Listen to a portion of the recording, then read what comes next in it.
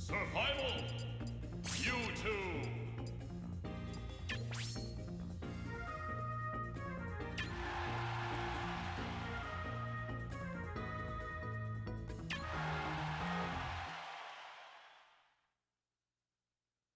Three, two, one, go!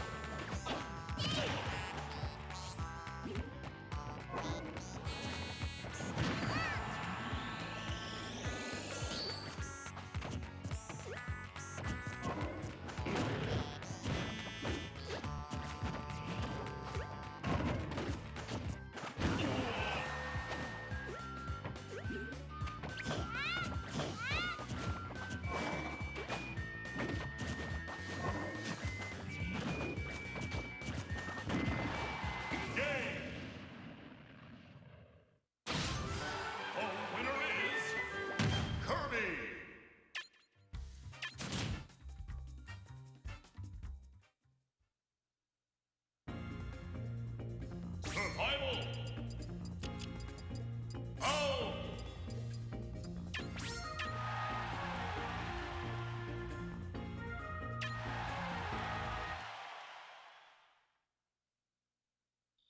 Three, two, one, go!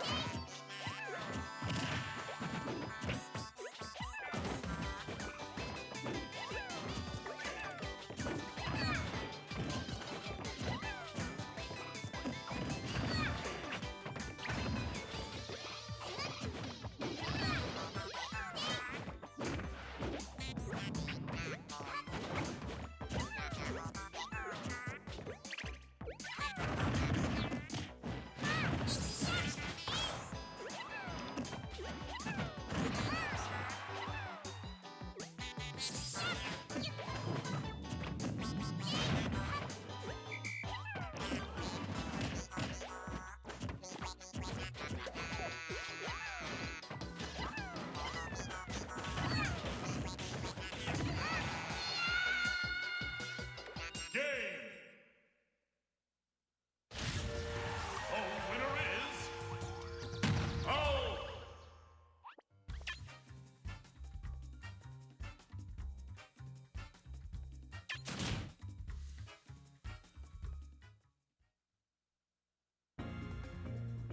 Survival! Diddy Kong!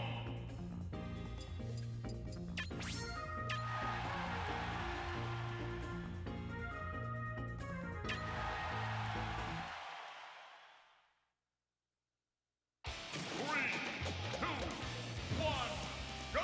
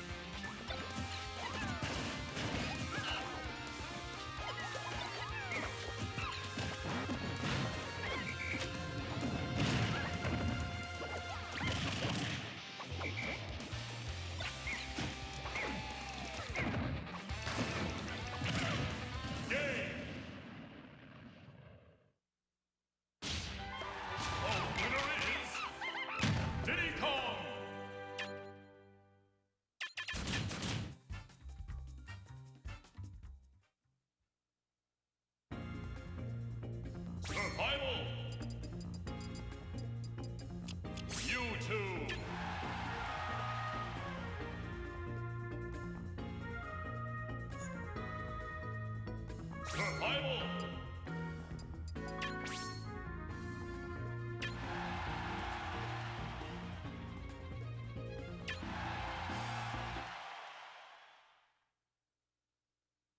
Three, two, one, go!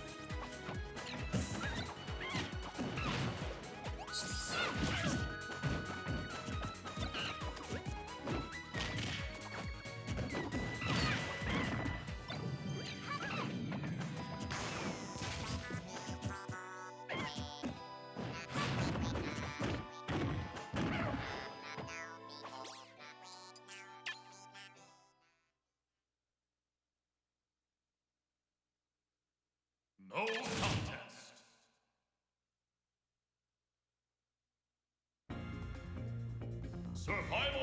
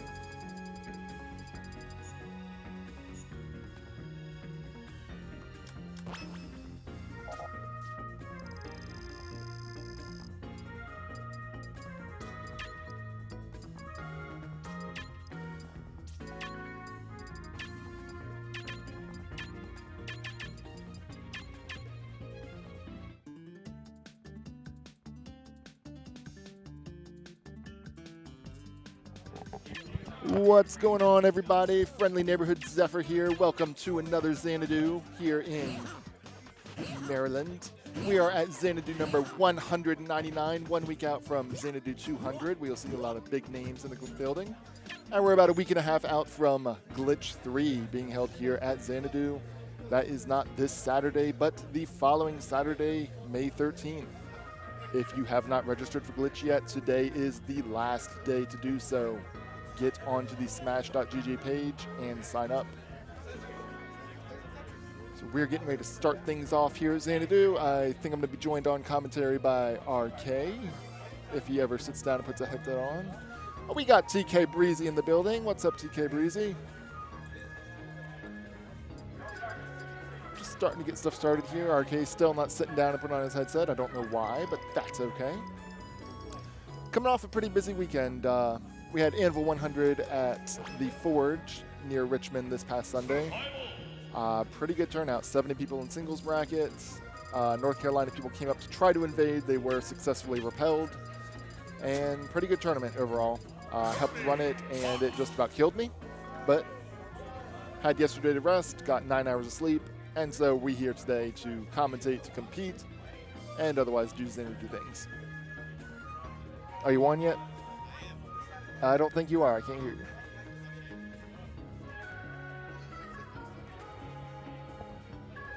All right, now you are. All right, awesome. Good. There we go. So joining me here is, RK. what's up, RK? What's your Twitter? TNG_RK. I was just kidding. Nobody cares. Oh, shame. No, I'm just kidding. Okay. I guess no one does. No, everybody cares. You're a good commentator, RK. I like you.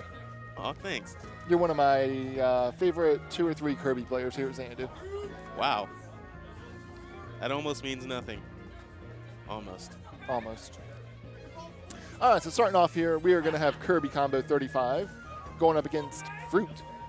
Yep. Fruit player 1 playing. It was? Okay. Playing by. I don't think you can switch. Yeah, I was That's, confused for a second. Yeah, you can't switch off after your opponent picks a character. That's pure grind. And Kirby Combo playing his standard Kirby. So between you and Kirby Combo, who's the better player? Come on, straight up. You don't have to be political. I have no idea. We Come on. trade places in terms of placings and everything like that. I think that I've reached like the highest peak, I think, especially because I'm like a solo Kirby. So Okay. I think that I've gotten like 13th at one of these before. But that's like the highest I've ever gotten. Sometimes he places above me, sometimes I place above him, but he also has a Ryu to back it up. So, as a matter of fact, that just makes him pretty much poison for Fruit since he has both the Kirby and the Ryu on lock, both matchups that Foxes tend to dislike. Gotcha. So what I got from that was I'm better. That's not what I said at all. You've placed higher than he has here. What's his best placing? Do you know? I have no idea. 1 sec. Kirby combo. What's your best placing here? What's your best placing?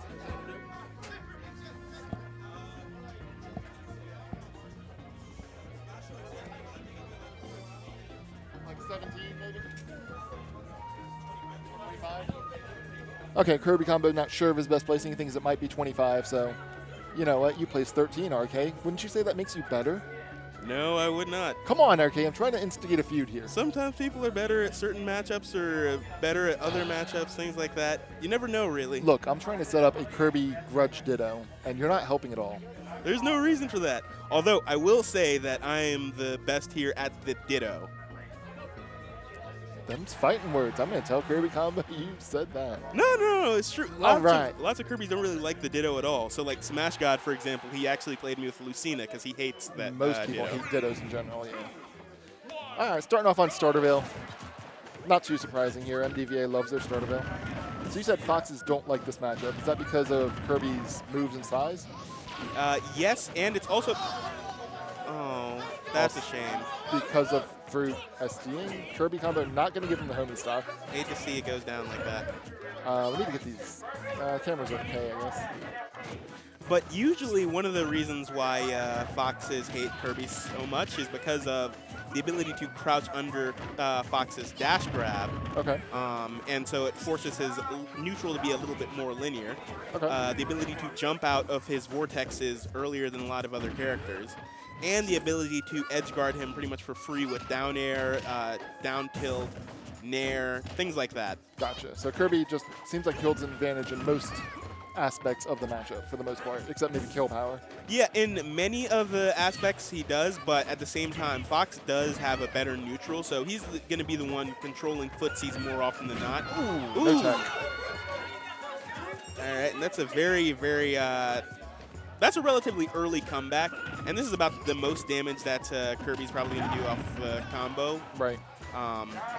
From here, he doesn't really have too many other strong options, Okay. whereas Fox still can vortex him, and if he crouches, what can happen is the lower knockback, once he hits him during a dash attack, can actually lead directly to an up air. No Gotcha. room to air dodge or anything. Okay. So one of the rare instances where crouch canceling would go against him. Fruit barely living through that up smash. That does not go through that Not one. that one. So that's 3 up smashes that Kirby Combo just kind of threw out and Yeah. landed. Yep. I mean, in this case, it's like, I actually don't really know what to say about that. I mean, do you feel like he did that thinking, okay, if I don't hit this, I'm not going to get punished too badly for it, maybe? Possibly that, because it does have a little bit of shield push on it, but it's not super safe. So maybe he was thinking, all right, he's also at a low percent to begin with. Right. So it's going to be relatively safe, and it's definitely going to close out the stock, because Kirby, actually between Kirby, Fox, and Mario, Kirby has the strongest up smash of the 3. Gotcha. Okay, so figure risk-reward factor was Yeah. well worth it. I'd agree with that. I mean, he had a 100% lead on him at that point. So. Yeah. But we're going to FD game 2 and the counter pick to Link. Oh, right. That's actually super interesting. Link has a lot of advantages over Kirby in that he does have a disjoint. Ooh, the F throw down air. Ooh, off the jump. I Yeah. feel like Link maybe covers the space in front of him a little bit better than Fox with the F tilt, Right. bombs, boomerang, and everything.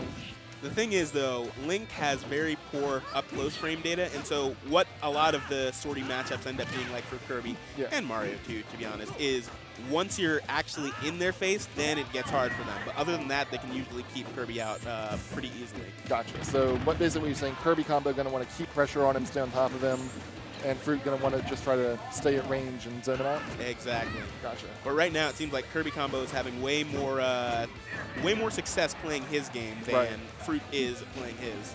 That's another factor we've seen. Fruit's used the tether grab a couple times, and that can help recover against people like Kirby who tend to want to edge guard you, but Yep. Fruit, Just not gonna does die. it.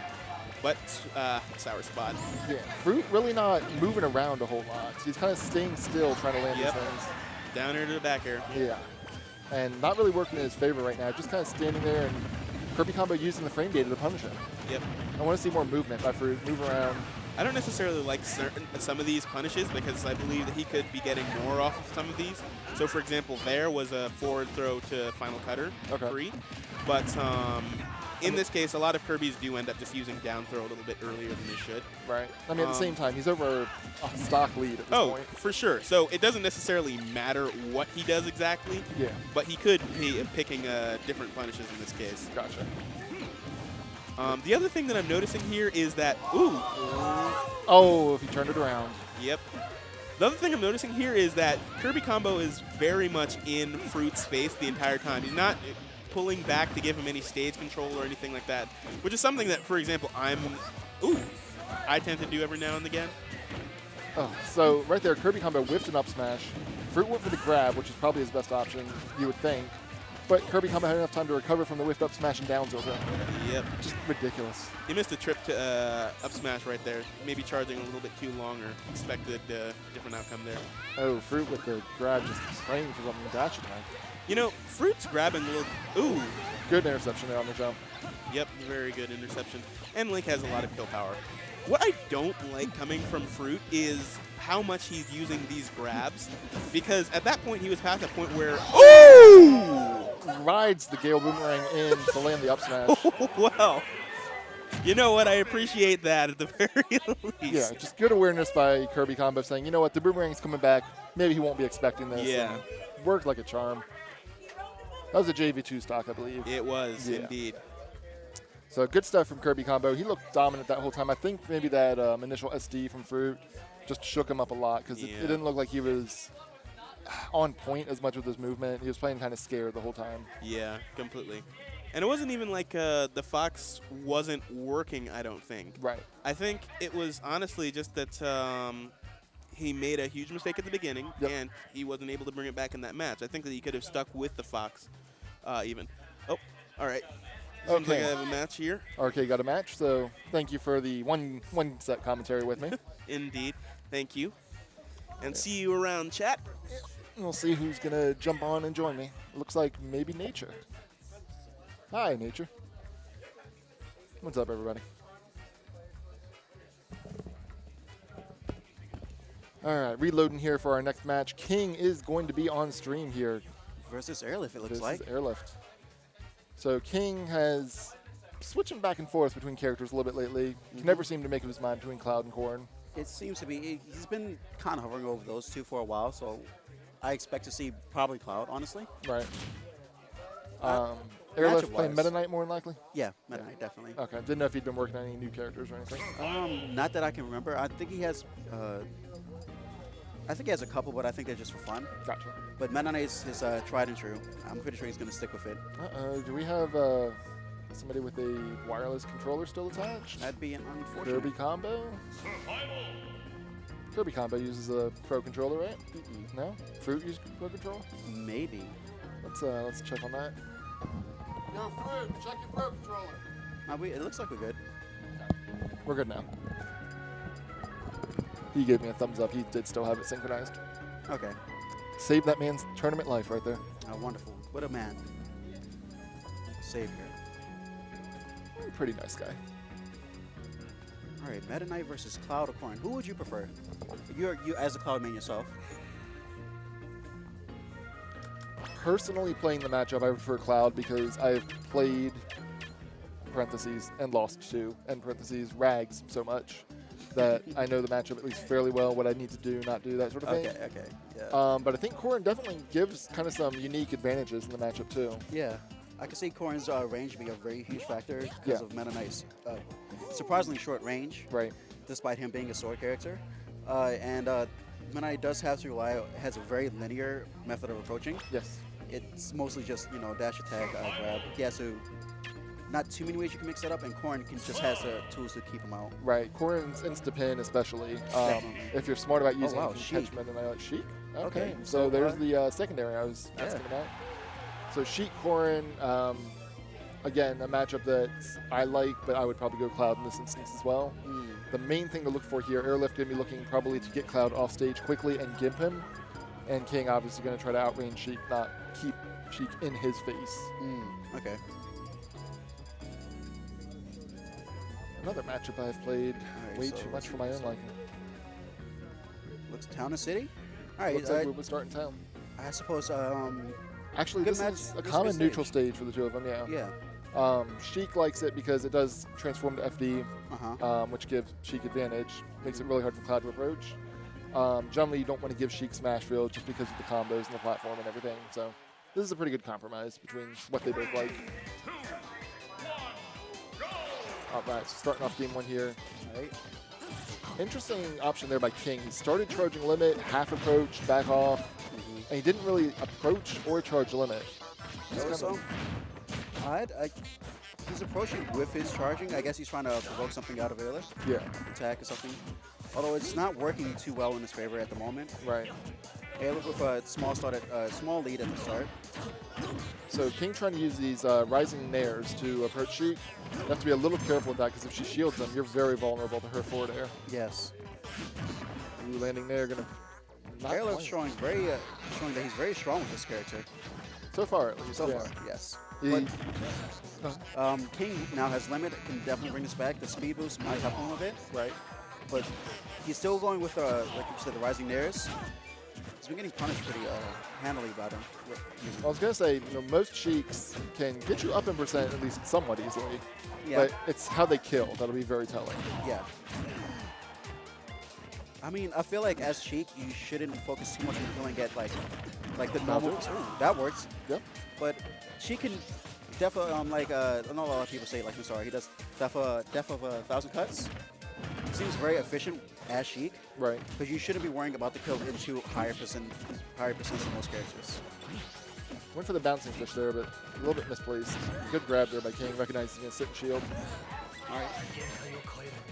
So this is very, this can definitely turn around immediately. King with limit on deck. I wouldn't spin it just yet.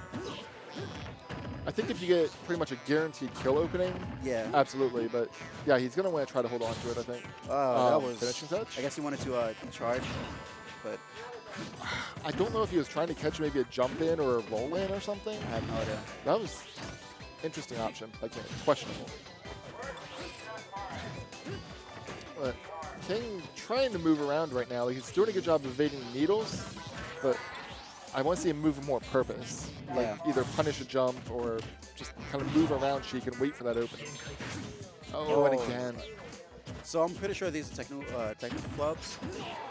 The It's neutral B, I know he was trying to charge and then cancel a limit, Yeah. and it's just unfortunate he was so full that it used it. Now, charging limit. There's an air. That'll Okay. probably do it, All yeah. right, that's the first stock. King still he can still bring this back. Right, airlift with a pretty decent lead though. One thing I'm seeing too is that when King's up in the air against Sheik, he's having a hard time getting dear. down. That was a questionable blade beam too. I'm not sure what's up with these. This is the third time. I don't know if maybe he thought he was facing Sheik and wanted to go for some shield pressure Maybe. or something, but Even Yeah. then, I guess this might be a personal preference thing, but I feel like limit can be more utilized as far as the speed boost and like things like that, especially at lower percents. ooh, that's gonna not kill him yet, but he's gonna. No, Oh, ooh, nice. There you that go. was very nice. Okay. Void combat number 1. All right. Very good game on Airlift's part. I wonder if King might make the switch. I think he's more comfortable with Corrin. Right. Does not look like it. He's changing his color. Oh, okay.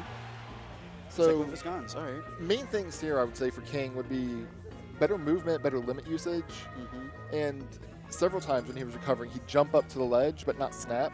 Yeah. That can be very, very dangerous, especially against Sheik. If she down tilts you and then knocks you back off, you have no jump. And Cloud with no jump is so vulnerable.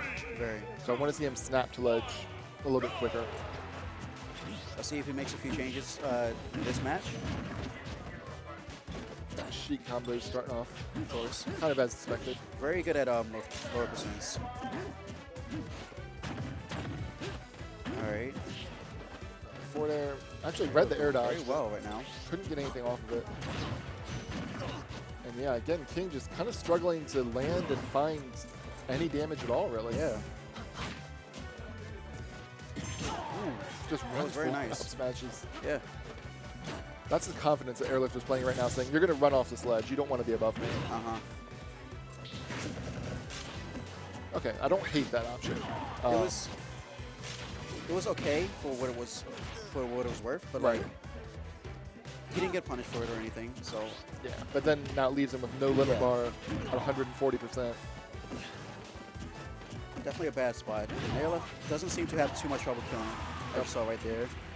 He Thing definitely naughty. does have a decent cheat for a secondary. Yeah. Yeah, King just has not been able to get anything going at this point. You can see him trying to move around, trying to kind of outmaneuver the Sheik, but it seems like he doesn't have a really good idea of what he needs to do. Now being lapped once again, no jump, he's got to burn it.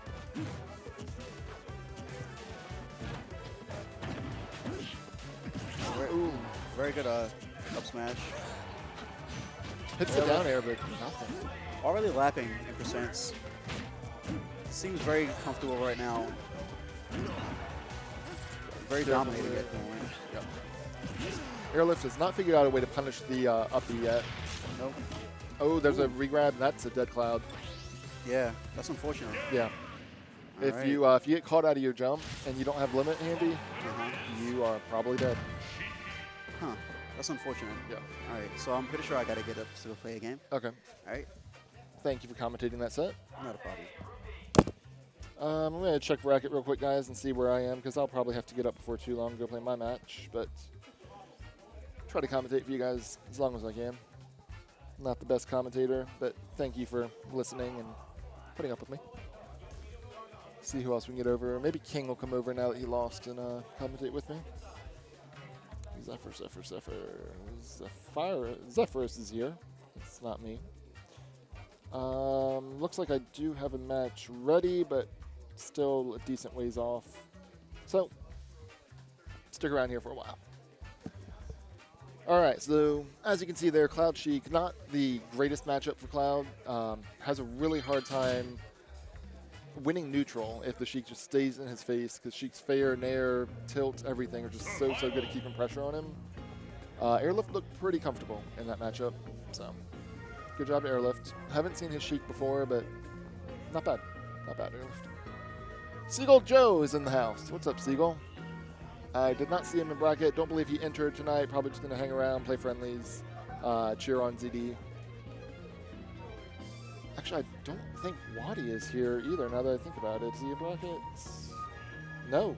ZD actually first seed tonight. No Wadi, no Pink Fresh. So, congrats to ZD being first seed tonight. Second seed is Dexter. Third seed me. Fourth seed Jeebus. So there's the 4 likely PR people represented tonight. But you know what? That means 4 PR people in the house, and we have 69 entrants. 65 people have a shot at winning Xanadu tonight. What's up? Oh, all right. Didn't know if I needed to go play my match or if somebody was just talking to me, but aborted. So yeah, 65 non-PR people in the house tonight. Means we're guaranteed 4 of those in top 8, and we'll see what kind of upsets we can get. And actually, I do need to go play a match, so get a couple more people on commentary here. Thank you guys for watching so far, and we'll be back.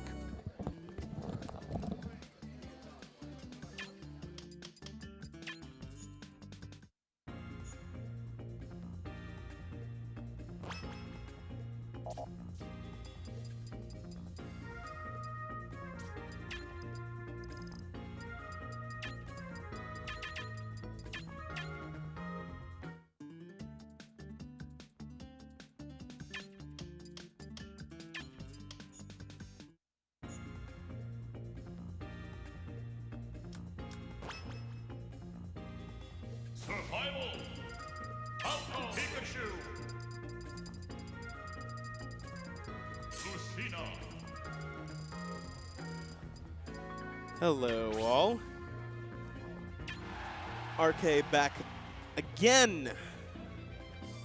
For those of you who missed me, I missed you too.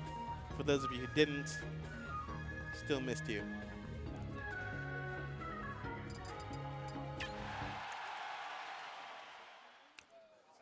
Three, two, one, go! we have Raichu versus Yama.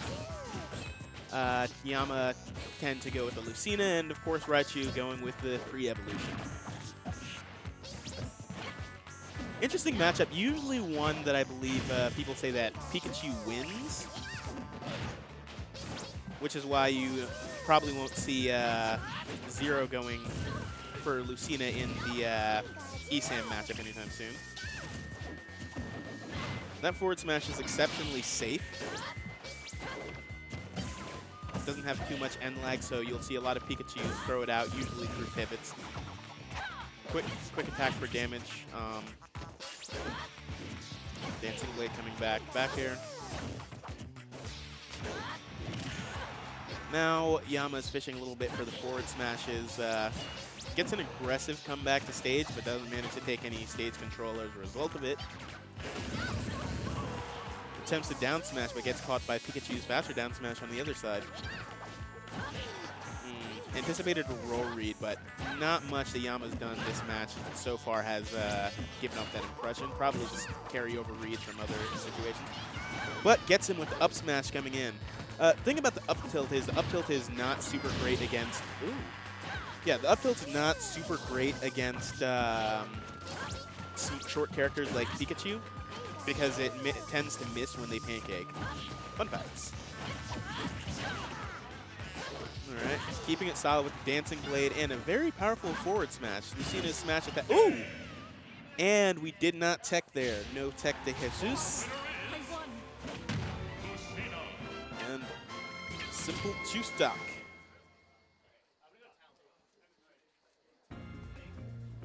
Survival. Samus. Matchup went exactly the opposite of what I was expecting.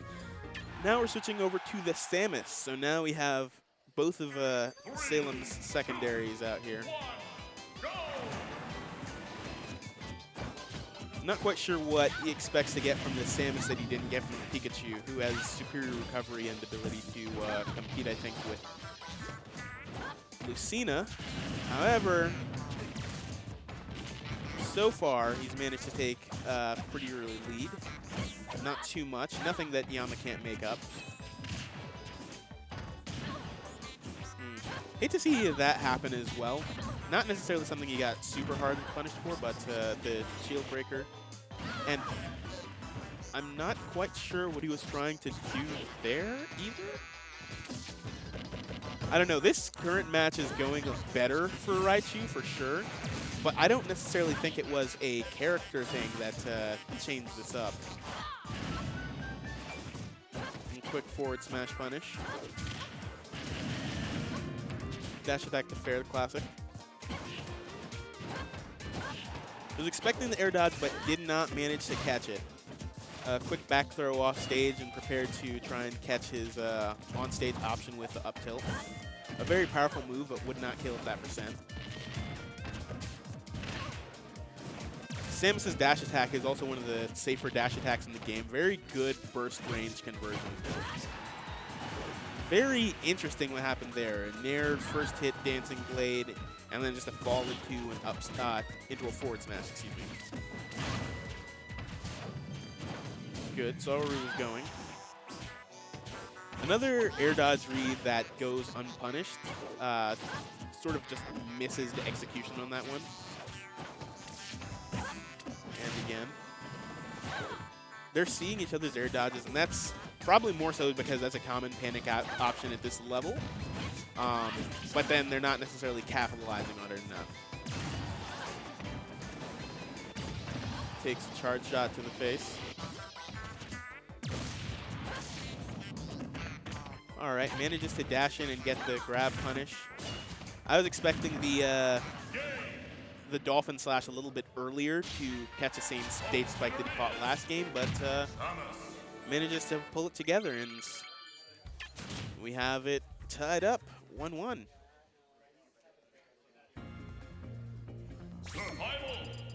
All right, now we're seeing a change coming from Yama to Lucas. It's interesting. What I'm noticing is that it doesn't really seem like anything is happening on the result of the characters. Like, this isn't particularly interesting as far as the character matchup goes, but it seems like they're getting uncomfortable with their characters pretty quickly, and then as a result, switching really quickly.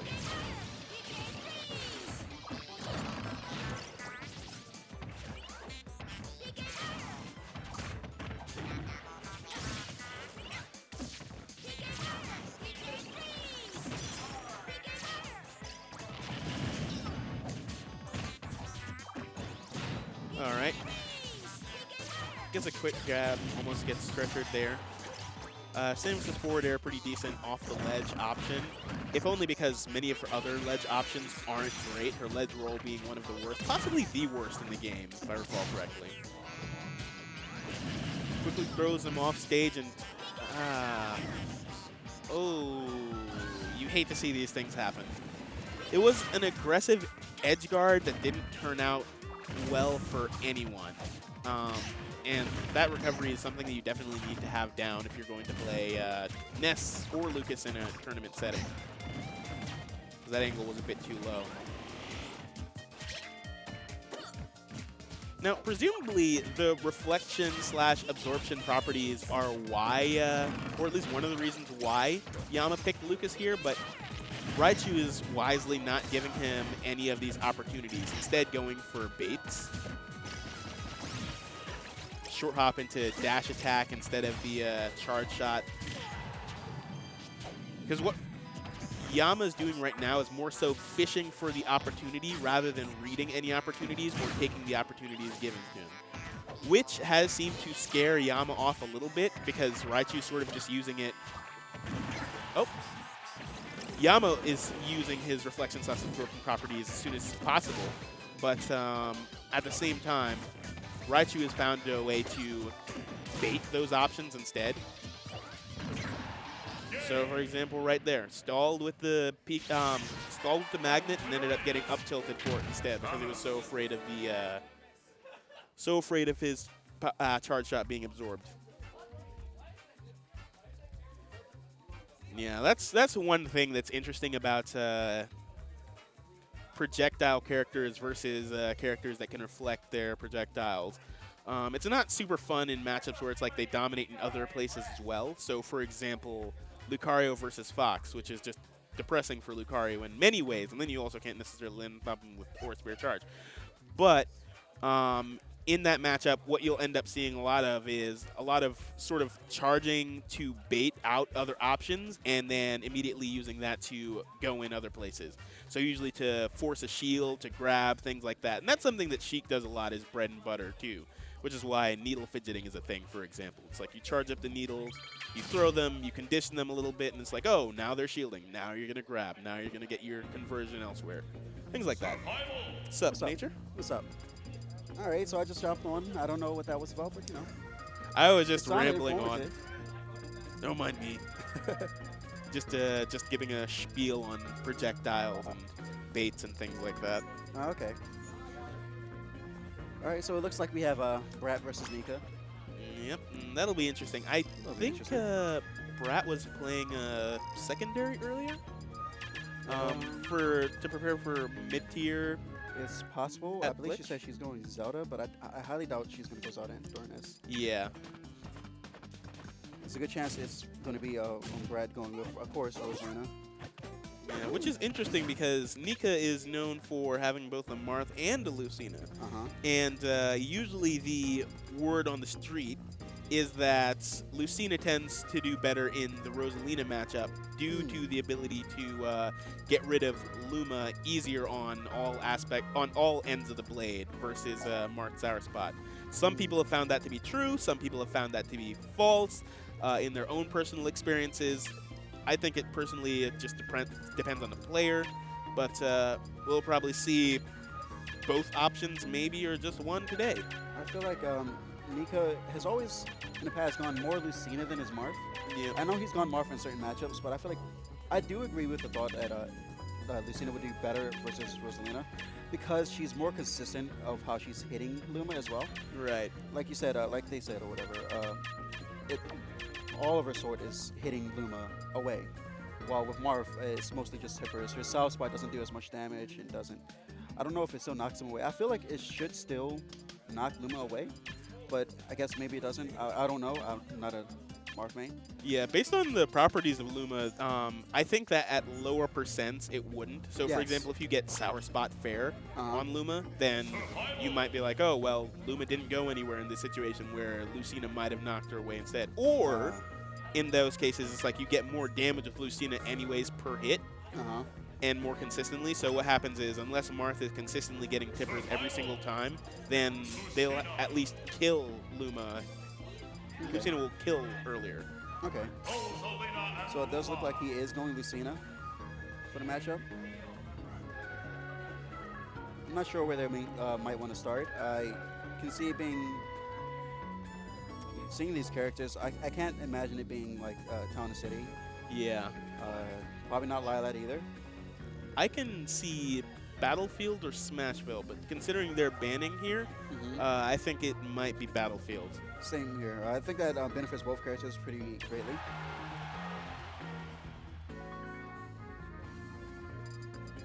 Oh, Smashville. Okay. Oh, well. At least I didn't say it was going to be, so it could be. All right, immediately going for the forward tilt to attack, space out, damage Luna. Although Brad coming back pretty strong, small combo, but Yep, Nika there- even it up immediately, killing Luma in the process.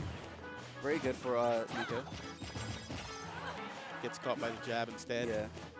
He still he really needs to capitalize on this moment, although it doesn't seem like he was able to at all. Luma's back already. And Luma's gone again. Okay. All right. Pretty even match right here. Despite Luma being gone for most of it, but Nika having center stage right now. And no He Luna. has stage control. Although he did, that's unfortunate, he let Brad get back on. Rosa is a character you really want to capitalize on her recovery. It's not the worst, but it's definitely very linear and it's very, you can punish it as long as Luna's not there. Oh, for sure. But it doesn't matter. You can still get some kill right there.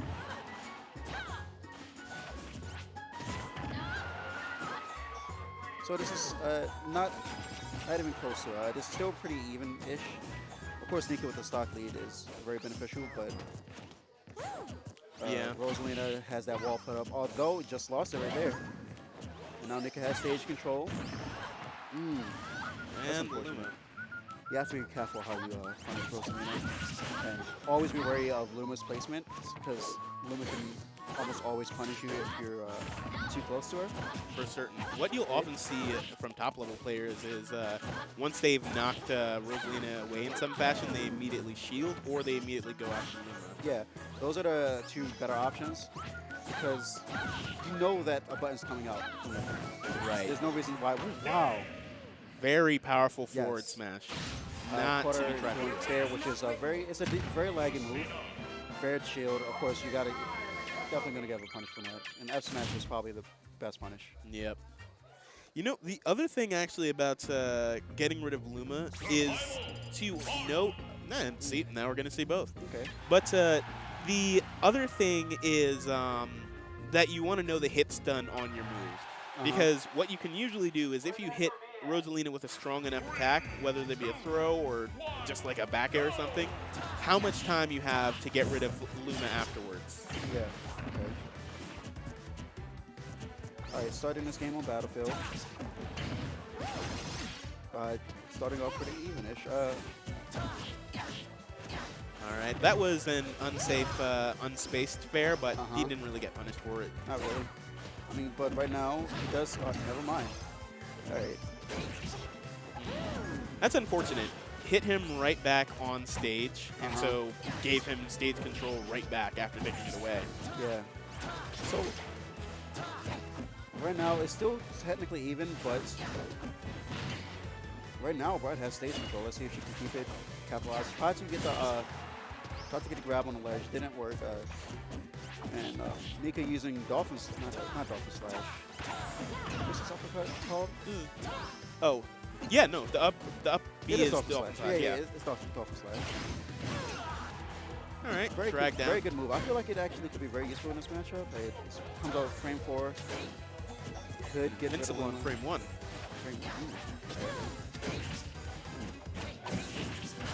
Gotta be careful with risky smash attacks like that, especially against Marth. If he spaces it correctly, he can get an easy tipper. Which he did on Lumo. Okay, that's fine. All the way out of there. Marth is interesting at ledge. Ooh! All right, takes the first stock. Such a powerful. Marth is interesting at ledge because he's way scarier there. It's just way easier for him to get a lot of different conversions than Lucina. Because, of course, on the jumps, on the regular get-ups, it's like you pick the wrong option and you get tippered free. And then, of course, if you roll into him or something, then he can just grab you. I just want to give a shout out to that beautiful combo he did on Luma only. But you know, sometimes you just gotta get her out there. But like, all right, Nika's doing very well this stock. Yep, and Luma's gone. Running with it. Luma's gone. Tried to go for the shield breaker. Ooh. An aggressive up smash there. He's being very aggressive. Brad Ended right there. typically known that's bad. for ooh, and There was- yep, there it is. She stayed on the ledge too long. She so like that S smash was coming out either way, and like she couldn't hang there anymore. So Yeah. that was unfortunate, but it happens. You pick the wrong option against Marth on the ledge, and you're Yeah. gonna die. He definitely doesn't give you a lot of time to think. Well, he gives you enough, but like you definitely have to think of something before Yeah. he fires his trigger. Oh, and then of course, if you roll into him, that's another option he has. Just the I mean- pivot F tilt. Yeah. Great move that. And I think at that percent, I think even South Spy F smash was still a killed. Yeah, probably. Especially on Rosalina, which is a unit lighter than Kirby. Hmm. Yeah. Okay. 78, if I recall correctly, to Kirby, Oh, wow. Fox, and Pikachu's 79. All right. So it looks like we have ZD and Dark Flame. Dark Alright. Flame being a Falcon that used to frequent MDB and Xanadu a while ago. He's recently came back. And I'm very curious to see how this turns out. I remember Dark Flame being very good against Foxes. That'll be interesting because actually was ZD playing Fox at that time? He was not. He was playing Luigi back then. So we will get to see if he can contend with our region's best Fox. Yeah. ZD's definitely come a long way. A lot of growth. A very For sure. talented young player. Just had a wonderful showing at Dreamland recently. Yep. He's definitely going to be going places.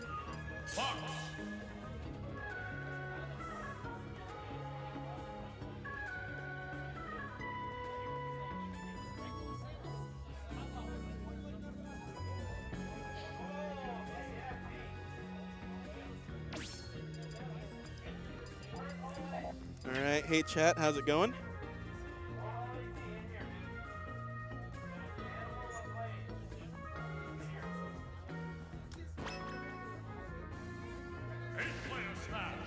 Eight player. Yeah, that'll be fun.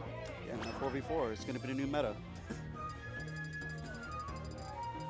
Hi to you Honestly. too, Bertrosel. Honestly, Debbie? I've played 4v4 before. It's so chaotic. It's not fun at all, for the most part.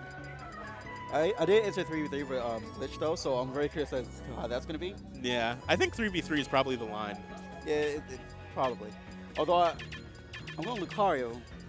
As we know now, that character's kind of insane in doubles. Oh, for sure. It's going to be interesting.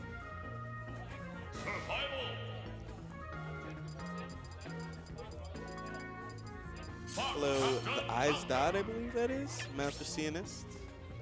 Riglo. Much appreciated, thank you.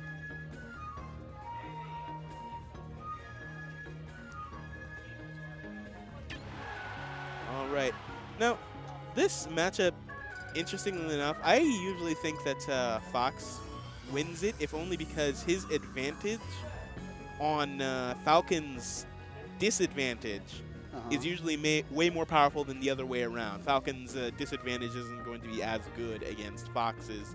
Falcon's advantage is usually not as good against Fox's disadvantage as the other way around. So I mean, I could see it being I don't know about that because I could see Falco's advantage versus Fox's disadvantage state, like being very strong in Falco's favor as well, because Falcon has a lot of tools to like just keep him off the stage and put him in bad positions where he has to recover. Like That is true. his Fox's illusion, down tilt snuffs that out completely, pushes him off the stage.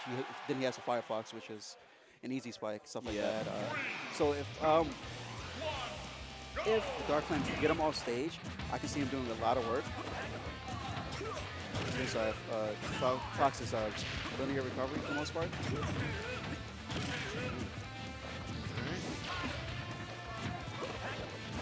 All right, pretty strong start so far from Dark Flame. Goes further down the spike. And he got that.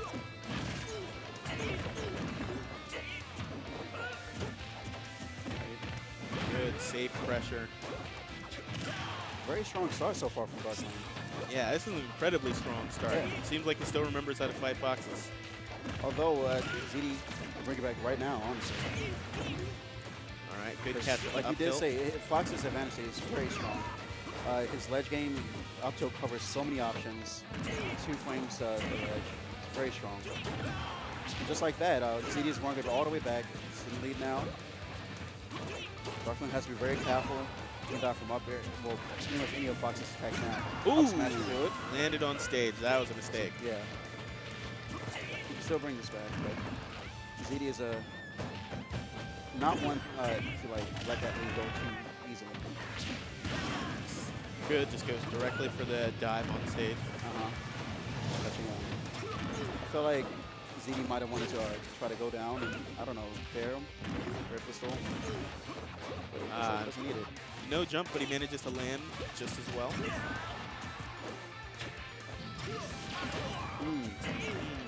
I feel like I want to see Dark Flame go out there more when Fox is recovering at that like angle. Yeah. I see what he was going for there, but I feel like he would have gotten better reward had he gone out. Yeah, and that's And there it is. Probably not how that was supposed to work exactly, but it ended up working stock anyways. ahead, go for it. Why not? That's one thing. Whenever you're a stock ahead and you think you can get a kill but you'll die, always go for it. There's no reason not to. Even if you do die, if you're like, it's going to be worth it if you get it, you know? For sure, so long as you're at least a good bit up. Yeah, yeah. I mean, like, if it's like a fresh stock, he's on his fresh stock, and you're like, Like, then I maybe think I can do it's not this. work. But like, if you are confident that you can get the kill, or just don't hesitate, just go for it. Oh, for sure. 3, 2, 1, go! All right. Smash So, bro. you know, the first game didn't actually go nearly as badly as I guess a lot of people might have expected for Dark Flame. Not at all. And he's managing to get early lead again here. But the problem comes, is he going to be able to like close out the stock, which seems to be a lot of problem with a lot of players.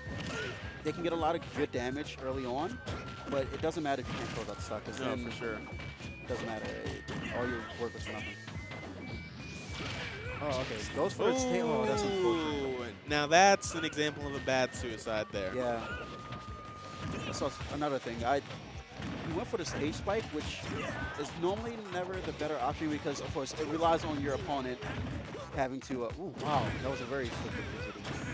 But yeah, stage spiking your opponent relies on them missing that tech. It's much better with Falcon since he has such a strong spike. So just go for that. Like keeping him off the stage, trying to get a back air off. Ooh. Very, very nice. Is that it? Oh, That might actually still be it. All right, makes it back to the stage. oh, Wow, that sour was very spot. good. Yep. Wasted it. That was wonderful. Great play from ZD. As an NY player would say, give him the mix. That's the classic there. If they're far too high for the back air, just assume that they're going to try and air dodge and go low. Survival! Shame. Dark Flame seems like he was doing a lot of things right, but At the start, not at least. enough. Yeah, that's true. But like I said, if you can't like close it out, it doesn't really mean anything. Right. He didn't even take one stock. He did not take a stock. He started off very strong both games, but unfortunately was not able to take a stock. Yeah. Saw a couple of attempts at knees. We saw an attempted stage spike, things like that, but we didn't see any of these things pan out.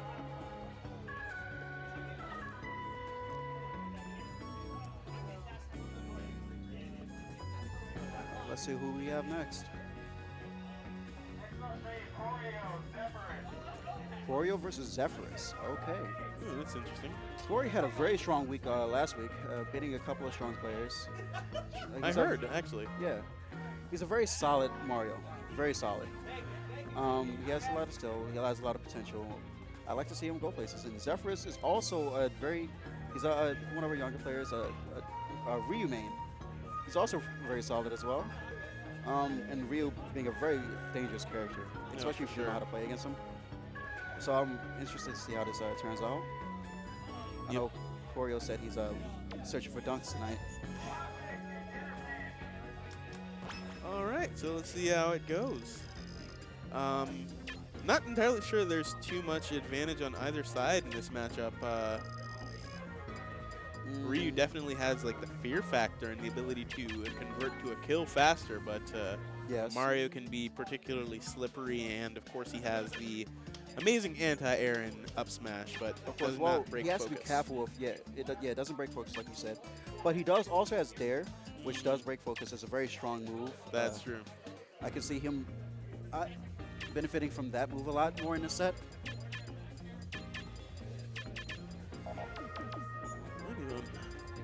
Corio actually also has a Ness, correct? Hmm? Corio also has a Ness, correct? He kind of. He doesn't like using. He hasn't used his Nest in a long time. Fair I enough. know he wanted to make the switch to solo Mario main. So I don't think he would bring out the Ness. I Right. could be wrong. If he doesn't like the matchup, he could bring it out because he definitely did have a strong Ness. But I know he wants to make it more so as a solo Mario. For certain.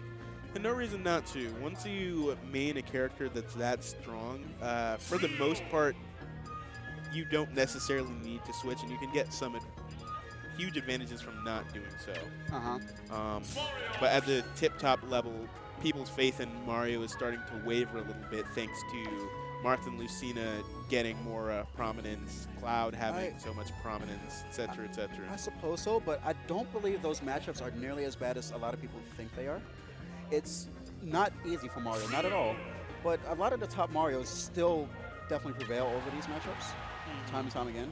And it's because sword characters, of course, they have range over Mario. Mario's, one of his biggest weaknesses is he doesn't have a lot of range.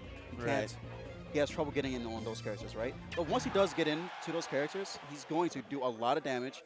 Those characters will have trouble landing against him because he does have a lot of anti-air tools that work against most sorties. But enough of that, let's go into the match. Focus there, but on the... Wow, just Shoryuken's Rude. I mean, that's a very... You know what? It worked for him. Yeah, it worked for him, and it worked well. It's a good option because it's frame 1 invincibility. It comes out so fast. It's a good punish tool. It gets a good breakout tool, especially if Mario's calming like that. It's not going to do a lot of damage or kill, but it's a good get off me tool. For sure. It can break pretty much anything that's not true. Yeah. All right, but Corio's still with a very strong lead right now. All right. Like you say, going for the dunks. He really loves doing it. I can see one in this game. All right. All right, trying to cover a little bit with Shotgun. Playing this Corio's playing this safely, which he should be, especially at this percent. Right now, Ryu can definitely. Oh, that was actually it. Slips up there though. That's unfortunate. It's the importance of practicing your confirms, boys and Wow. girls. All right, so dropped it to down air. It's pretty safe, and just straight up smashes. I feel like if Zephyrus just went and did the Shuriken as a punish, that would have still through or killed. Still gets it there, but I still think got he it. wanted to grab beforehand, and I think he just doesn't know because Dare is really good at crossing up, especially Yes. with Mario's incredible airspeed. Yes. All right. So, that was a very good. I think he wanted to do the jab block. Maybe he messed up the execution, but he stood there. He was ready for the jab block, but he just didn't. Jab. All right, very interesting to use the Shoryuken that early. Yeah, I'd see most going for the Tatsumaki at earlier percents because it does more damage. Yeah. Ooh, that was dangerous. But doesn't get really punished too hard for he does get hit by the focus, but like that's it. Ooh, that's dangerous. Ooh. Regular Hadoken is really good for pratfalls and jab locks, and that almost became one there. All right, blows him away, but he'll make it back. Sure, you can have him that reaching hitbox. All right, got the sour spot. Yeah. So he has another lease on life. He just has to be really careful with That it. was risky. All right, Very but I respect risky. that option. You know, like he got the grab, he got stage control now. He's in a good spot. And that was also pretty risky, if only Yes. because focus is still an option at that point. So it looks like he's Good going tomahawk. for the grab. Looks like he was. Ooh. But the back air. But he's still living. All right. Still lives, though. Got to be careful getting back on. Ooh, that's it. Ooh, That was a very good read good on the roll. read. That was a very good roll read. Zephyrus taking game one. Very close match. Good read and excellent confirm. All And right. honestly, this is one of the things that Ryu really has in spades. It's not even necessarily just the raw button sometimes, but it's the amount of fear that he inspires. Yeah, that's a lot of characters like that. Ryu, Lucario's one of them. Characters like that who benefit off their rage so heavily, they have a very strong mental, like you said, fair game. For sure. Because your opponent is always going to be wary of it. They're like, when Right. is it going to come out? I know it's going to happen. So suddenly they start shit like Choreo, instead of going for more risky options, just kept trying to grab him, throw him off. Exactly. And when- that's also something that Ryu really likes, because he's fine with playing the patient game. Yeah. He's fine with just walking I up mean, in your zone and he letting kind of you has to. scared. That's one of Ryu's flaws. He doesn't like. He doesn't have a lot of tools to like approach like that. Not like certain other characters, but he's fine playing the game, like you said. So game 2 on Final Destination. All right. With Zephyrus this time taking a early lead. All right. That lead gone now. Wow, he read, Catch. he read the focus coming out, grabbed him again. I expected him to That go was nice. way higher there, but I don't think he's really done anything like that so far. So Very good punish. Very, oh wow, Focus is through the unfair to get through. That was very smart of him. And he now has a lot of rage. He's in a very good spot right now. Well, now he's not, but if he can get on a stage. for sure. Focus And seems to be even having in a lot of percents like trouble actually. this, Yeah, no, this is actually a kill percent for him. He has to watch out for stop or whatever. Just does it straight out. Doesn't kill that time though. All right. I feel like that was maybe the up B version. It looked kind of like it was. He doesn't. I feel like at these percents, once Ryu gets to these percents, Roy's not playing with as much confidence as he had. Like right there, he could have ran up smash or something like that. He's just not going for it. He's not taking any risks. He's just playing too, I guess, afraid. Wow, that was. Well, but the up tilts will take All right, it. so unfortunately, that was definitely a technical. He definitely meant to back air right there. He's probably. I'm hoping he's not on tilt, but that's definitely something that a lot of people on tilt right there. Yeah, and it's very easy to get on tilt versus Ryu. Yeah. Interestingly enough, one thing I didn't notice is even though Choreo keeps sliding into the ledge, keeps standing by the ledge, Zephyrus is not taking the option of doing the get up into True Shoryuken. And it's either he's saving it or something like that, but that's a very dangerous option to watch out Yeah, for. it is. It's a very good option to like keep in your pocket for like a last stock situation. Yeah. But like he might not need it because right now Zephyrus 169, but still just hanging in there. Like Choreo not finding a way to get this kill. All right, there we go. All right, there it is. Good punishment, sure. You needed that kill for only 40%. He can make that back free. Yeah, and now he's safe for a little bit longer from a kill confirmed. Yes, but that doesn't mean you should get too comfortable because Ryu still does a ton of damage. Oh, for sure. Yeah, you don't want to let Ryu get too comfortable. Zephyrus going. One thing you actually don't want to do in the Ryu matchup in general is, unless you have a sword or something like this, and this is something that Emblem Lord, one of the That was better scary. You went for the shield break. Ryu labbers, has told me, one of the things you don't want to do is you don't want to jump at Ryu too often, unless you have a Definitely disjoint of some sort. And That's unfortunate. explaining exactly why. Yeah. All right, pretty good play from Zephyrus. Very, very good. He very much showed way more fortitude, of course, in like the more last hit situations.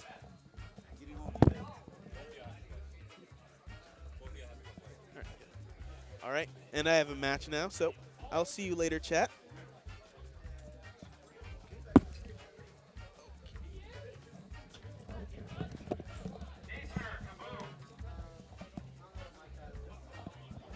Hello? I can hear myself.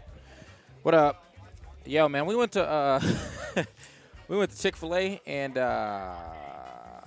for some reason that dude filled up my cup so much that the minute I took a drink from it, like, it exploded. So it's all over my jacket.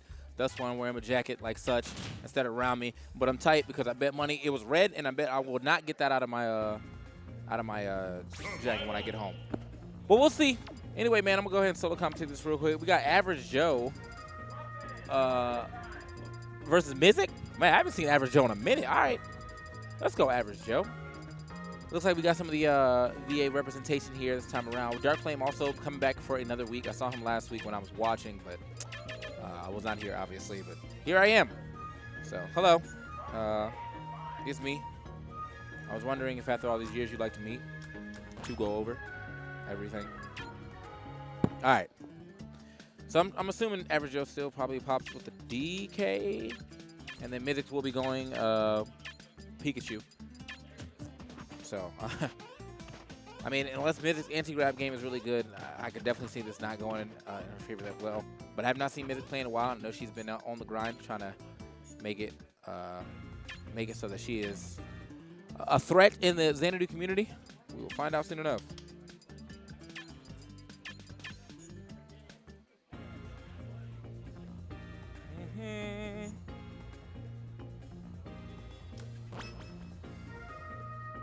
Survival. Pikachu, Donkey Kong.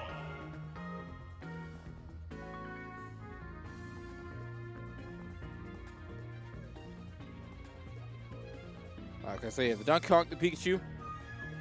I would say I guessed correctly, but I did not guess. This is all knowledge, all me.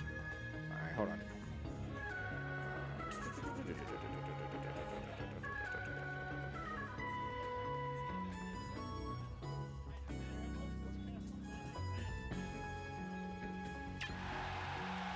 It's dope. I would like to commission this chick to do some more of my art. Like, his lock screen's got like, all right, let's get it, man. First game between Average Joe and Mizik, which I kind of still wish I knew what that meant. I mean, that's a really weird spell on the house. It's almost like you're saying Mystic weird, but I don't know, man. I know someone knows why her tagging Mizik. I could just ask her after the set, though. But let's see how this goes. As you see, she's definitely going to play that. Oh, is she playing Beto? Or Bidu? Is it Beto? Probably Beto. Beto tech coming through, but I mean, we'll see how this pops this time around. Here we go. All right. As I said, though, I'm definitely expecting her to do a lot of anti-grab right here. Maybe a lot of moving around. She doesn't want to be too stationary because the minute you get grabbed by DK, that's about 1/3 of your life right there, especially as Pikachu. Super light character. She's doing a good job at that, but now getting a little obvious with the quick attacks. He just straight up punished that one. Just an angle right there. Okay. You can definitely see Average Joe trying to capitalize on these quick attacks too. That pivot grab over there. He was a little early on it, but you know, had he did it a couple frames later, that could have been a grab. Mizik though, doing a really good job playing this, you know, this hit and run in this game right now. Oh, keeping Average Joe at bay. He still hasn't been able to. He really hasn't been able to get himself on the ground, and now on top of that, get himself any type of offense mounted. Most of his hits have been kind of like trades here and there, but he's never really taken the lead or the stage control. Oh, the momentum is a good word I'm actually looking for, but yeah. Okay, and now, you know, Miz definitely has to watch out with the way she's using. Oh, is that gonna be it? Wow, Pikachu. Just a little bit of rage right there is enough to throw that light rodent straight off of that stock. Okay, for a minute I thought that was Miz getting hit as the sparks came up, and I was like, all right, DK, I mean, rage ain't that good. I should be able to get a punish here. Oh, not a huge punish, though, unfortunate. A little off on the spacing. So she couldn't lead into that back air that she was looking for. Uh-oh. Oh, goodbye. I hate watching DK play so much. Like, okay, goodbye. This game was looking good, but again, man, heavy hitters and the amount of work that Pikachu has to do to stay in that range of being in the lead in comparison to making one mistake and getting scooped up for it. Oh, man. And I say I hate watching DK play, but I don't actually hate watching. I actually love watching DK play. That joint is always funny to me. Someone doing mad well, next thing you know that DK, you know the game is over. All right, goodbye. All right, so we're switching out to Light here, and honestly, I mean, I understand why she wants this stage, but with the way that Average Joe is playing, if she can't get down to the ground, it's gonna be a real problem. He's just slapping her through these platforms. People get nervous all the time. Air dodge onto a platform, and that usually does not save them. All right, here we go. Nice little drag down right there, trying to get as much damage as possible. Ooh. Actually caught Average Joe in the shield this time around, so she's definitely mixed up her approach as well. Was going for the QAC, and then just ran straight up in there and got that grab.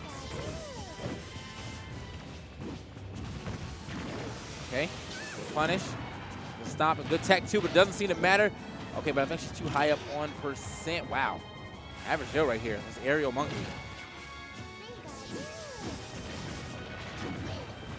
Back here right there, just kind of pushing him away. Got him on the ledge, and I definitely like these options right here, but at the same time, I feel like if Average Joe wants to go for something like that, he's got to force more situations where Mizik's going to want to roll on. She hasn't, wow, walked into that. She hasn't really been forced or even pressured into that situation of thinking she needs to roll on yet, so. Oh, clean. She must not been ready for that range, but clean read on the roll just as well. Might have to clean up these QAC angles and kind of put herself in a punishable position right there, but gets herself right back into the mix. Oh, I see you, Average Joe, trying to break shields out here. Okay. Oh, so Mizik's actually doing really well on where she's going to roll, if it's in or out, because Average Joe was expecting to roll out, and a lot of people would have rolled out in that situation. But she waited out to see what the follow-up was going to be, and no more follow-ups to be had. Again, the old, the old ding dong. Ah. Well, I mean, I did say it was going to be a little difficult, and yeah, I told you it was going to be a little difficult for Pikachu. Pikachu was going to have to play around DK that entire time, and she did a pretty good job of it at first, but, you know, 1 to 2 mistakes is all that DK needs against light characters to really make it happen. So, hey, man, sorry. That's all I say. That's all you can really say, man. I'm sorry. All right. I guess we're gonna see what's coming up next. We're probably still I think we're probably in like around 2nd round this time, maybe 3rd. I'll be here for the most of the night, probably all of it. I'll definitely be doing like top 4 with whoever if EE doesn't show up. I don't think he's showing up though. He might though, because I heard that I was told that him and Nira need to go to dinner. So Nira's here. I'm gonna assume he's gonna show up, or is he gonna go pick him up like a real date? You know what I mean?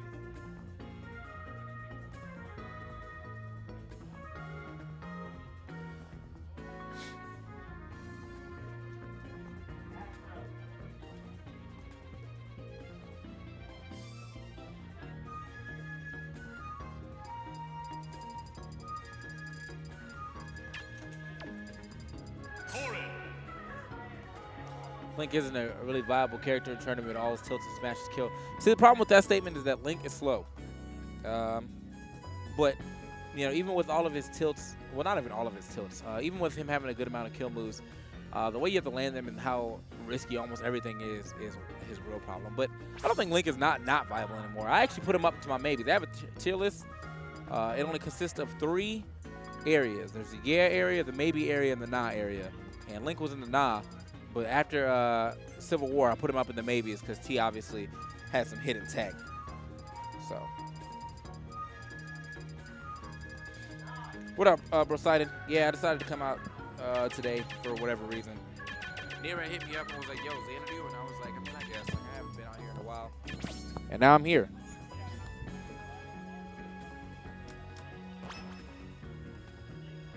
All right. Did you say hidden? Young hidden missiles in the building. All right, so we got Dexter, who has actually been doing quite well in this bracket, going up against a man who just put his tag in as Astra. I didn't actually hear his tag. Maybe it is Astra. Survival. Corrin.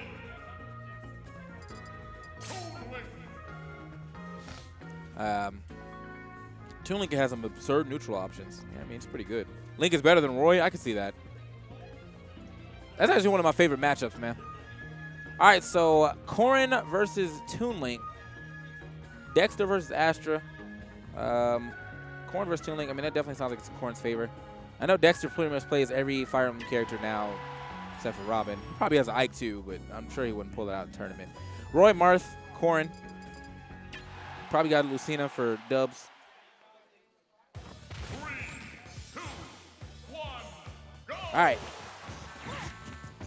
So starting off this first game right here, see how Astra decides to deal with this. This is winner's bracket. It's probably round 2 at this point in time, so both these guys got a victory under their belt unless Dexter got a bye. Astra is getting walled off right now. Trying some Toon Link bomb tricks. Managed to get a hit, but ooh, a little bit too close right there on the Zaire. Swoop.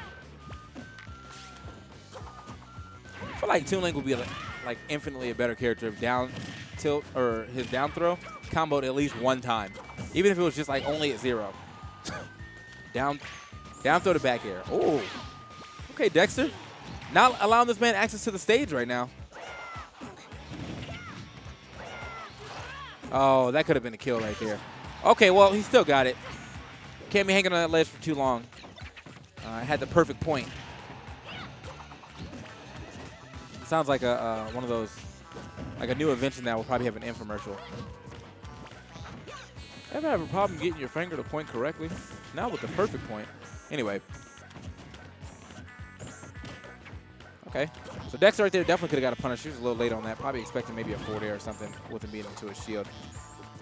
Which is interesting enough. I feel like, well, I was going to say, I feel like Astra's approaching entirely too much for my liking. But at the same time, he is losing. So he has to approach, you know, by the law of the land or the law of the timeout. Not that we're really worried about that. It's 4 minutes left into the game. But Dexter's definitely playing the patient game. Just kind of sticking around the ledges, allowing that man to just run up on him and then taking full stage control.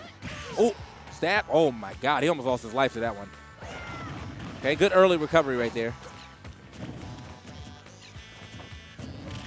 Okay. I feel like that's what Toon Link does more than anything else in this game. It's just run and shield and then do something out of shield after holding for a second. Bomb, run, shield, up tilt, run again, shield. All right, looking for some wild reads right here, but I mean, should definitely be expecting to step back, and Dexter looking for maybe a roll on. All right, right now Astra's definitely just throwing out this up smash. She's looking a little desperate right here for this kill. And, you know, with this amount of damage that he's put on Dexter, not getting the stock yet, I mean, I can understand why he's looking a little desperate right here. That's not game. Yes, it is game. Wow. That did not look like that was going to kill. In comparison to the last one, he had better DI on that and everything. It still killed. All right.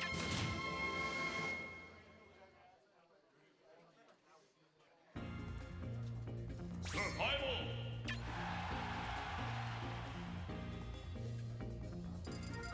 Well,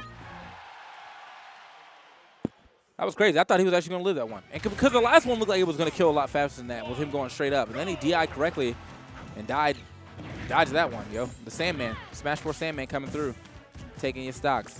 So that counter pick over here to Battlefield, I mean, I definitely understand why a Toon Link would want to go here. At the same time, this kind of makes insta-pins a little safer for Dexter or Corrin, because if she insta-pins you and she's under a platform, she'll actually stick to the platform.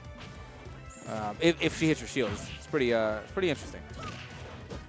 Either way, though, Asher doing a lot better of a job this time around. Actually using more of his QCQ instead of trying to depend on these bombs for his openings. Got a decent amount of damage off just back airs and aerials in general. So, oh, all right, definitely gotta stop that option trying to land with the. Okay, we playing hopscotch. Oh, that was nice by Dexter, and he gets the bite as well for the finish. Wow, early stock loss right there from Astra, but.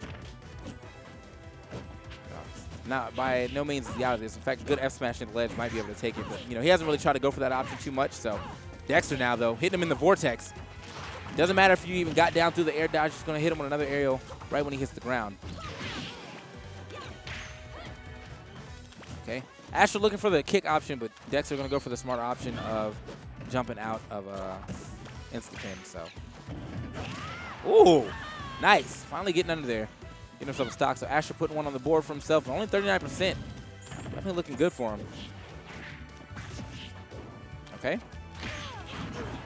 Kicks again. All right, now Asher just trying to find a way to get back on stage. Managed to do it. The Zaire into the grab. Let's go. I'm about to call it a Z grab. Which I guess, it could be called a Z grab depending on if you grab with LR or LNA or RNA. Or Z. Anyway. All right. Yeah, right now Asher's definitely being caught in these air dodges just a little bit too much. And at this point in time, Dexter knows he's going to air dodge so much that he's not even going for like the mix-up of actually just doing an option immediately. He's like, oh, I know you're going to air dodge, so I'll just wait. Asher on the sides.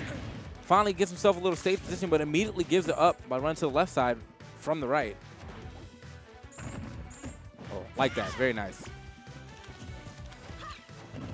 But even so, man, like this air approach, not really liking this too often. I like the usage of the air, but I'd rather he do it like as a fadeaway, so that way if he misses or he doesn't get the hit, he doesn't get punished from a grab almost every time. Here we go, big damage coming in, trying to get himself back in this game. Gotta watch out for the instant pin though. I think he actually will lose stock for it if he gets hit by it, at least by like the full thing. Well, I don't know what that was. That first hit of forward smash. He's doing a really good job of playing around Instapin, though. It's like he knows. Now Dexter. Yeah, he's definitely the only move he looks like he's looking for right now. Gets a neutral air in the mix, and again the air dodge getting destroyed. Right there, Astra. Just a little bit too much air dodge in his gameplay right there. So could have possibly taken that second game had he calmed down just a little bit, but unfortunate for him, he did not. So. Dingus Joe and Osiris are coming up next. That's going to be pretty high. I haven't seen Osiris play in a minute. Does he still play Falco? Because if so, that's all right, 6. So Dingus Joe versus Osiris. This is a battle of who can stay calm the most, because both these guys will go on tilt if the match is not in their favor. So it's honestly, I'm not even making jokes. Like this is real rap. Like both these guys couldn't go on tilt, so it's going to be like who gets the other on tilt faster. We're going to find out right here, right now. Joe with this black hair, man. Did you ever see Spider-Man 3? That's what I feel like when Joe dyed his hair black. This is like when Spider-Man on the scene when he was like dancing to the public and being like, being a dick to everyone. That's basically what Joe is like right now on the Spider-Man 3 black haircut. Like, I was not ready for this dye.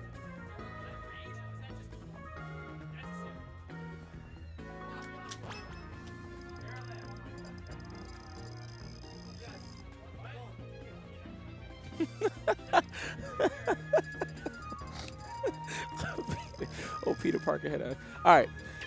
Huh. That's not on.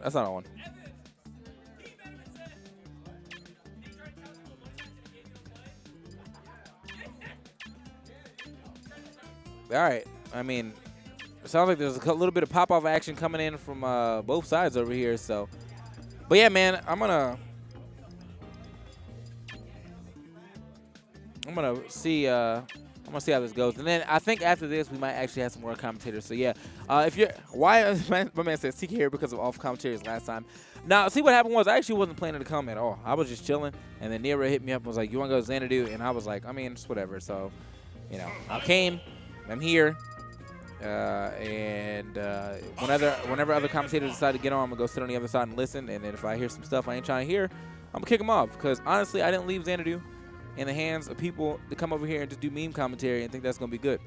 No, man. These people, honestly, man, these people are actually just lucky I don't live closer.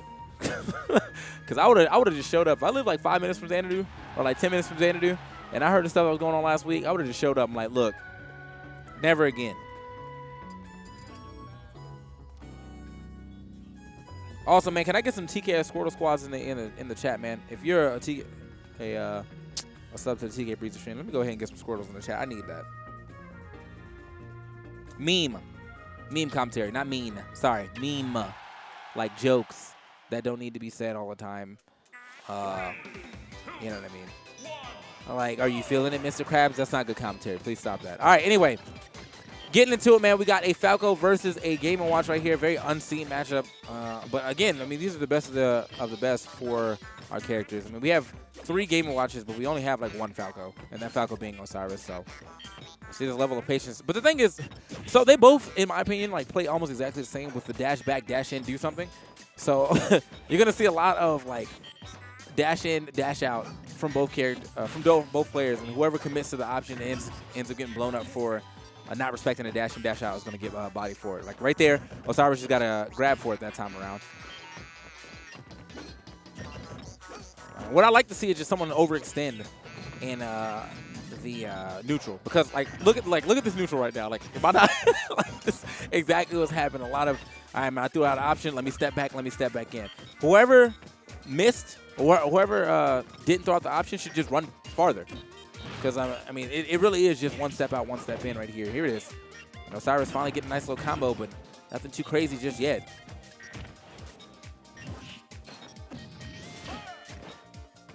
All right. Okay.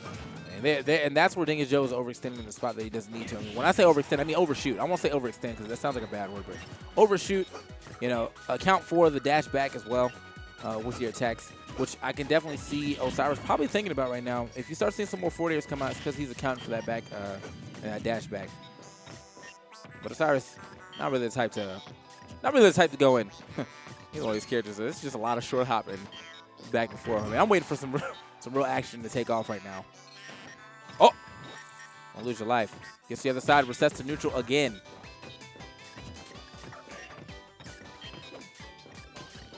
Dingus Joe looks like it. The way he's throwing these up smashes, looks like he's waiting for Osiris to try to commit to an option that's going to land on top of him. Oh, okay. Don't commit to that one. Okay, got him. Oh! Okay, so up smash, and immediately after that, going to go ahead and hit him with the down tilt.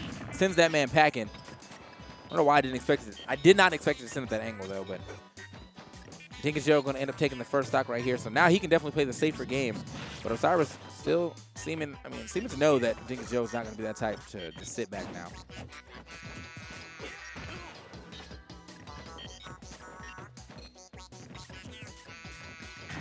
Okay.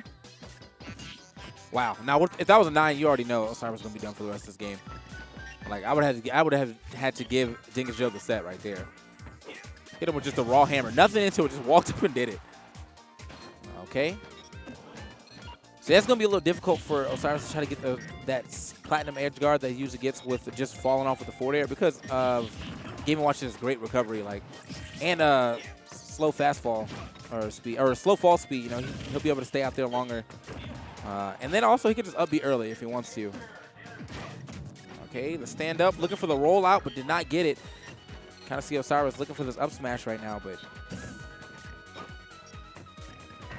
and this is why people think Falco's bad, by the way. It's not the fact that he doesn't have good moves. It's because Falco doesn't have a good approach. So both these guys are pretty much at a stalemate because I mean, technically neither one of them have a good approach. I mean, if Dingus Joe wanted to, he could probably just do a couple more dash attacks and whatever. It's a pretty hard move to punish. But what is What is Osiris going to do that isn't like a quick forward air or like a raw back air to run away? Give my boy Falco lasers, man. And now this game is definitely escaping him right now. 150 on the Rage. The chair to the reversal chair. Okay, that was smart.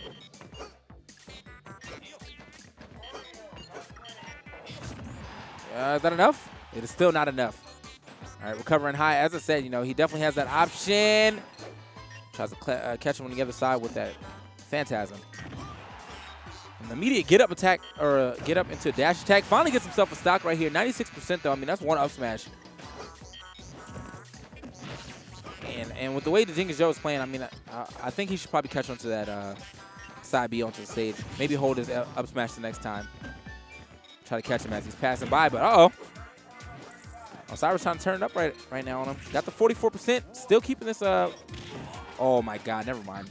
Did I curse him? Oh, he made it back. All right. I thought I cursed him right there. He's definitely keeping up the stage pressure right now, or the momentum. Okay.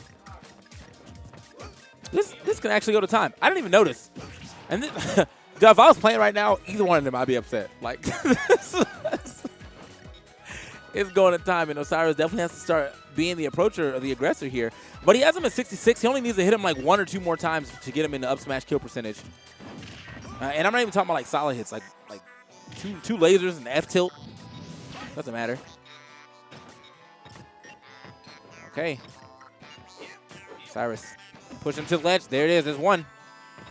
70% right here. The back air? Oh, if he steals this game. If he steals this game. Oh, my God. He was there, though. 11 seconds. Is that it? Oh, okay. 8 seconds left on the clock. And Dingus Joe ends up getting the dash attack at the ledge. Mr. Game & Watch.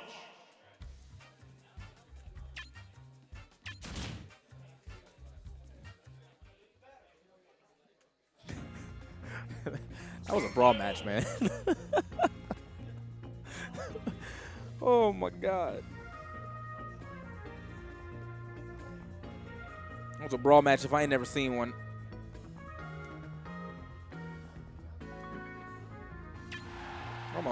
Also, my emotes have been approved. TKS Help is back, and my $9 and $24 emote have been approved, which are just gold and silver version of the boys. Lazy. 3,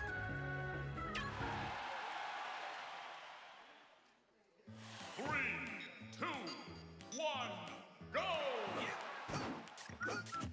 All right. Let's get back into it. We are in game 2 right here. Osiris just barely losing that. He started to make a nice little comeback, but you know, one mistake at the edge with 8 seconds left. You know, he definitely had to start pushing the issue too, though. So a mistake was bound to come up eventually. The first huge combo of the set. Right there, man, definitely got as much as he could right there. And now Osiris trying to fight his way back onto. Oh my God, is he dead? He's dead. He's dead.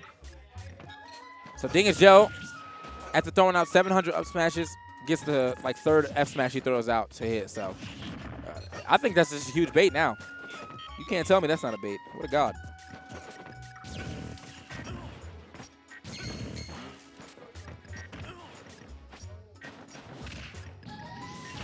Oh my God, he's trying to send a message right now. He's trying to send a message right now. But as I said, man, I almost felt like whoever lost first game was going to lose the rest of the set just in general. But I mean, I don't want to count Osiris out just yet. This is decently hard. I feel like this is kind of a hard matchup for Falco because his option to going off stage to like edge guard has been kind of taken away just because of how Game & Watch's up B works. So.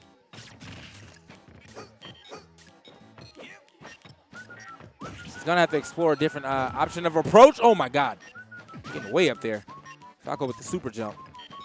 I think he has the highest regular jump in the game. Or first jump.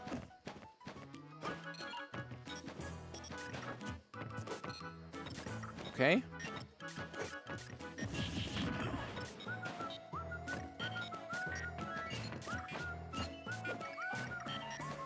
That jab is so good. for him to just throw out in the neutral and then do whatever after that. Oh, down smash just barely sending him up this time, though. Lucky for Osiris. That sent him out. That could have been. Oh, good weight. Great weight right there by Osiris.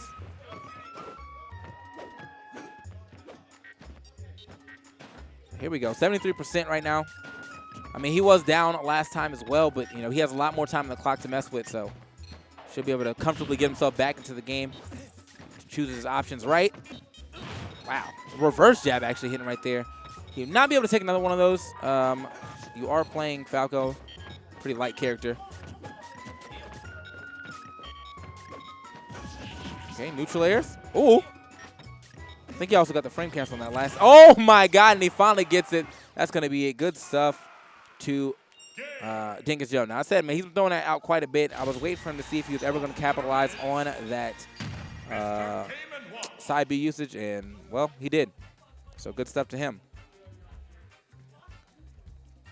A match of straight patience for me, y'all, and the players. Everyone had to be patient.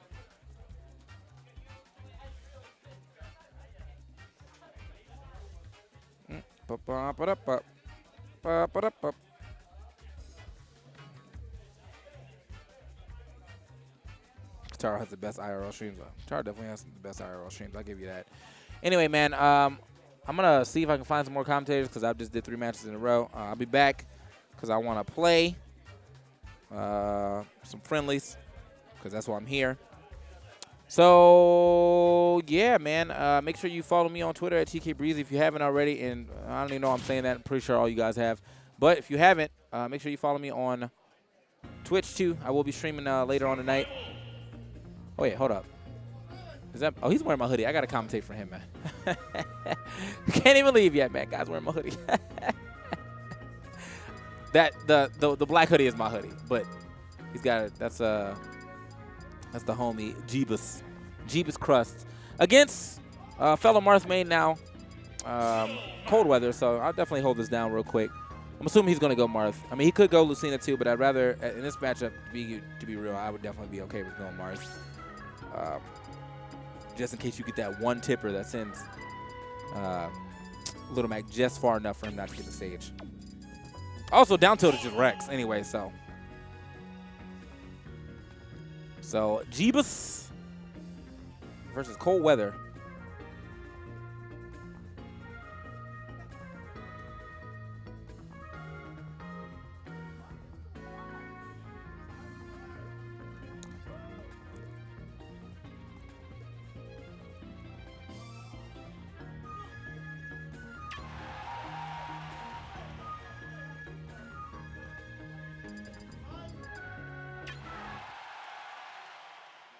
Yo, I need to see it. I see Nakendo in here with that verified. I need to see. If you're a partner, man, I need you to throw all that verified right now.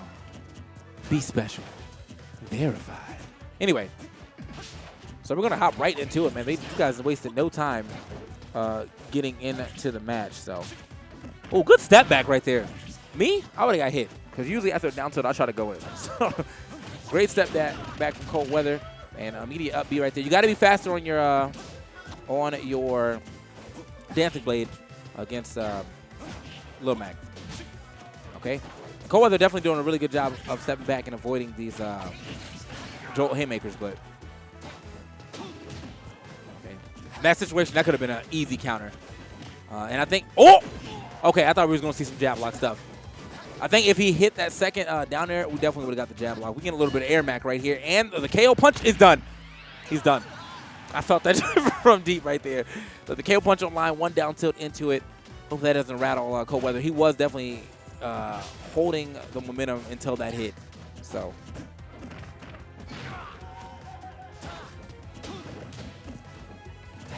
Okay. Okay, another Dancing Blade onto the left side right here. Tried to wait it out. With the way that he's like recovering though, he can definitely counter that before it, and hit him way before he grabs the ledge. So, oh, you're going to lose that jump. Probably lost in the middle of that Dancing Blade. That happens a lot. Oh! Okay. Big damage as he comes right back. Again, all 3 smash attacks hitting right there. 66 free. And finally getting hit by his first Jolt Hitmaker. Quick recovery right here. feel like he had that read. I don't think he actually meant to go for that dash attack the other way like that. So Cold Weather, though, kind of letting this match escape him, but finally back in there. Oh, the reversal right there. That was a little mix-up. I mean, I don't want to take all the credit, but I definitely be doing that. Anyway, it's not the jump. I usually just run under him, but he did the jump into that. That was sick. So another KO punch online. Hopefully this doesn't end the game for him. Oh, but he hangs onto the ledge too much and tries to let go. Will still get scooped up by that down smash. Good stuff to Jeebus.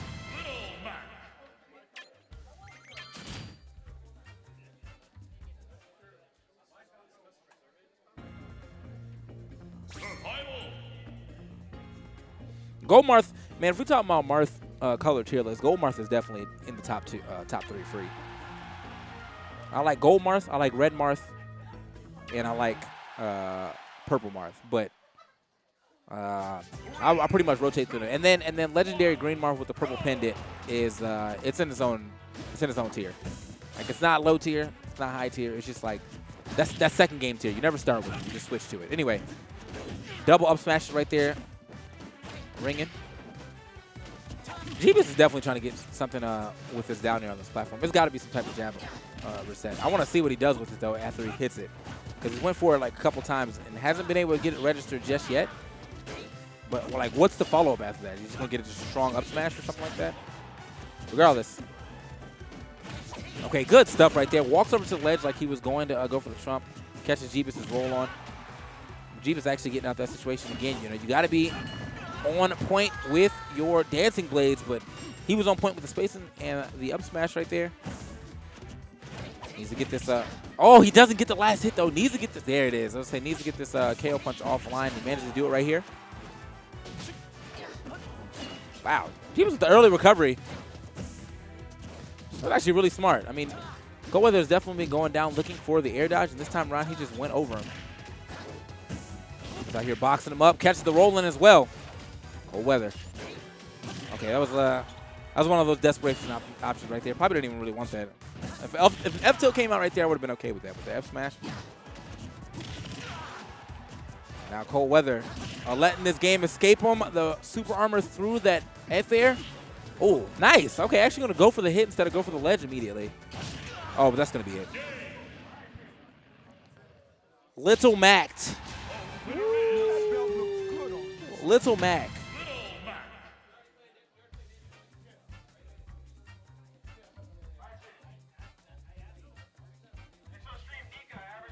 All right, now I'm gonna dip. Nika and Average Joe are playing. I'm gonna find some commentators. I'm out. Yeah, it's been dope. I'll be back later on for the definitive end to this tournament or something like that. You guys are great. I'm out.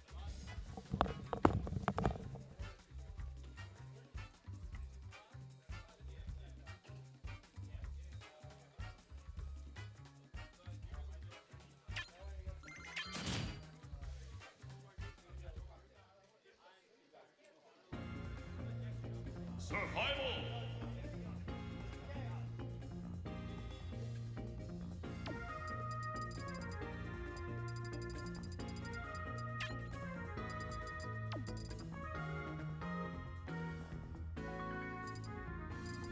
Donkey Kong. Sustina. Donkey Kong.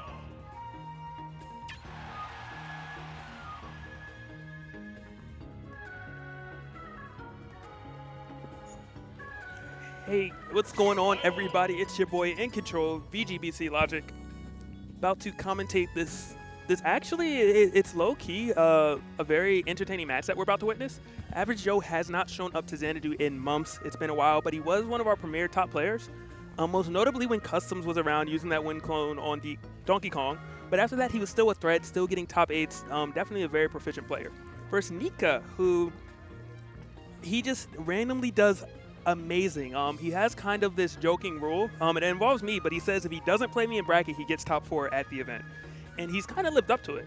A lot of people aren't really aware of him, but he's always a threat against everybody he plays. He's very confident. He has some very solid victories that you would not expect.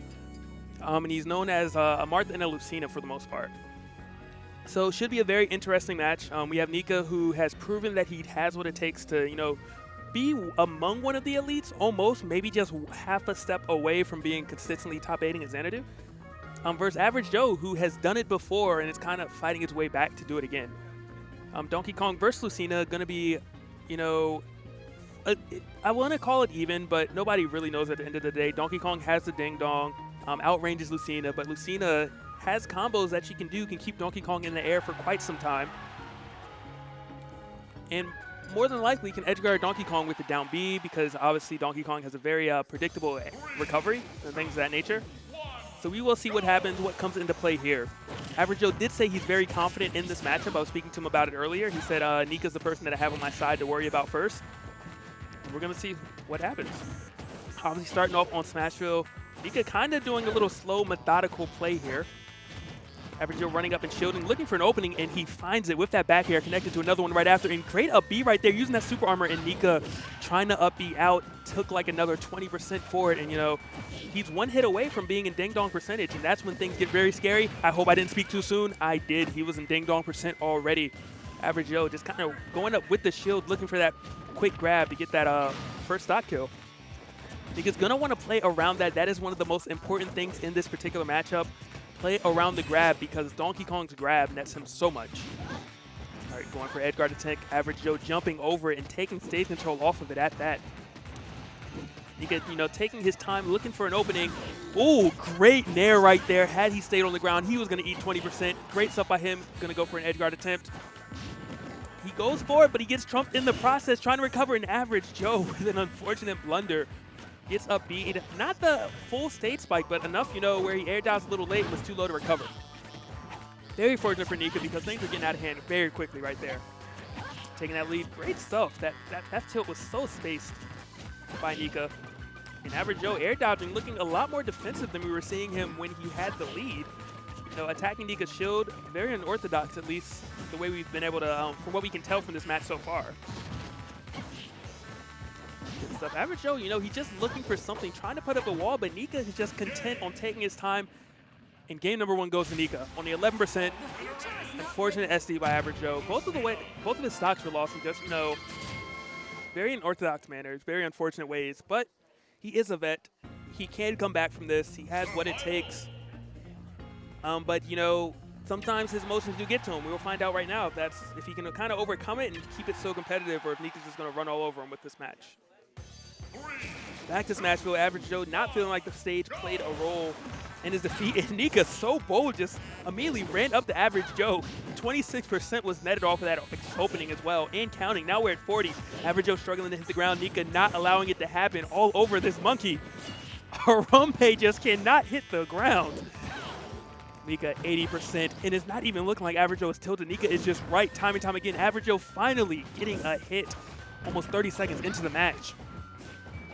But Donkey Kong, a very, you know, large character, isn't going to die anytime soon, barring an unfortunate SD type of thing. So he has some room to play with. Nika trying to end it early, going for that forward air, not able to connect, and Average Joe taking stage control. How's Nika going to get up? He's going to get up, but he's going to take some percent for it. And right here, is this going to be the end of his stock? It is off of one exchange. Nika made one mistake, was never able to recover. Great stuff by Average Joe, keeping it together and keeping it alive. But, you know, that's one of the things you always have to worry about when you are indeed fighting a Donkey Kong, is that your lead is never secure until the stock is gone. Because at any time, and great down there right there, not hitting with the spike hitbox, going to try for it again. Ooh, actually, you know, Average Joe just wisely said, I will recover above, I will take whatever you have to throw at me. And we have a tie game after that nair coming through from Nika. But Nika's going to have to get some earlier stocks if he wants to win this match, because Donkey Kong is getting rid of the stock at 70% or so, versus, you know, Nika getting rid of the stock at about 170. So if Nika wants to win this, he's going to have to figure something out, maybe throw out a couple more down airs, things of that nature, or just play around the grab. Because he didn't, and that's what cost him, and this is where it all begins. Average Joe so potent when he gets a hit, is Nika going to be able to hit the ground? He hits the ledge, not quite the ground, but this is exactly the same, a very similar position, you know? Average Joe kind of gets one hit and strings a lot together. Nika finally fighting his way off, though, or out of the situation. Throwing out safe back airs. At this point, you can tell by Nika's game plan that, oh, very tech air, but he was able to recover nicely with that shield grab, or that grab immediately after. But Nika's play is now revolved around putting up a wall, avoiding the grab. You can see it in his play, no commitments. He understands he has the lead, and he doesn't need to force anything. Average Joe, though, he got there, and he takes the game. And just the shield grabs from Average Joe. He knows exactly how he wants to get rid of the stock, and he just manages to find that opening time and time again. Beautiful stuff by him. Unfortunate for Nika, but we have a game number 3. I'm excited to see what adjustments Nika makes. I'm curious to see if Average Joe is going to, get off to a better start. He's still managing to stay competitive. Obviously, he just took game number 2. But he's normally taking a lot of damage first before he's able to do it. Nika was considering that Marth switch. Personally, I would love to see a Marth switch right here. Marth has a bit more kill power. Obviously, you do need to space slightly better in order to really abuse it. But you need to get rid of Donkey Kong's attack, Donkey Kong's stocks very early because he's always a threat when he's alive. The dash attack does come through. 1% difference between these two. Great avoidance right there by Nika. Avoids that grab, which would have gave him maybe 20 to 30%. It was a small victory, but one that was needed nonetheless because Average Joe is making the most of every one of his openings. Nika very patient, gets that nair, anti-airing him. Average Joe being up high and doesn't take any percent for it. Unfortunate miss by Nika, but he manages, follow up with a second up air that connects. And I'm really liking this pick. Average Joe just isn't able to get down, and Nika's making him pay for it. On Smashville, there were just too many options, I feel, for DK to get down, but all of a sudden he does get that back air opening. Nika kind of stops it very quickly, though. Just rushing over. And another thing about Battlefield that probably makes this a good pick is that he is going to die a little bit later from the Ding Dong because it is a larger stage. Versus when he's killing Donkey Kong, it's probably going to be absurd high percent either way, so it doesn't matter. The counter comes in. I was wondering if we were going to see that. Is he going to go for it again or a down air? Gets the back air. Not enough to take it quite yet. Nika going for edge guard attempt number 3. Counter does do it. Not quite, almost. 166 Average Joe just struggling to get back. Is he going to do it this time? Oh my goodness, Nika was a little late on it. He might lose the stock for it. He manages to live. Wow. 177 on Average Joe. Is a counter going to come through? Is any edge guard attempt going to come through? Nika just opts to chill, stay back, doesn't want to mess anything up. Up throw's not going to do it. Donkey, I spoke too soon. 189, Donkey Kong losing this stock off the top from that up throw by Nika. Great stuff by Nika. I'm really liking the adjustments he made. He's finally really going out there and testing Donkey Kong off stage. That is where Donkey Kong is at his weakest point. You're not in jeopardy of getting a grab. You know exactly the path he's going to take when he's recovering. And Lucina has the sword to actually outrange and kind of get around the intangible arms that Donkey Kong has during up B. Average Joe at 56. Not really too worried quite yet, but Nika doesn't want to get grabbed, doesn't want to get maybe even an up tilt at this percent. And Nika is playing it accordingly. Just great stuff time and time again, just finding ways to punish his spot dodge. That seems to be Average Joe's go-to option. Nika's either side being it or doing a delayed attack, and he's getting around it time and time again. Average Joe tries to hit the ground. He does manage to do it, but he does not have stage control. I spoke too soon. He gets that one back air. He does take stage control, and Nika not giving the air dodge that Average Joe wanted. Great stuff right there. Average Joe going deep for the edge guard. Nika wisely recovering up high, but it was not enough. Average Joe just connecting with that up air, getting that stock. And that conversion from Nika, 3 hits, and it was not a dancing blade. Beautiful stuff right there. And Nika, he's not trying to force anything. He does recognize that Donkey Kong has rage. He can lose even earlier if he gets grabbed at this percent, but he does have to hit the ground. Average Joe making it very difficult. Nika finally gets his footing. Oh, and that would have been the hit that he needed. Had he shielded that, the game would have been over. Average Joe so bold, and he went too low. 3 of his stocks were gone in such unfortunate manners. But good play by both players. Nonetheless, that match obviously could have gone either way. Shout out to both these players. Nika does clutch it over Average Joe. 2-1 victory. I did not know the camera was going to be on me, but it makes sense because that's kind of how we do it after matches. I will be hopping off momentarily. I am still in the bracket, so we will, I don't know who's replacing me, but someone will. But I hope everybody is enjoying their time at home.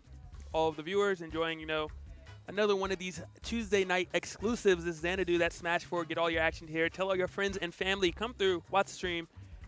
Or maybe you have an investor once again to Smash Brothers. I want to see Smash on TV as well. Street Fighter's not the only fighting game that should get up there. Give us some shine. I do see sitting down, though, if I'm not mistaken, ZD. And I'm not going to say the name because I mess up every time. But what I am going to do is hop up and find a replacement for you guys because, like I said, I am going to take this quick break. So I will be right back.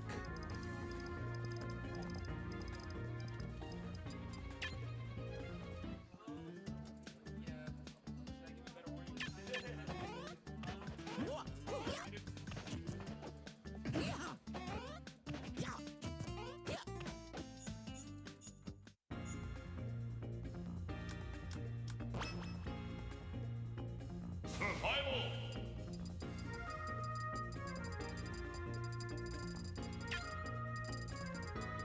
Fox. Rosalina and Luma.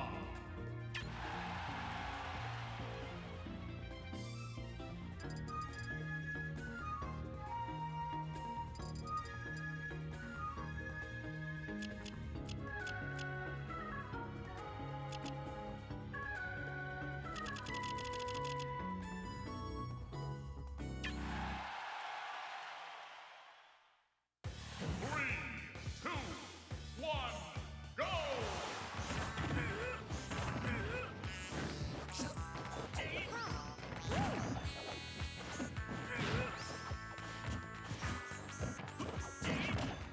Here to keep you company, RK here.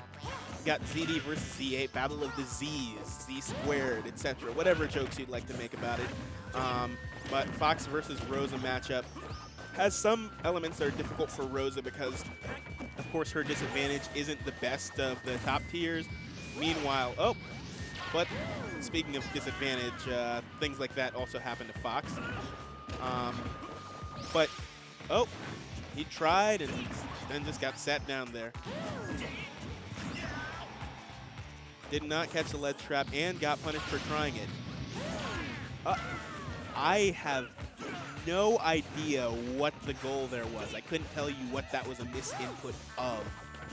Starmits? Lord knows. Anyways, so that evens it back up when Z8 looked like he had command and control. It doesn't seem like he's going to make that take too much away from him, but I'd hope that he's able to get his head back in the game because he was doing phenomenally. It took amazing advantage of Fox's very poor disadvantage. But the thing is, Rosalina usually has some difficulty landing, but right now it seems like Z8, with his Luma and with his down airs just coming out preemptively, he's managing to catch ZD trying to do something a little bit extra in a lot of cases. All right, manages to get rid of Luma, and ZD, of course, has a solid lead now. He gets the weak Nair, but since he's not off stage, couldn't really do anything with it. But the back air is definitely going to take it. Rosalina, a very light character and a very tall target. Disappointing turnaround for Z8 for sure after a commanding start he had, and then he just launched himself into the Blast Zone. But, you know, it happens sometimes. Hopefully he's able to recover and patch up some holds this time around. 3, 2, 1, go! All right, starting here again. And immediate run forward and then jump forward air, presumably to catch Z8 jumping in neutral. ZD seems to have the timing on that down really well, but of course it's not extremely hard considering Rosalina has 2 hitboxes, both hers and of Luma. All right, the throw gets Luma away for a little bit, but doesn't actually kill. ZD was scouting an opportunity there, did not catch it. Did not get the hit of the down air that leads into the up smash either. Tries a ledge trap, gets a hit on shield, but does not get punished for it, and immediately backs away, which is probably the wisest choice. Meanwhile, Z8 scouts out the roll with the down smash, and that works out for him. One of the interesting things about this matchup is that Fox is one of the characters that doesn't have manages to catch a shield in time and is able to punish him for going for the up smash. The up smash being a very laggy tool from Fox, which is usually why you want to confirm into it, because if you miss it in any way, then it can be very dangerous. Manages to catch the up tilt to the air dodge and gets a jump and just finishes out the stock. And so ZD with the lead here. Interesting thing about the Fox Rosalina matchup is that Fox doesn't have a lot of moves that are able to knock away Luma at 0. However, he does have the speed that a lot of other characters don't in order to get in on Rosalina pretty easily, rack up damage on Luma, and then ultimately knock Luma away. And then, of course, Rosalina without Luma, one of the things that she catches with the aggressive forward air off stage. Very good option. And buys enough time to get Luma back as well. Unfortunately, Fox's up air is doing about 16% each time. That could have been it had he gone for an air dodge read. He tries to go for the weakened air. Misses it because of Luma once, but then the second time, Luma does not come in for the save, and ZD manages to take 2-0. Relatively solidly, he ended up in the lead at the end of the game, those powerful 16% up airs from Fox. But at the same time, it wasn't anything that was too extreme in his favor. Z8 was certainly doing a lot of things correctly, but just didn't manage to catch his breath a couple of times. And that's very important against Fox because, you know, without Luma, Rosalinas tend to play far more patiently, far more defensively, unless you're Kirihara, of course. But Fox tending to be one of the characters that is really good at breaking zones, and Rosalina's zone game without Luma is not nearly as good, nor her ability to run away. But it seems like we have Jeebus up here, one of our strongest Little Mac, possibly the strongest Little Mac in the region, now that I think about it. I know that Zephyr has or had a strong Little Mac, now more or less going for the solid, for the solid Cloud play that most of you already know and love him for.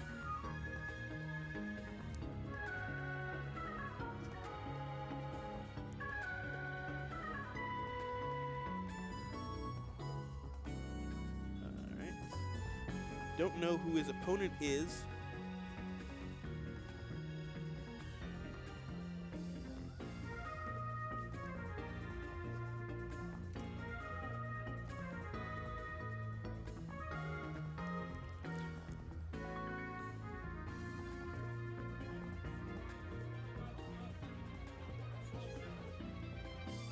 It seems like it's Logic. Oh, and, and there he goes. The timing there.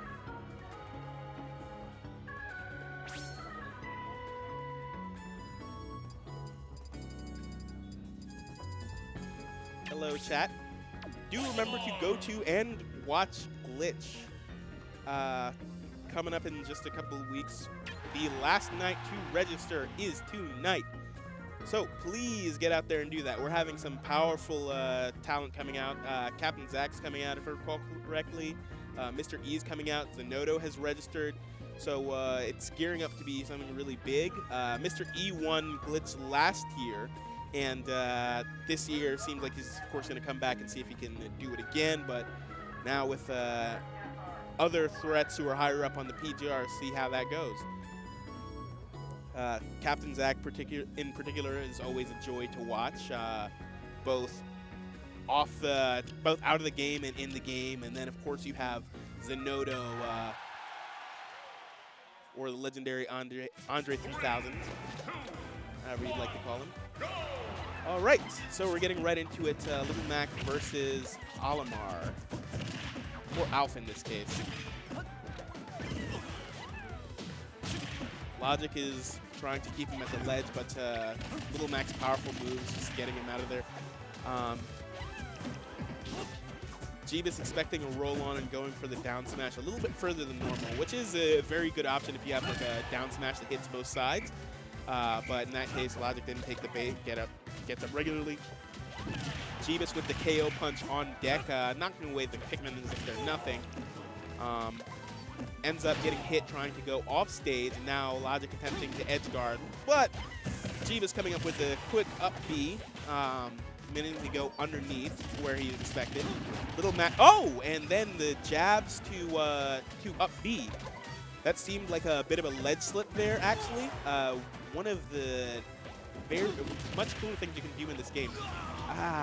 Jeebus aiming to go low to avoid the edge guard, ends up going very slightly too low. Goes for the straight lunge there, but charges up a little bit too much.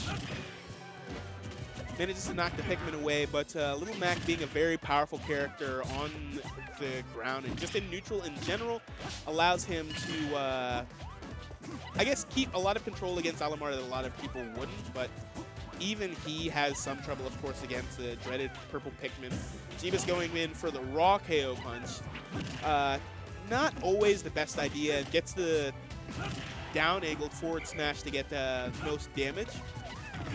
And now it's evened up pretty quickly with Little Mac's very powerful smash attacks, which are also very useful in neutral. That was a beautiful tech from Jeebus. However, it ends up getting scouted out in the air and goes for the forward smash there. That was fantastic, but unfortunately it did not end up saving him. I think the only thing that could have possibly saved him at that point was maybe if he expected the second attack and then maybe went for a counter or something of that nature, but he did not see it coming. Logic managed to cover his bases. Excellent stuff to Logic's going to close out this game 1. No dominant lead or anything like that, but they're going right back to Battlefield. Jeebus is counterpicked now.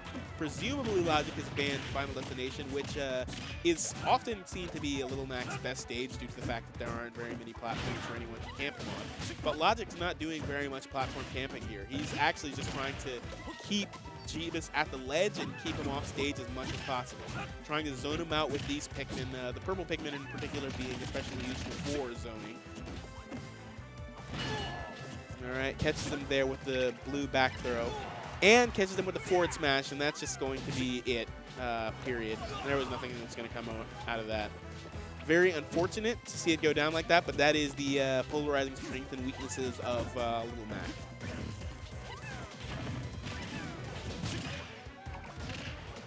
Goes through the Pikmin, goes for a second dash attack, which he does not get.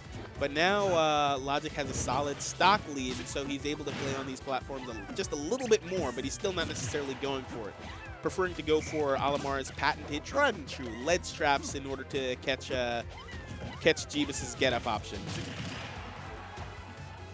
Not doing so super successfully, and Logic isn't having too much trouble getting back to the stage, even without using Whistle Armor. Gets the purple Pikmin in there to clear up a little bit of space for himself, and gets rid of the KO punch in short order. The blue back throw getting the most distance, and Jeebus heading up here, but this game does not look like it's very good for him at all. Manages to get the side B, but because the stage has such large blast zones, that's not going to take Logic out.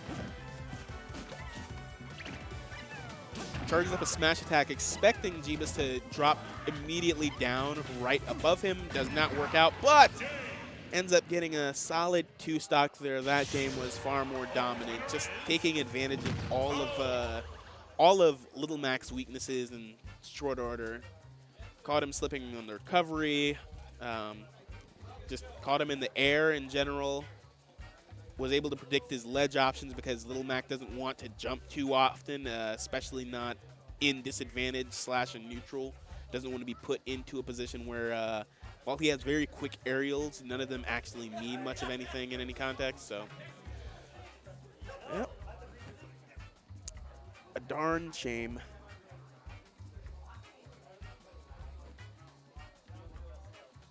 I see we have Brosidon in the chat. Brosidon, the legend. And we have esports energy here. Survival. Mr. Cable Rush. Why, thank you, Lemon Dumplings.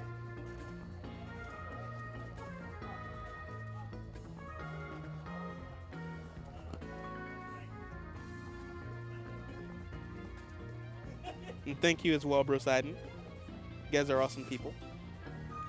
I love all of you, as a matter of fact. All of you here in chat. All 2,676 of you, you're all wonderful people. Thank you so much for tuning in. And of course, we hope, for those of you who haven't heard previously, we hope that you'll all tune in as well for Glitch 3, having some very powerful out-of-region talent coming in. Got Captain Zach, Zenodo, Mr. E. All right, and on stream here, we have Dexter and Dingus Joe. Dexter going for the patented Corrin, and Dingus Joe going for Game & Watch.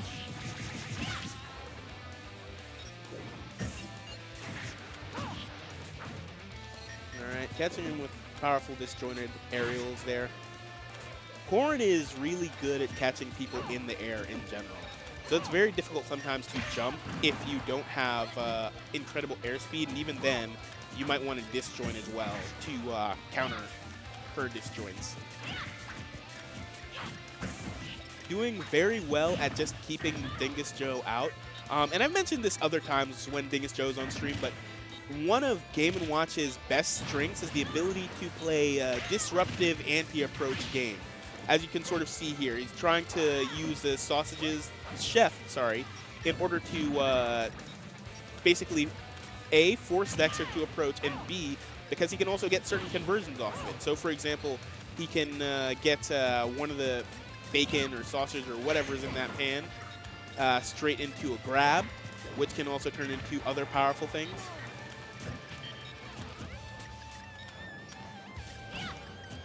And the thing is, earlier in the game, Dexter managed to keep a bit of control, but Dingus Joe has managed to bring it right back.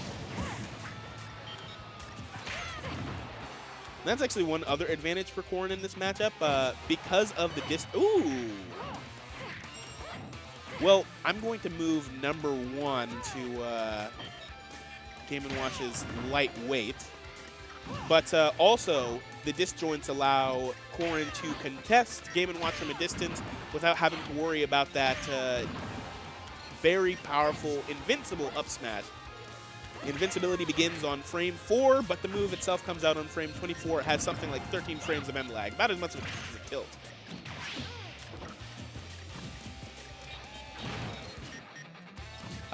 Toot Toot does not connect, but connects the second time, and he manages to get it.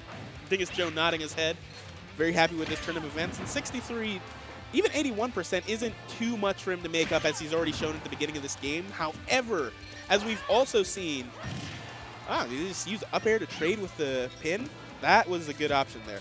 But as we've also seen, Game & Watch is extremely light. So if he gets caught in the air, just went for it. That ended up still being beneficial due to being able to recover from the 7. A lucky 7.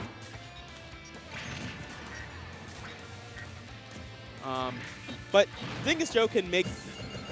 He's going for the RNG...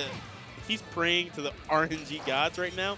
But at the same time, this isn't too much for him to make up. It is a huge deficit, but it's just, will he be able to make it up in time? And now with Rage also messing up his combos, now he gets a 9. Shame. What are the odds of him getting another one? That sound scared me because 8. But good DI keeps him alive for a bit longer.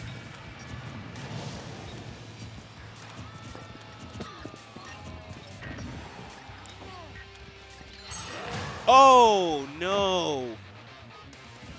That was very good from Dexter.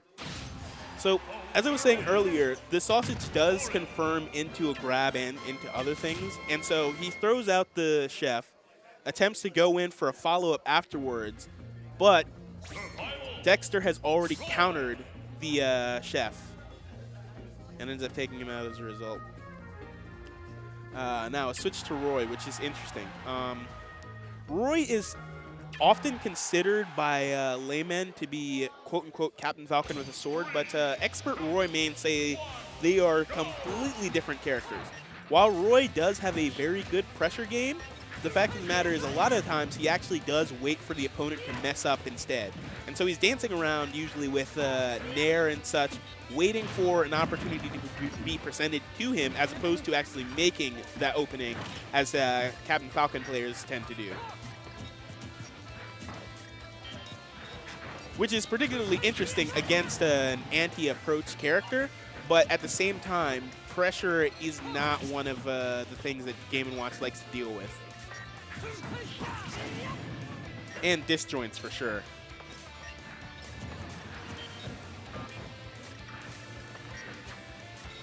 Manages to catch the dash attack with the down tilt, who certain people will tell you is an amazing move in neutral, and it is a very good move. Also, Mewtwo's down smash. All right, manages to catch him there. Just makes it really difficult for Game & Watch to play an appropriate, safe neutral with disjoints around. Goes for the hammer, but for the judgment rather, but does not get it.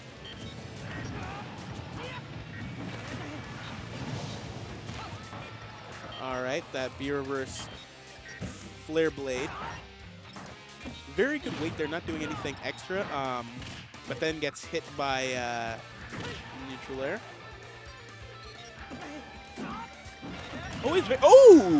Always very difficult to catch Game & Watch going up on the trampoline, but then he manages to catch Dexter's regrab with the down air. Very good, but that's an opportunity, I think. That's an opportunity, I believe, that Dingus Joe should have saved until a kill percent, because he showed that he has adapted to Dexter going for the counter immediately after Chef. And he didn't get very much off of it, whereas later on he could have gotten the kill or something like that. That's one of the things that you want to save instead, but we'll see if maybe... Oh! We'll see if maybe Dexter doesn't adapt to it or forgets about it or something like that, but it's definitely going to be harder to get that in the future. All right, goes for the grab.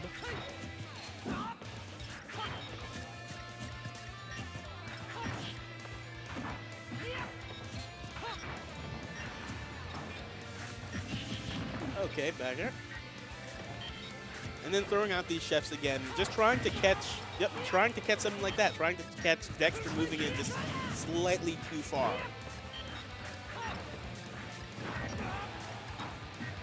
Catches the Nair on landing again with the dash attack. Very good move for Game & Watch as well. Very awkward move for opponents. And the Toot Toot will take it. Catching it exactly the right percent. Dingus Joe, known for, or at least one of the things he's known for, is knowing those Toot Toot percents, those confirm windows very well. Survival. Corin.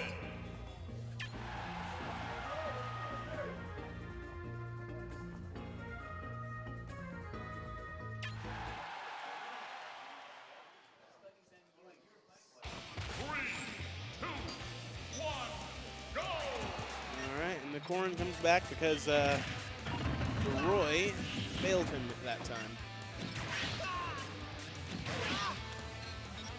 All right, he went very hard for that, but Game & Watch doesn't necessarily have to worry too much like Sonic and I forget what other character, but much like Sonic at the very least, he can come back after doing things like that. Oh, Bayonetta, of course. All right, beautiful pivot grab there. Starting out very different from what Game 1 was like against Dexter's Corrin. Dingus Joe has managed to comfortably get the lead, and so now he can really, really play in the way that he wants. So it's a lot of just pokes here, pokes there. Gets caught. Gets off the ledge, but the back air deceives him. It's not as safe as he had hoped it was. Catches with the back air of his own. All right, rolls back, expects an approach, and goes for the pivot grab. Does not get it. one thing about moves that are safe like that, like pivot grabs, Corrin's Dragon Lunge in general, is that even if they're safe for you to not get hit, you have to remember that stage control is a super valuable asset in this game. So what often happens is, against a good opponent, as soon as you sort of run away, they will take your space there. And that can end up being more deadly than a lot of actual attacks are. All right, catches him in the air, but very good DI, saving him.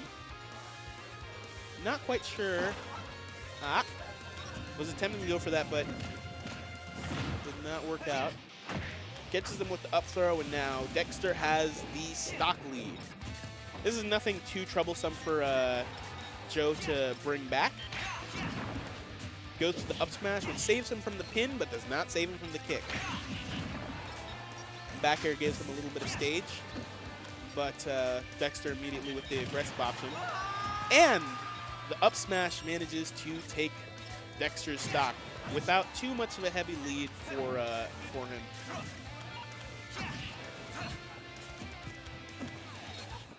Dexter using Corrin's giant aerials to his advantage for sure. Way better able to keep him out without having to do something risky like Roy has to. And so it's way easier for Dexter to actually play the game that he wants to play. Oh, and I didn't even realize that Dexter switched to male Corrin. That's not an important fact, but it's important to some people.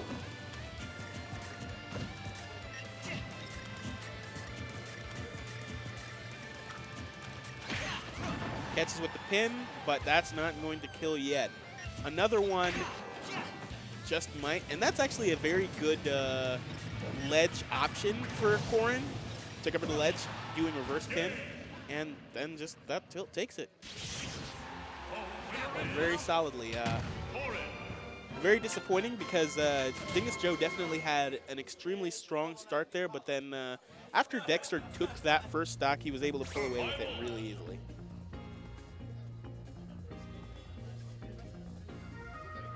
All right, seems like I'll be joined here by my boy Nature.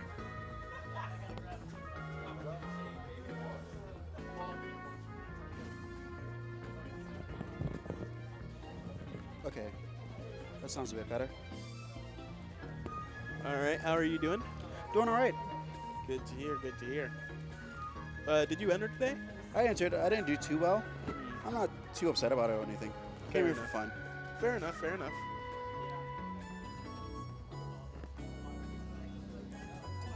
All right, it looks like we have Nika stepping up versus Zephyr. All That should right, be interesting. that will be interesting.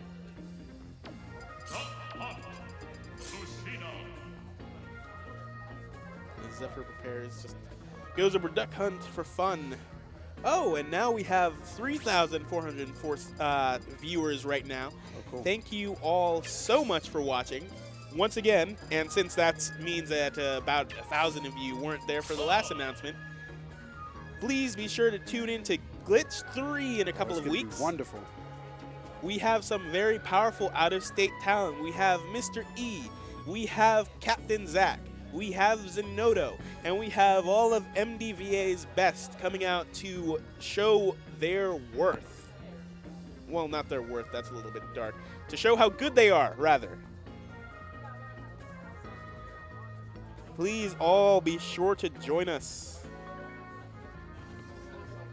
It'll be a very fun event, very interesting event for the people who are going to show up in person as well. As a matter of fact, we have triples, for example, format which may or may not be replacing crew battles soon at majors. I highly doubt that. Well, I mean, actually, that's something that Bear had said that he was Really? interested in trying because he said that crew battles are old. I do agree that crew battles are old, but I don't know if triples is the right step. It could be interesting, but I don't think it's ready yet. Possibly, but I mean, I guess we'll see. But All right. as for the match that we have here, We got off to a strong start, right? But the start doesn't like dictate how the match can go. Like right now, Nick is doing very well. Has stage control and has kept it for quite some time. Just lost it right there.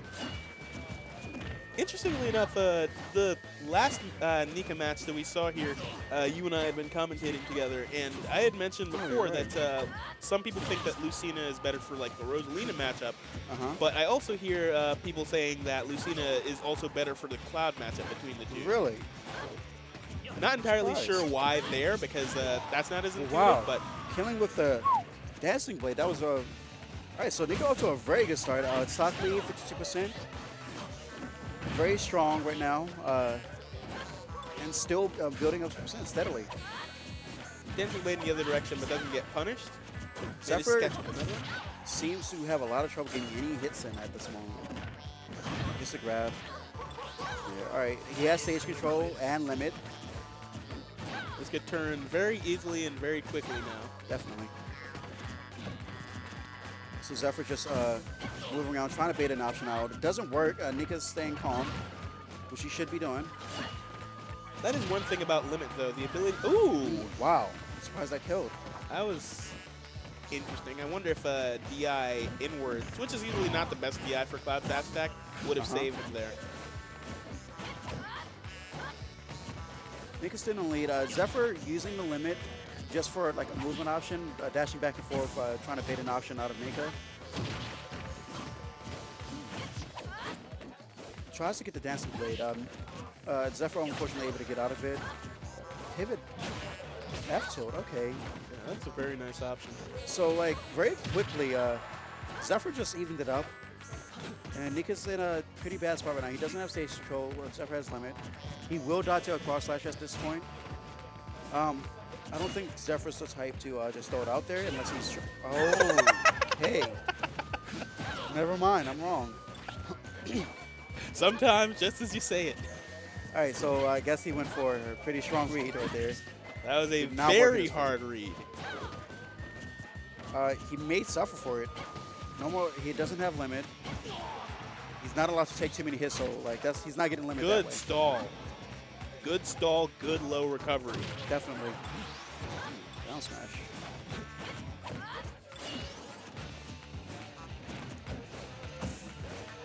All right, and with no limit, Nika is a little bit less afraid to do whatever he wants. But as soon as the limit comes out, Ooh, that's gonna be it. and scene. All right, so game one going to Zephyr. Very close match. Nika definitely showed that he did know how to play the matchup. Unfortunately, lost it at the end, but it was very close, and it showed that he can definitely bring us back in game 2 and 3. All right. Assuming this. It's interesting how the game shifts in so many ways the moment that Cloud starts glowing blue. They start sitting in shield more. People are just more prone to being pressured. And that's a huge asset, which allows Cloud to be extremely dangerous in ledge trap situations, for example. It's like, what are you going to do? You're going to stand up, you're going to shield, I'm going to grab you. You know this is a sequence, but because I might limit cross slash as well, you're not going to do anything about it. All right.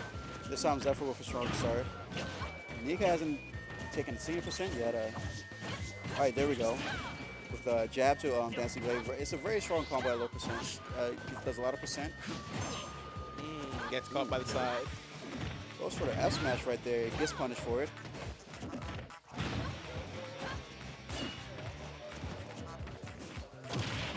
Wow. Okay.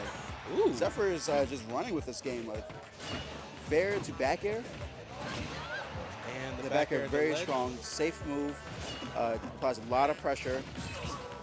That was a good recovery by Nika, avoiding the ledge because he couldn't grab ledge again without getting punished by probably down smash or something. Right, back to that one. But Back back air's air, gonna do it. for sure. Definitely one of Cloud's strongest moves. It's safe on shield. It's comes over insanely fast. It lasts forever.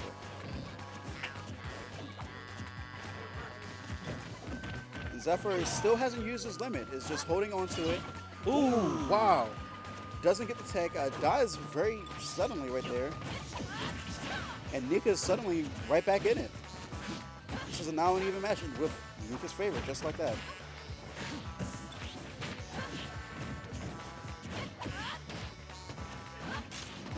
really like how Nika's using the Dancing Blade. He's getting a lot of precision off of that, catching Zephyr at every mistake that he does. Yeah, Dancing Blade just a very good tool in general. Yes, very good punch though. But so is Cross Slash. And it's Limit Form.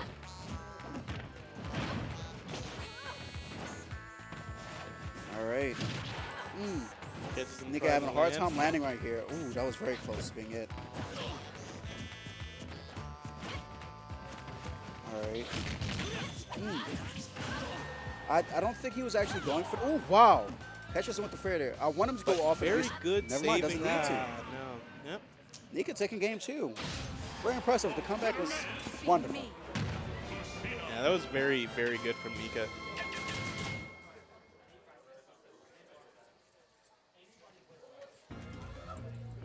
Survival. All right, game 3. Okay.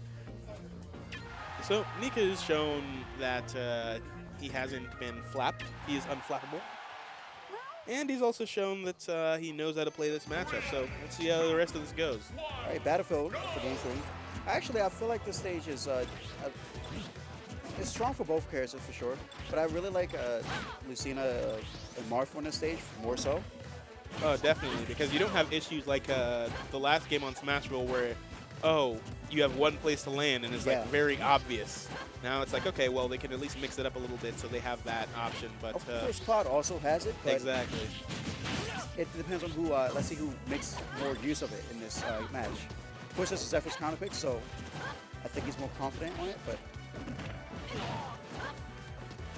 right now, catches a landing with Dancing Blade, gets him off stage. Good fastball for the Zephyr, Zephyr. good job keeping his jump. Always have to watch for that. All right, limit on deck. Back air Ooh. into wow. That's very Doesn't get good. the kill, but that's a lot of damage. Yep. And he's halfway charged already. That's actually one of the things, and actually Zero had been mentioning this on his stream the other day, but that's one of the powerful things about like just Cloud getting space in general, which is why his grab game isn't actually bad. It's like by the time you get back, he already has enough limit charged up that he's threatening again. Tries to go for the he actually did get the read. Zephyr did shield, but was just misspaced it a bit. But he didn't die for it, which is good. 118, he has to be very careful for limit. Ooh, doesn't need a limit cross, just goes with the up air. And we have another solid lead for Zephyr. Yes. But let's see if Nika can bring it back like he did last time. Not sure I like the option of the down air there. Same. It worked that time. Good rolls pause on, back, though. Dancing Blade.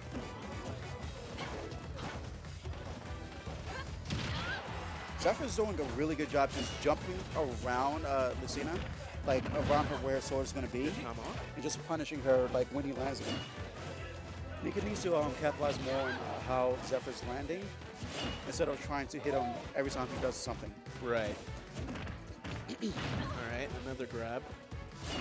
It's very easy to get grabs in limit, if Yes, only definitely. because of the pressure you're putting on and the speed that you have. So sometimes it's good to actually mix it up and be a bit more aggressive when they do have limit, because it's something they won't expect.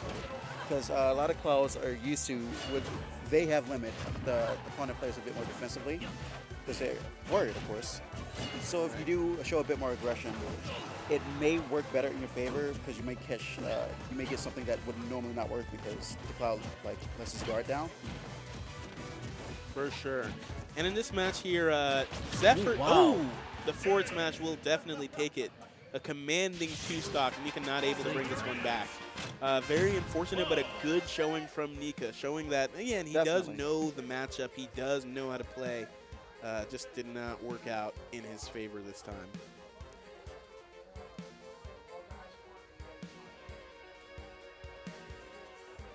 All right. Here we go again. We have Glitch 3 coming up on May 6th. There are only 2 hours left to register. We have 18 of our 20 PR players registered. We have 8 PGR players confirmed. We have 138 singles entrants, we have 35 teams, 13 trios, 84 mid-tier entrants, over 20 amiibo entrants, and then for the After Dark tourneys, we have Mario Kart 8 Deluxe, we have Random Singles, Brawl, and Smash Tour. Honestly, you should definitely just come out for the After Dark events. Come on. Oh, You gotta those, admit, that sounds wonderful. those are going Not to be mention very fun. Some great talent coming out. Of course, we talked about the out-of-state players. You got Mr. E coming down, who won the last glitch, actually. Yep. See if he can make a repeat of that. But he's going against, of course, he's going against like Captain Zack's coming down. Very strong player. Oh, for a lot of sure. good showings. Actually, a lot of Bayonetta's this coming to this glitch. Oh, yeah. Of course, we got our regulars, our top PR, Pink and Waddy going. Who else? A lot of strong talent coming. A lot of fun events too. Mid-tier singles, which doesn't happen too often. You always see low-tier singles, but this gives like the middle tier like a little bit more of a chance to shine because yeah, they can do well Yep. until they find that one character, that one matchup that they're just like, all right, I can't do this anymore. But Give this it a is their little bit of chance. breadth. Yeah, they get to feel like a top tier again for some characters. Some characters will learn that even among the mid-tiers, they're not that great, and that's a shame. But you'll get to play them, and you won't have to worry about the top tiers that erase them. Yep. If you're like Little Mac, you might still run into a Pac-Man, or a Wii Fit Doubtful. Trainer, you'll Well, run I into mean, a Kirby. You can run into anything, honestly. Smash for Bros. is very those- diverse. All right, but like now we're getting into this game, ZD versus Logic. Alrighty. Alomar versus Fox. Both of these are very strong players. Logic a very smart player, but ZD is just, in general, a very phenomenal player. We've been greatly. Another example of powerful characters that have poor disadvantages. Yes. So Alomar is actually very good at building damage. His problem lies, unfortunately, in his options for killing. See, like, Logic right now is putting a ton of damage on, but unfortunately, he's actually getting very close to being in danger of dying himself. Right, but Alomar does have very powerful smashes, and Yes. they come in handy on the ledge. Like, they are very good ledge traps. Definitely. The opponent, especially if the opponent is not like prepared for it, like the double F smash has hardly any lag. You just throw out two. It's a very fast move, very good range on it. Although he does have to watch out in case like ZD reads one of it, he can reflect it. And that'll, wow, catches him. That was a very good read on the jump. Yep. Catches him with the purple Pikmin, very strong. And he gets first stock. This is very good for Alomar, a character that benefits from being in the lead more so than most other characters because of his capacity to do. Oh, Wow, that's no. unfortunate. All right, well, that game one goes to Logic. You hate seeing FCs like that. Yeah. Because it's also like taking away an opportunity to understand your opponent better. It's like even if you lose a stock early, you can at least be like, all right, well, let me see what habits they have. What can I take advantage of next time at the very, very least? Uh-huh. But then if you just SD like that, then you get less time to adapt to them. And, well, they've already shown a strong start against you, so. Uh-huh. But hopefully ZD didn't get too rattled by it. Just to grab.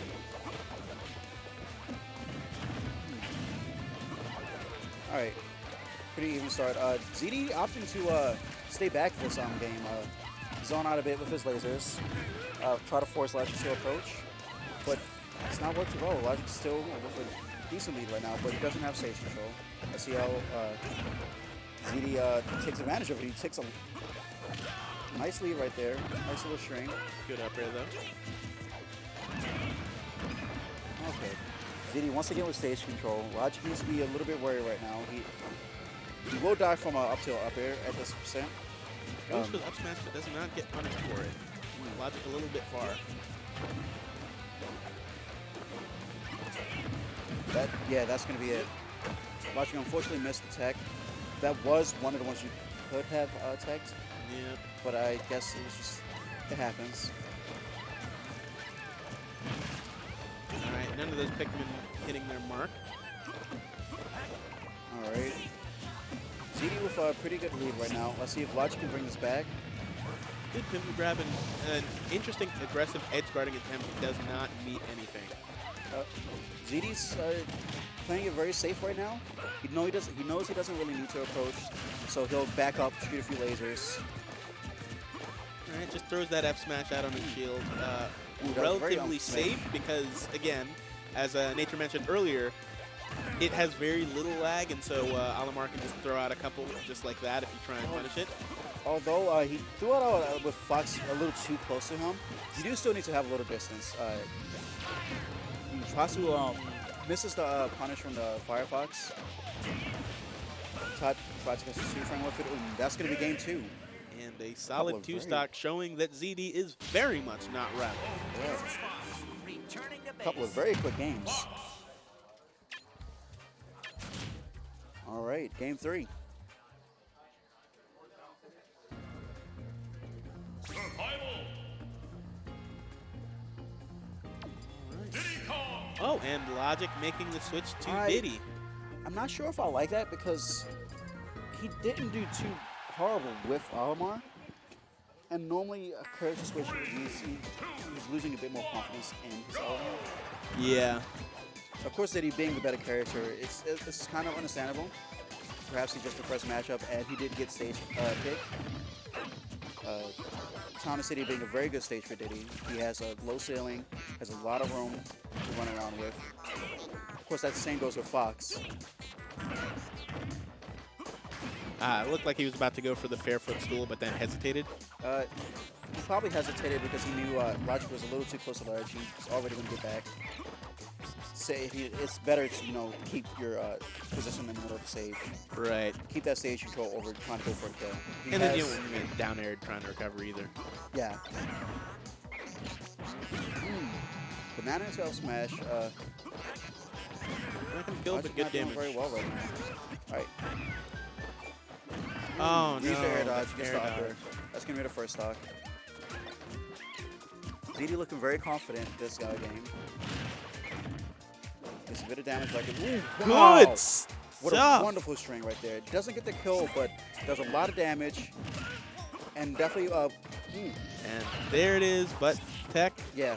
That's one thing a lot of Fox mains are very good with. They're very good at teching because they have to. Their recovery is so exploitable. So a lot of people will always try to stage spike him, etc. Yeah, in that case, it may have just been better to go for the down air. Yeah, but the down air is a bit slower, so I can see why he went for the back air. Drag down. Wow, Oh. a lot of damage right there. Ooh, that was a very questionable S smash. Possibly either a misinput or expecting ZD to illusion across the stage. That's, I suppose it's possible, but it's a risky read, and at this percent, you don't want to go for those too much. For sure. As a matter of fact, at this percent, even Banana has become a little bit dangerous in the event that Fox decides to just reflect it back and go for the up smash. This is something we've seen a Yes. lot in like Larry Zero sets. Yeah, Forward throw not going to take it. that should be it. Yep. Yep. All right, one-on-one on Logic. He can still make this back. Diddy, a very strong character. He That's- does have to work for it, though. Has to stay very composed. Yes. Has to take full advantage of Fox's disadvantaged state. That- Oh, ooh. oh, good That air was very dodge there. close. Gets a double up air. Does a decent amount of percent. And Logic fighting his way back up there. Good jump. Avoiding the up air. Yep. Ooh, that's going to be it. That's unfortunate. Might have been a technical flub, but I think he meant to grab the banana, but instead.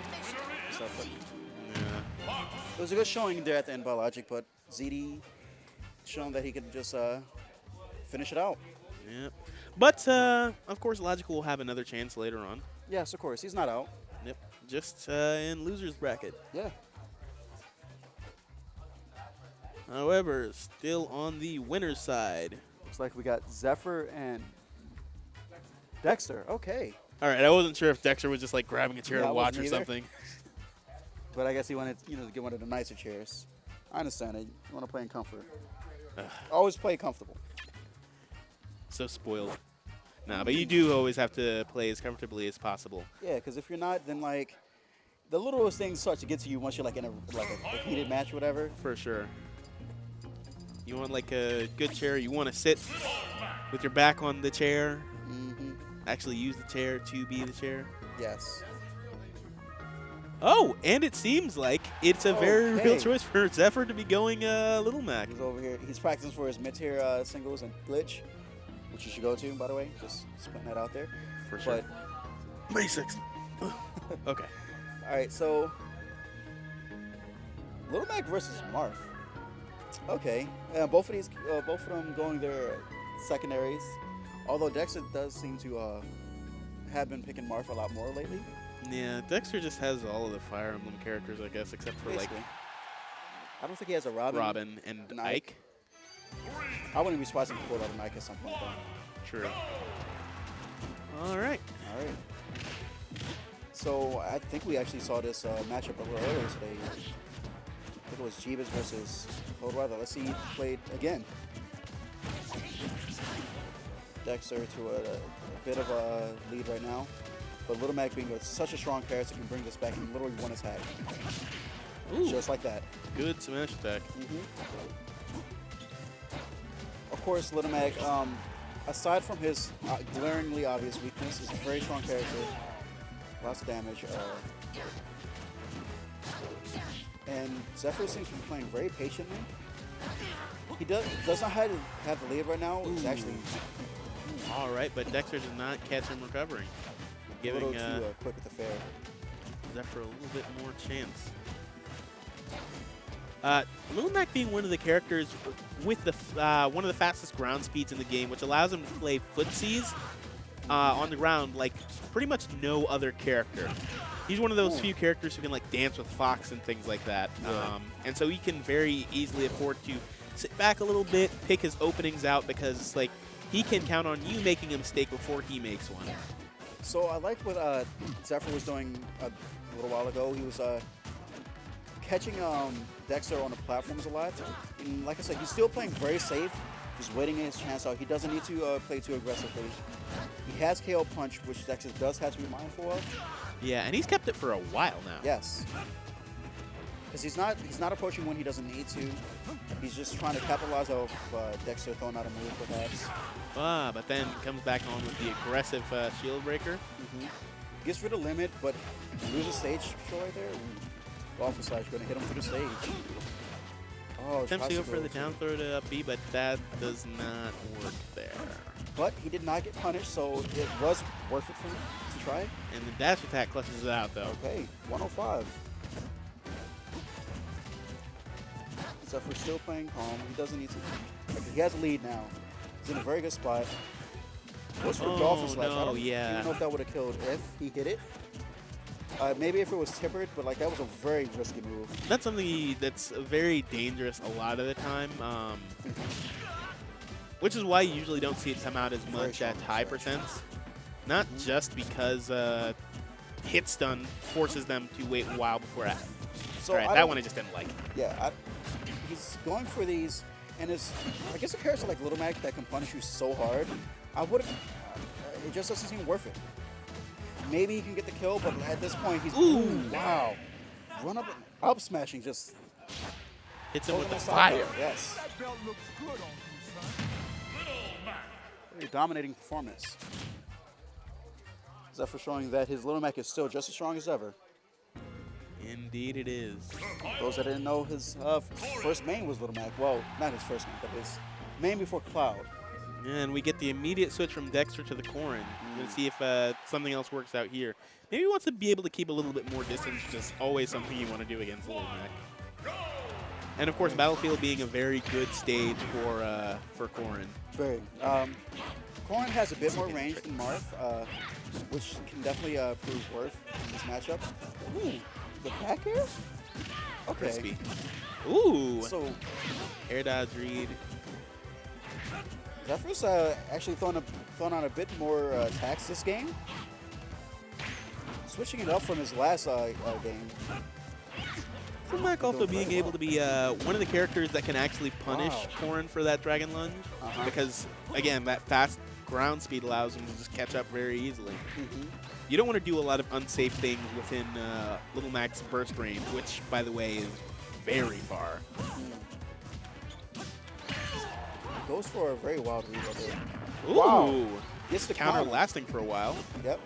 It's one of the wrong. Oh, wow. and catches him in the air with the up B, but that does not kill. No, but that does kill. That's surprising. And he still has KO punch, which is very powerful. Down tilt, no, he loses. Good. That was good. Because a couple more hits and that would have been it. Yeah, Corrin being able to safely get rid of KO punch due to the aforementioned range. All right. Definitely doing very good right now. For certain. Wow, this catches him. That was almost hit. Little And I Mac was is doing laughing at excellent. percents. Little Mac down smash being so strong at the edge. One of the easiest moves to two-frame people with. Wow, fantastic. Up. That's That's gonna be it. Evidently, it seems like Dexter didn't have a jump, I'm assuming, which is why he waited for a bit. He lost it because that actually wasn't even a two-frame. He just down smash just caught him before he got to the ledge. Yep. So he didn't have a jump. He couldn't make it back. He just knew, so he just gave it up. Right. If it were a two-frame, then he would have gotten his jump back, and then that would have been good for him. But nope, nope, nope. All right, very strong from Zephyr. Making a case for Little Mac. Oh, hey, we have Noto Senpai in the chat. Now, correct me if I'm wrong, chat, but Noto is one of the better Little Macs. So his matchup knowledge there is a very good thing to pay attention to. He definitely knows what he's talking about. All right. So for those of you that are just coming in, I just want to remind you all of Glitch 3 happening in just under about 2 weeks now, I think. May 6th. May 6th. And so Glitch 3, following the past two glitches, very fun tournaments, very hype, multiple events, all pure Smash 4 events. Of course, we got Wii U singles and doubles, you know, the standard fare. But we also have a new mid-tier singles, which is has a bit of a larger roster than the normal low-tier singles. Allows more characters to shine. And we have Wii U triples, which is one of our first for the Glitch series. Should be interesting. We have a lot of top talent coming, a lot of out-of-state talent coming, a lot of in-state talent coming. 18 out of the 20 PR players in Maryland coming. We have players like Captain Zach, players like Mr. E, who won the last one, who is trying to see if he can make it a repeat. And it looks like we have Dexter again. All right, Dexter versus Z8, one of our resident Rosalina mains. Very strong player. He's been doing well tonight. Let's see if he can get past this Corrin, which has been known to be a pretty difficult matchup for Rosalina in general, due to Corrin's ability to get rid of Luma easily and outrange Rosa on a lot of things. And just like that, Luma's gone. Very quick, very simple, but Z8 not letting up the pressure here. That's one thing I do like that I've seen a lot of Rosalina's change recently. Normally, a lot of Rosalinas, when they lost at Luma, they would just kind of just run away and hope that they didn't get hit or something like that. Nowadays, a lot of the Rosalina Luma players are learning to play better without relying on Luma. For sure. And it's really helpful in a lot of situations like this, where you normally is, you know, you get rid of Luma and Rosalina's helpless, but like, Right, there's still because something you gotta watch out for. the thing is, this game, contrary to what a lot of people believed at first, and actually maybe it was before the ooh, Lord. That was a very risky up smash, but like, All right, back air's not going to take it. nope. But this game, maybe because of the patches, is actually not as defensive a game as people have thought. it's usually better to be aggressive and to keep the pressure on your opponent at the very least, as opposed to running away. And Rosalina running away does actually give up more than you'd expect. It's like, okay, I'm just going to get Luma back afterwards. But a lot of the time, that doesn't actually end up being worth it. Yeah, I think one of the reasons why a lot of players are not being as aggressive as they should. There's one thing you have to worry about. This game, the punishes in this game are very potent for a lot of characters. A lot of characters can kill you at very early percents. There's a lot of small things. Corrin, for one, has, of course, her tipper F smash, which would have killed Rosalina Luma if that hit was in. Good pivot grab. Expecting the spot dodge there. Dexter very strong this game right now. Of course, Rosalina, being a strong character, can definitely bring us back. Ooh. Good counter. Yes, almost taking it right there. Ooh, catches him with the F smash. Does not kill. Very good DI on that. That's his DI. Always got to watch out for Luma. All right. Not enough hit stun on the throw to get rid of Luma there, but manages to get rid of it anyways afterwards. All right. Wow. Very good punish on that, what was the F tilt? I'm not entirely sure, but very good to catch him there. Uh-huh. And So always Z8 wary. does have a little bit of a ways to go. He has to be careful for a lot of moves, but he can definitely bring this back. As we've seen before, Rosalina is a very potent up air, would kill at crazy percent, especially with Rage.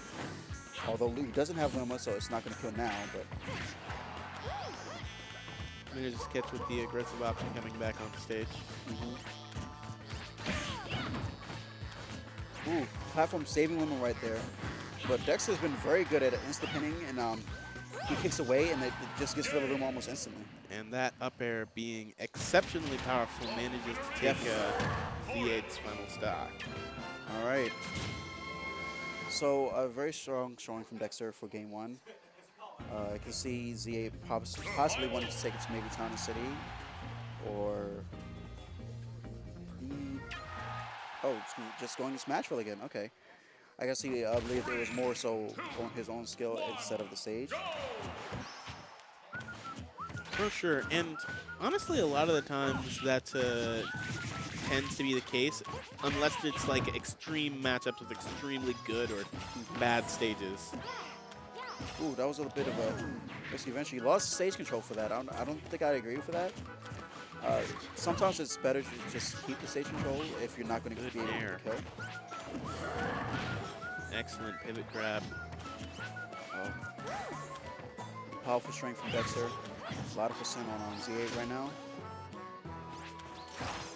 Ooh, good back air. Good Tries to go weight for the there. kill. Loses Luma for it. I know fault him for going for that option, but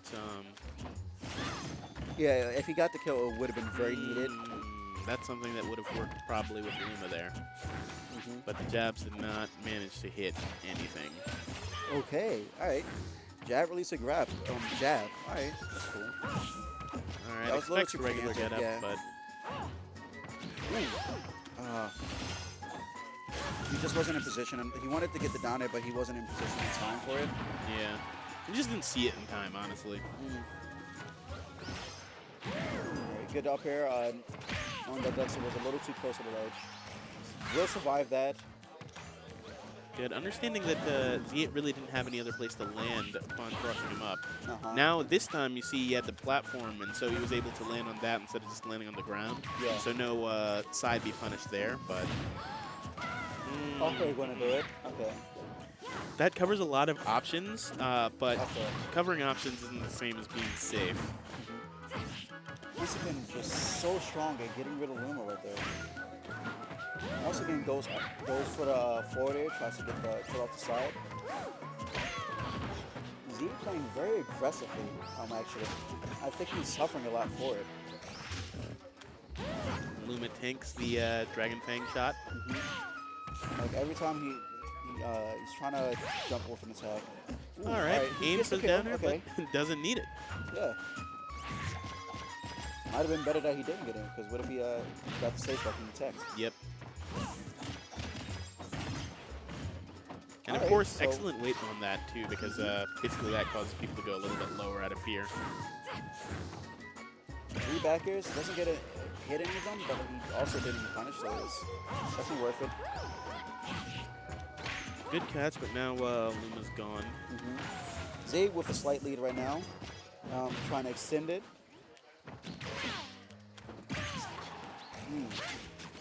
Oh wow, that was a little weird. All right, I 3 guess- 2 1 Luma. All right, Luma's back.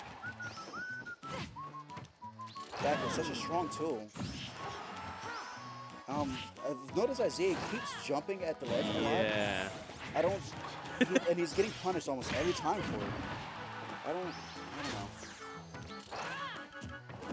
I mean, Okay. I understand it because it is one of the safest ledge options, but that's Uh-huh. only if you like actually wait it out. So, for example, one thing that came to light recently is that a lot of a lot of Zero's ledge trapping tends to be based off of reads as opposed to reactions, like a lot of people think, because Zero knows exactly when. And Oh, that wow, will that take is the gonna stock, and that Close takes to the that. game. So Dexter moves forward.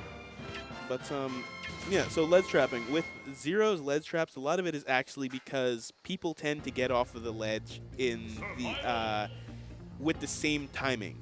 And so since Zero is able to cover one ledge option with something like Banana, for example, he's able to cover the other options pretty easily by just doing jump fair, because a lot of people keep getting up at the same time.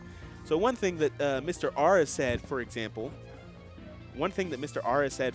is that he's the only one, it seems, that isn't affected by Zero's ledge traps, and Allied too, if you've noticed, because they do ledge jump, but they wait first for the attack to come out. And that's something that Z8 wasn't necessarily doing. He wasn't playing with Dexter's reactions enough, but at the same time, that can also be threatening because Corrin has many ways to punish you for sitting on the ledge. Alright, so it looks like we have Nika versus Logic. Nika going Duck Hunt. Okay. Duck definitely being a very strong character, has a lot of strong showings, especially recently. Of course, Raito with Dreamland being the most recent Right. venture. It's a very strong character, still pretty unexplored as well. Very difficult character to use, though. Of course, Duck Hunt's main weakness is his inability to kill, which he actually shares with Olimar. Right. So maybe that's why he's going this, using this instead of his Lucina. Yeah, I think Duck Hunt's inability to kill is way more pronounced than Olimar's, because Yeah, definitely. Olimar actually at least does have ways to kill you very, very early, usually Uh-huh. involving purple pigment if he can get it. But Duck Hunt, on the other hand, does not have any such luck. Duck Hunt actually, in my opinion, is very similar to Sheik in the fact that he does a lot of damage, and I don't think you should really be looking for the kill until you get to like those crazy high percents, the 140s, the 150s. Yeah, that's a very high percent to have to kill someone at. But Duck Hunt has the tools to get that person to that percent without being too endangering himself. For sure. And of course, he does have some moves such as like Nair, which is actually a pretty decent kill move. Yep. Comes out very fast, very similar to I think Villager's Nair. And of course, Can is very strong. It's in my opinion, it's actually one of the best moves in the game. It's just Oh, I'd It's- agree. his entire toolkit's not up to that level. Right, right. But he can be extremely obnoxious, but so can Yes. Olimar. Of course. I'm actually curious as to see how the Pikmin react to the can. What I think happens is that the Pikmin can get attached to the can and just stick to it. Alamo with Logic with a good lead at the start. Alright, pretty even right now. Both players kind of just throwing stuff at each other. I guess that's how this matchup would be played. I love this, though. This is quintessential Smash. This is two characters throwing colorful nonsense at each other. It's beautiful. Oh, Logic gets the grab. and the F smash. Okay. Nika in a pretty bad spot. Good drop down. I think that's going to be it for Nika, actually. Yeah. Very good. Duck Hunt, of course. Ooh! Yeah, Duck Hunt, of course, having actually a very linear recovery, a very, very punishable recovery. When he's that far off, yeah, he can make it back to the stage, but most characters are definitely going to be able to punish him pretty hard for it. Yeah, and that's his other weakness. He just has a poor disadvantage in general. Yes. But he has an amazing neutral. Just a poor disadvantage and inability to close out stocks. Tries to go for the gunman to up air. The Pikmin blowing up one of the cans.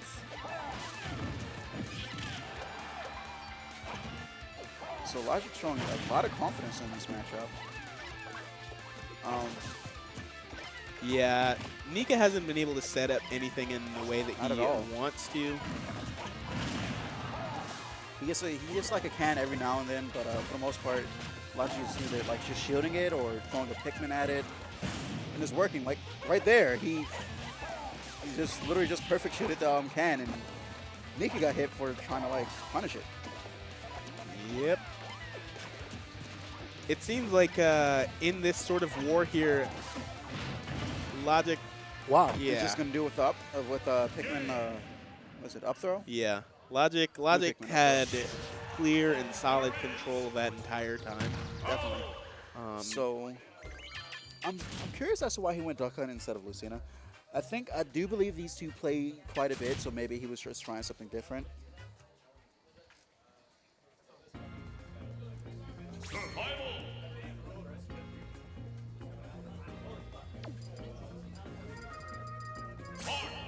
Oh, goes Marth. Okay. All right, now here's what we were expecting. Uh-huh. Okay, Battlefield. Battlefield being one of Marth's best stages, but it's also one of Logic's favorite stages. Yeah, that's So- for sure. So it's like, it's a double-edged sword. I mean, you do get the benefit more so, but now Logic is a bit more comfortable on the stage. Oh, wow. Dolphin slashing the Pikmin. I don't know if he meant to actually kill it or just to get like get off me, but it was very, very good, especially since it was Spike Pikmin. You never want to get that on you at low percents. Yeah, you know, if there's anything that I've learned sometimes, it's that a lot of people end up letting themselves get too focused on the Pikmin themselves. For the most part, other than say like you getting white Pikmin on you, which is the only Pikmin I will really worry about being on you, Right. you shouldn't have to worry about it too much. It's 1% and 2%. It is. I mean, don't ignore it, but at the same time, don't make it a focus because otherwise you'll just make a lot more mistakes for it. Right, exactly. And so what happens is usually people end up getting frustrated and they end up making incorrect decisions. Wow. I think that's gonna be it. Yeah. Yep. So what happened there? Nika did his off slash. What I think actually happened, it might have been Nika dolphin slash or got to the ledge, got hit off, and I think if you get hit off the ledge, if you dolphin slash again or whatever, you don't auto snap. Is that? Oh, well, actually, yeah. If you do it too high, then you definitely don't auto snap. Yeah, definitely. You auto snap if you do it low enough, and that's been the same for like I think every Smash game. Ooh! Wow. Just catches him not doing. Nika just didn't an option, so he just F smashed. Nika with the ally head shake. Oh, I mean, Just knows know what that didn't happens. go well. But it happens. Yeah, one of the things is with Olimar is a lot of the times, again, he does have a lot of Pikmin. The Pikmin are very annoying, but you have to play him sometimes just like a normal character. yes. You have to understand, okay, a lot of your options aren't necessarily gone. Yes, you'll have extra hit lag. Yes, that is obnoxious. But a lot of the times, sometimes it's just like, all right, use your fastest option to get them off if you must get them off, but don't focus on it. The main focus should still be playing neutral with and fighting with Olimar. And once you sort of boil it down to the same rock, paper, scissors that every fighting game is, then it becomes significantly easier. But if you get caught up in the Pikmin, you're going to lose way quicker. I do agree with that, although I do think you do have to worry a little bit about the white one. At Oh, low yeah, percents the of white damage. one for sure. The white one is problematic, of course, because he throws that on you, he gets one grab, you're actually going to take about 40 to 50%. For sure, From, yeah. Like, because the white Pikmin, I think, does I don't remember exactly how much percent, but it's like a grab, down throw, forward. That does like 40% if you have white on you. Yeah. And especially if it's like 2 whites. So like the 1 white Yeah. for the grab or something like that. White Pikmin can do a lot of damage. And so those are not to be messed with. But you still have to remember you need to play the game. Of course. And always try to, when you fight Olimar, always try to remember the lineup that he has and what's going to be coming next and what he's going to be looking for. So if you're at high percents, you see he has a blue Pikmin, he's going to go for the grab. Right. And because it's a strong grab. If he has purple Pikmin, he's going to throw forward or go for like a fair or whatever. But his got to remember to false to that. Purple Pikmin has less range. Just always keep in mind the benefits to his Pikmin. I mean, I know that could be difficult if you don't fight a lot of like Olimars, but it's very useful in that matchup to just know what his Pikmin can do. Yeah. And why he uses the Pikmin that he does at which time he does. For sure. Though Olimars do also have some tricky ways to mix around their Pikmin. So, for example, Yes. when they down smash, they can get rid of 2 in a row. And so they'll end up switching to their 3rd Pikmin. Or if they up air, then they get rid of 1. Things like that. And they have a bunch of tricks for doing things like that. All right, chat, how are you guys doing tonight? DJL The Escapade. Yes, I did actually watch the My Smash Corner video. But that's like a general concept that's in a lot of fighting games. Like if you've ever read the Masher to Master, for example, fighting game guide. There's also Shoryuken.com or net, whichever one's Footsie's guide. All of those are excellent resources because, you know, it tends to be a excellent resource for any fighting game, and that includes Smash. Yeah. All right, so we're going to switch out here. We have TK Breezy and King joining us. Always a pleasure, chat. See you guys next time. And go to Glitch.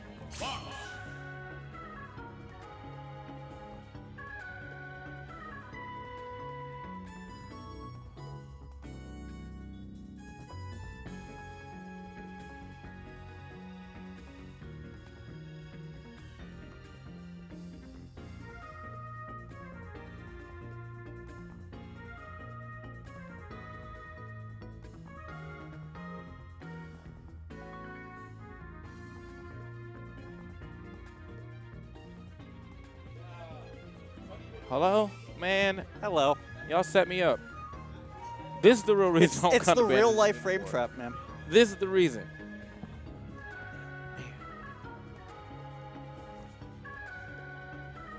What, you're not excited to see some of our region's best duke it out in now best of 5 sets?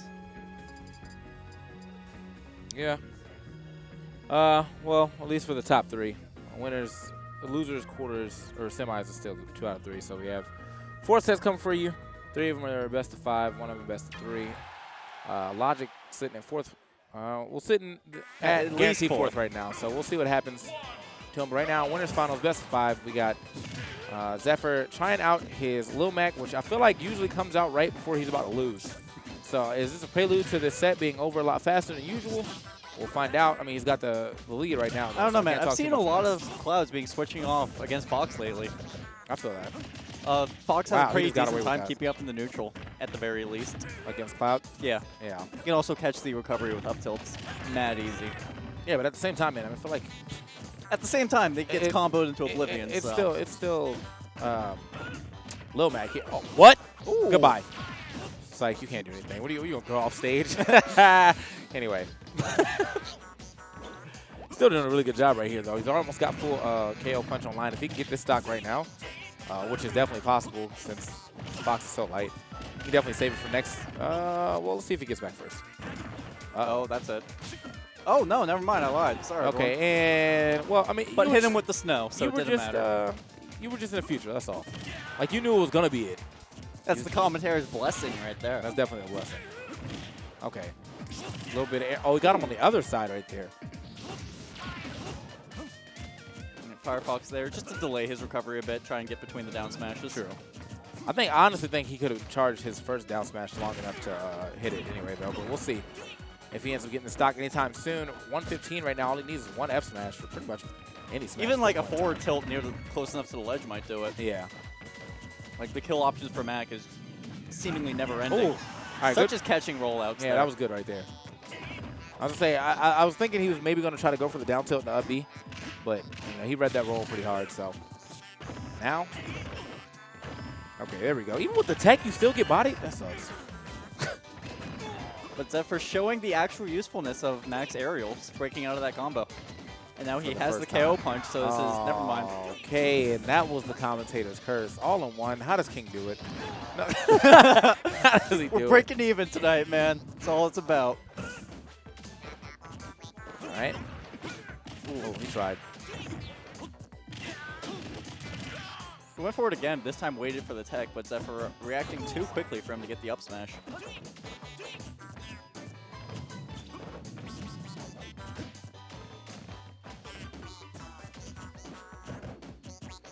So the respect between these two players, not really that eager to get in on each other. I mean, right now Zephyr's just trying to stay alive. But at this point, okay, I say at this point in time, I mean, honestly, if he ever got a chance to get back to the ground, that could have been last stock, last hit. I mean, that basically still was last stock, last hit, but ZD controlled so much at the end of that game that it didn't seem to matter. Survival. Moving on to game 2 here, looking like Zeph's going to be staying with Little Mac. If I recall correctly, he has taken a set off ZD with Little Mac. Has he? I think I mean, so. was this like back in the day when ZD was still playing Luigi? I think this was recently. He lost game 1 with Cloud, then went Mac game 2 and 3 and 1. I could be thinking of something else though, but I don't think I am. I'm never wrong on the commentary. That's true. I've never heard you give any misinformation. I mean, Of course, I would never. The god. The king. That's true. You might as well go. I hope you sub to Coney by using that title. Hey man, He is the king. we don't talk about that. He's a king of a different kingdom. All right, that's all it is. Wow, that get up attack. Okay. So again, KO punch online. I That doubt he's going to use it for definitely the it, first though. match. I mean, he might as well. He's already down a percent. He's not even close to kill percentage. I mean, if I were him, I would have used him in that situation that he. Well, I wouldn't even say that I would have used in that situation because you know what happens whenever you're watching, you see all the punishes, but when you're playing, you don't. Oh yeah, definitely. And King definitely, or not King, ZD definitely missed a up smash where he could have got KO punch for it. But I feel like he's getting away with murder with these up Bs, though. I'll tell you that. Okay. Zephyr going for some hard reads there, trying to get the stock, but isn't able to make purchase. He did get the first stock like that, or the only stock like that last game, though. So he's still looking for that roll, but this time ZD not giving it to him. He ends up taking the back air. Just shows the adaptation we're seeing from ZD. Yeah. Even shielding the Nair to break the combo there. Yeah, definitely adapting to this here, Little Mac Terror, but I feel like we might need to switch back to Cloud. I mean, I understand why he switched, as you said, but still, it's Cloud. Yeah, I mean, but still, it's Cloud, man.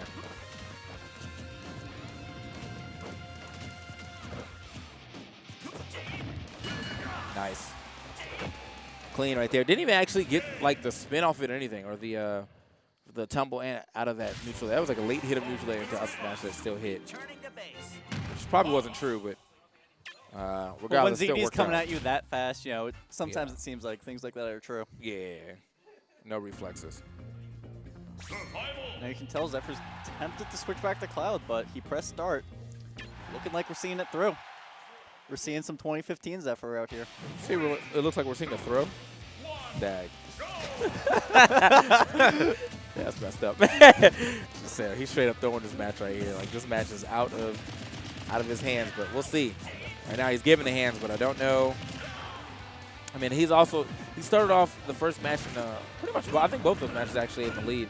And he just has not been able And then to, just subtly, ZD's been crawling his way back and Yeah. pushing him off stage or getting very nice kill confirms. Yeah. Here we go. KO punch back online. Hopefully this time he's a little more. Oh. Never mind, he doesn't need it. Yeah, let's give you know, conservative with this one. He's definitely going to lose it, though. There's no way he's going to be able to keep that long enough with the way the ZD's been playing. Relentless with the dash attacks, gets him off, but he's still, okay, still building it up, though. I don't think he's going to be able to live too much longer on this stock, so he has to start doing some damage if he wants to get that KO punch off of this meter. And shield looking a little low. ZD might have to saying. be worried of a shield breaker right now. Nice little combination right here. Man, if Zephyr actually shutter stepped to a down angled F smash, he would definitely break the shield already, because every time he runs up on it, he's blocking. So quick shutter step to a down angle F smash would have destroyed that shield.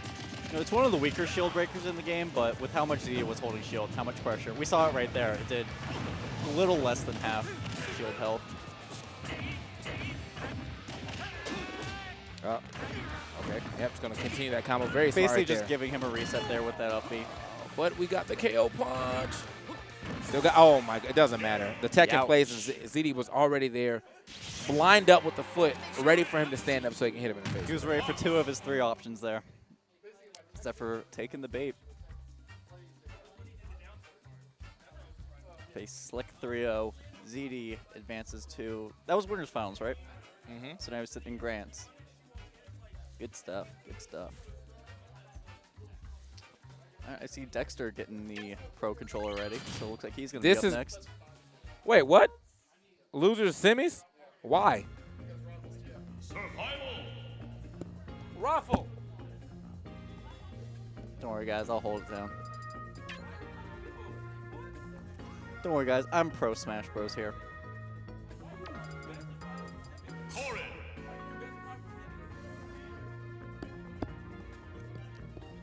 We don't give niggas who don't need power. Oh my God, you didn't even add. Dog, whatever, man. That has never happened ever. It's usually all finals or all top 8.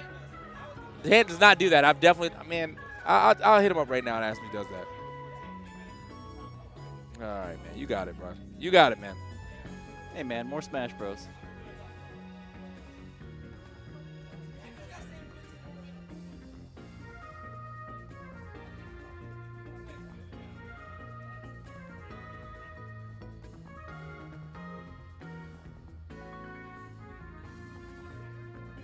And meanwhile, it's Dexter Logic. Okay.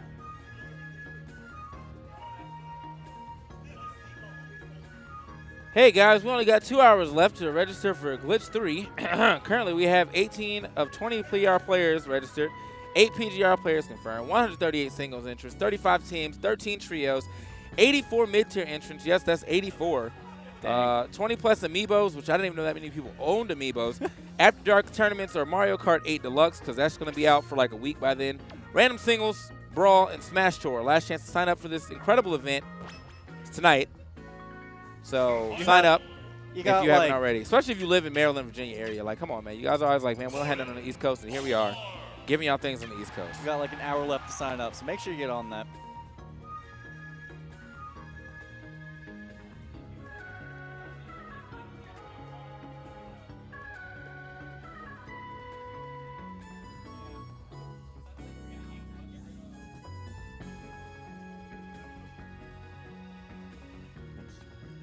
Why people gotta lie? Why people gotta lie, man? Why people gotta lie, man? It's a shame. I don't understand.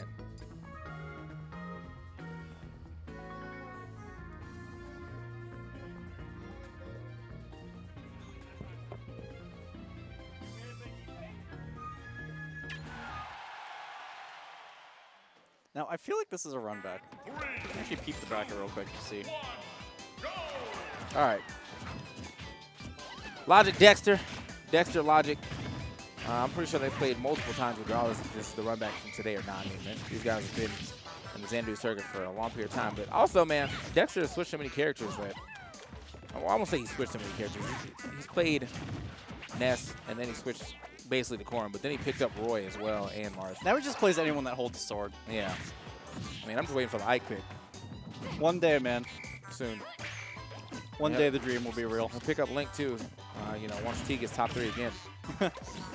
Surprised it wasn't enough to make him pick him up now. I mean, I definitely seen more links on For Glory as of late. That was crazy. I was like, I mean, y'all were here before, but now they're trying to do things instead of just rolling, throw boomerang. So, thanks, T.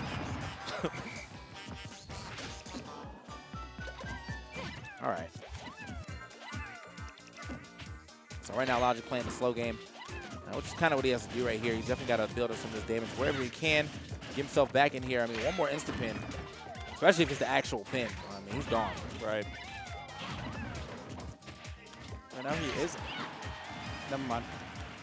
Well, did I not say? Never mind. I don't know what you were about to say, but did I not say if the pin comes through, he's going to lose that stock? And there it is. But, you know, again, Logic right here, I was just trying to get as far as he can in this tournament. He's probably trying to win it this time around because, you know, as he This was would talking, be the tournament for him to win. This would be the tournament for him. As he was talking in the background, he was definitely like, man, people were saying I've been falling off. And, I mean, with these tournament results, it's easy to argue that. But right now he's looking a little nice. Looking like he's trying to climb back. Looking like 2016 Logic. You got to respect stuff like that. Yeah. And by 2016, I mean early 2016 Logic. Yeah, there's levels to this. A lot could happen in a year, man. Yeah. All right.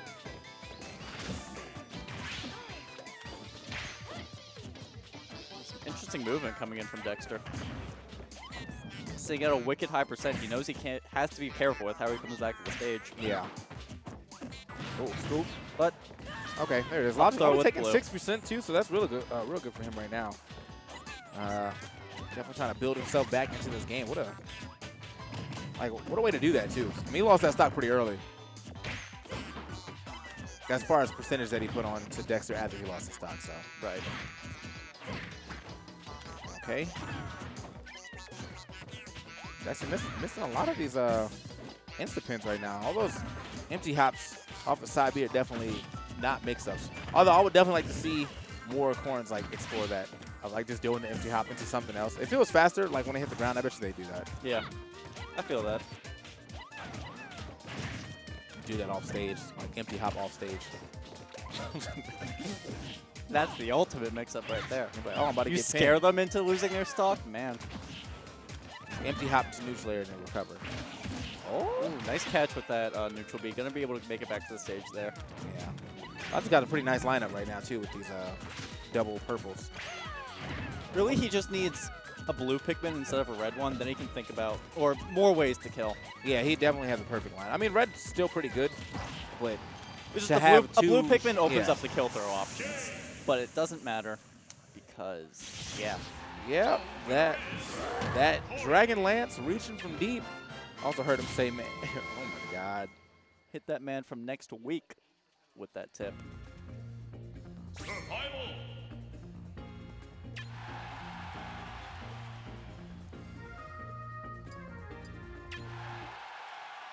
Back to Town and City. 3, 2, 1, go! So Logic was making some good adjustments mid-match there. It was just when it came down to it, Dexter had the better spacing to get the kill. You know, Logic knew what he wanted to go for with the Pikmin setup he had, and it sort of seemed like Dexter was onto it, so he was able to sort of hang out in the air and avoid it. Yeah.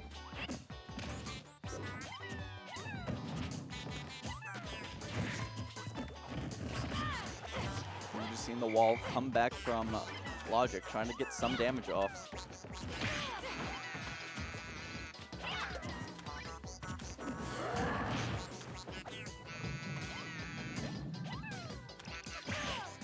Okay, Nice good tech. stage tech. Good tech.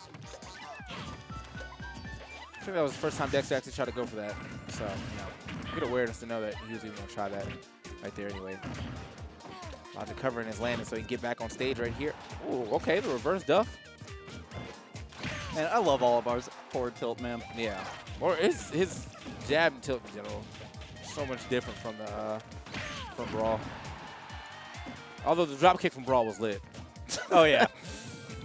Didn't even play Brawl, but I love that move, man. Okay. Oh.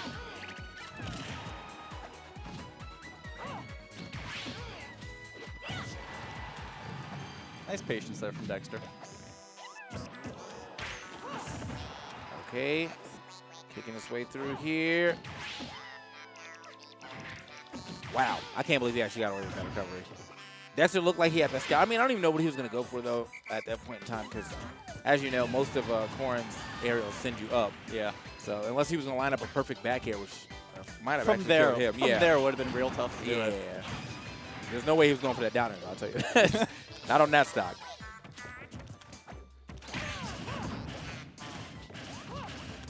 Now we are at a resetted game here. Both gentlemen sitting at 1 stock apiece. Low percents.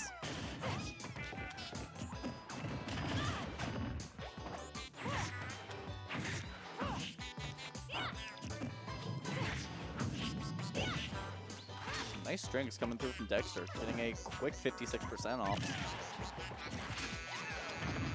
Okay.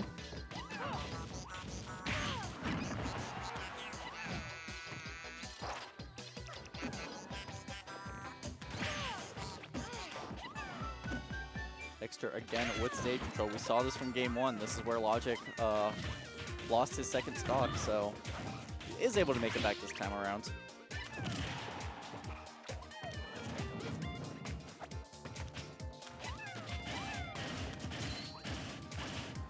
Huh. Okay. That didn't activate the counter. That's interesting. I don't think it's supposed to. Oh, okay, we got another good tech right here from Logic, and okay, good stuff. Put that shield back up. Now just he in does time. have the 2 purples and the blue, so Yeah, but now he has to get back down to the ground. Such would have losing this here, right? Okay, and now I kind of see what he's going for, but I mean, the neutralizer is going to put him back just into a more disadvantageous position. It's not going to finish this yet. Oh my God, that's going to finish though. The rollout, I mean, Logic should have been ready for that. But at the same time, though, like when he was at that percentage, he had so much to look out for that the roll was definitely right. going to put out there. Like he I mean, was he was, going to you get know, grabbed or he was going to get side beat. So maybe the roll in would have been nice, but he was. I'm sure he was trying to avoid the grab. Roll in's something that I see people always scared to do. Like when they see the person just gunning at them, they're always instinctually rolling back just to try and reset neutral and get some ground, but not enough people roll in situations like that. 2, 1, go! Game 3 yet again on Town and City.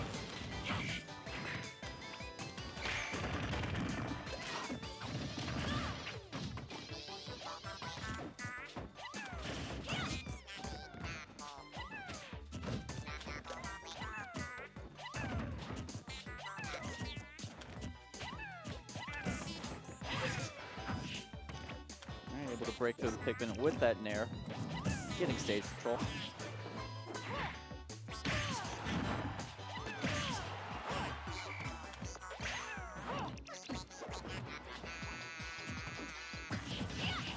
Okay. All right, that was nice.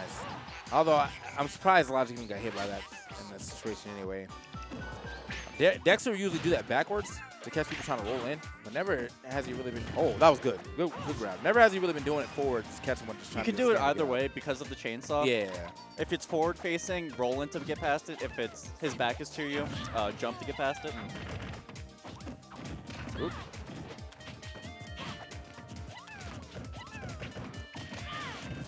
Okay. And now Logic push him to the edge right here. Oh. Yeah, well. Any other Pikmin. Any other Pikmin with the blue one. Dexter, you know, doing a good job of avoiding the F smashes, but still Logic doing a good job of keeping him off the stage. Dexter finally getting back on though.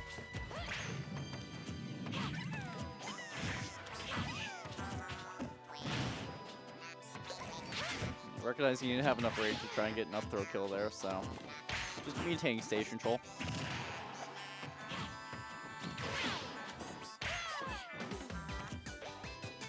Now I'm looking at this Pikmin setup and I'm seeing a grappler Olimar right here. Yeah, but with the way that that was Oh, nice. never mind. Without the grapples, I mean that was that spin lariat, I guess. Like the one move that you have. But yeah, I'm saying without the grapples right now, the way that Dexter's playing, he's playing around grabs, or he was playing around grabs that time around. I'm sure he was aware of the double Pikmin. Or You double can sort throw. of see how Dexter's changing his playstyle based on what Pikmin Logic has. Yeah. Okay. Logic Now starting to rack it up. It's only down 2-0 though, so He's doing a lot more than just rack it up. yeah. Okay. Hopefully he can keep his lead, at least put himself on the board this time, and Dexter going to sneak by this time. Going to add some damage, but not continue that combo as much as he probably wanted. Still, though, Logic has not been able to hit the ground. Ooh, still can't. Eating 65% for it. Wasn't sure what he started at, but it was not nearly that high. Nope. Nope. Yeah, I mean, no matter how good your wings are, she has no drift after that, so. I don't know what kind of trade that was either. But it worked. Oh, he traded with a yellow. Okay, so well, that's So unfortunate. yeah, a longer hit stun. Nothing he could have done there.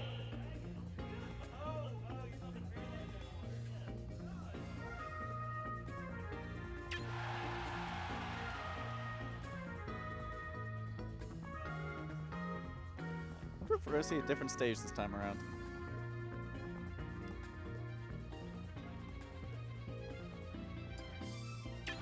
Guess we will. Not too different, though. We're just going to Smashville. 3, 2, 1, go!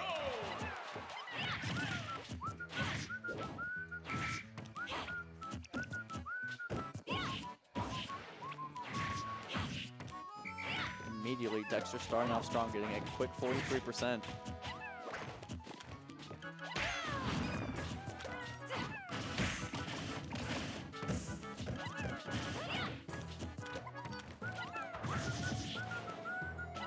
Calling out that jump with the dash attack. Dexter being very bold right now with his play. Ooh, and a wait on the air dodge to get the down smash punish. Dexter looking pretty strong so far in game 4. I can do math.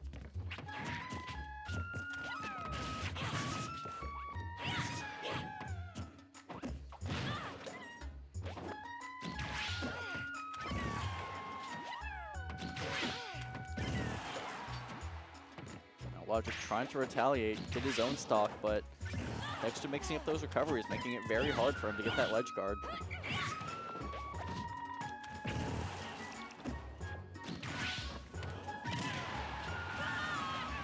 Nice punish on the high recovery there. Logic only at 42%.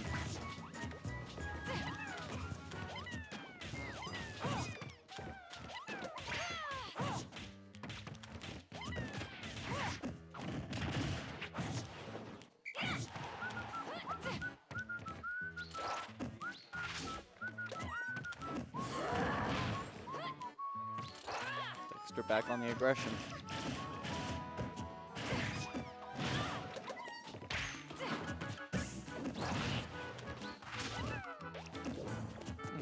Interesting.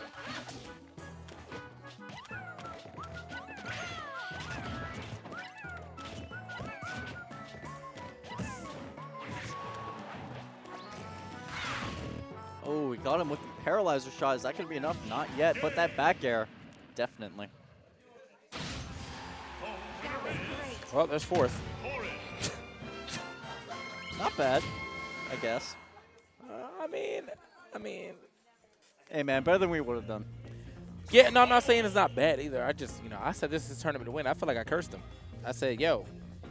I was like, yo, man, like, They call this it the is perfect commentator setup. curse for a reason, man. That was a deep I wasn't even on the mic. I just told him that, like, in conversation, in passing. That's what happens when you're a caster, man. You just curse those around you.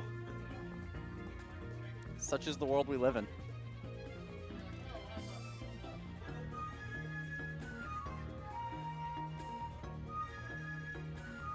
So now to losers finals. Dexter against Zephyr. Hopefully Cloud against Corrin.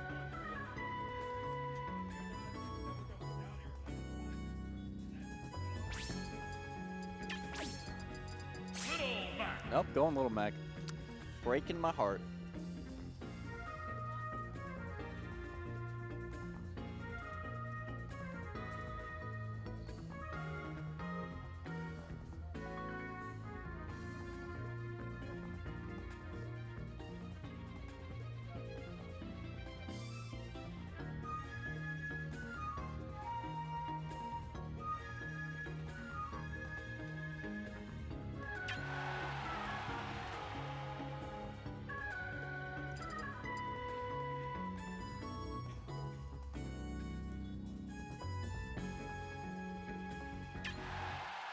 Someone must have told Dexter he gets $1 every time he goes to Town and City, because that's where this game is starting yet again.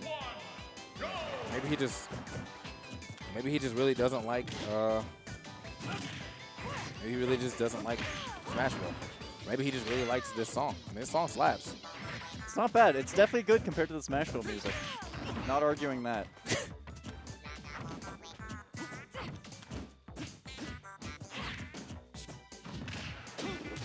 Ooh, tried to chase him with that up B. Wasn't able to get it to connect though.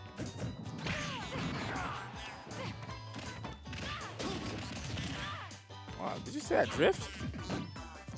Okay, well, watch your shit. Okay, yeah, that was smart.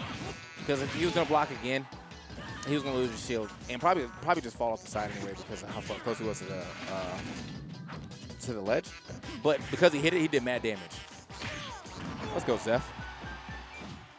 Now he is trying to make it back to the stage, grabbing the ledge. All right, he's back. Definitely back. Half a KO punch ready.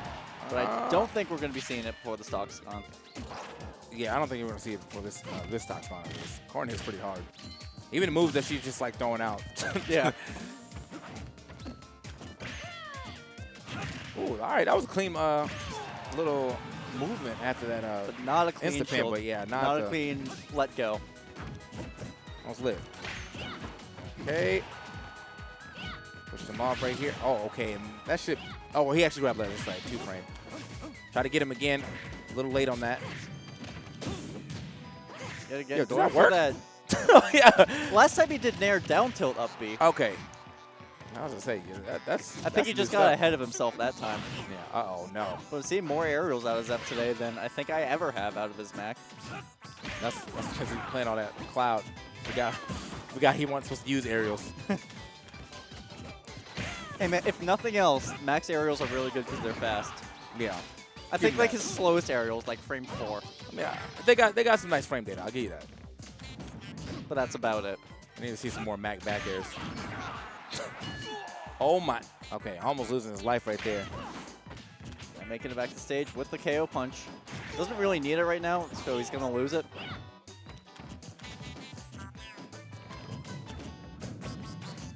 Oh, there's the mix-up. That's what you were looking for all night, man.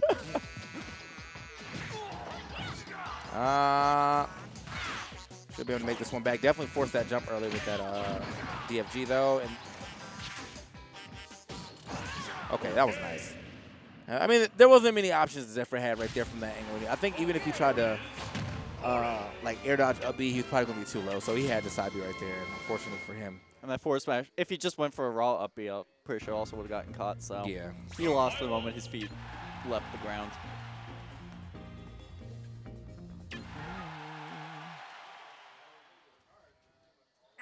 Three, two, one, go!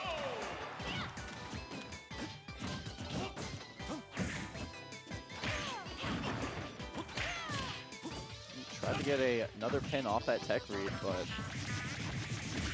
unfortunately missed it.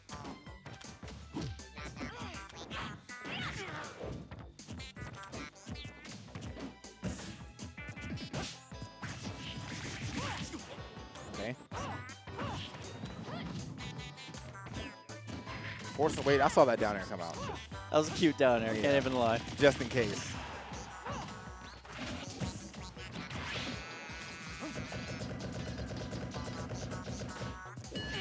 So many hits on that shield.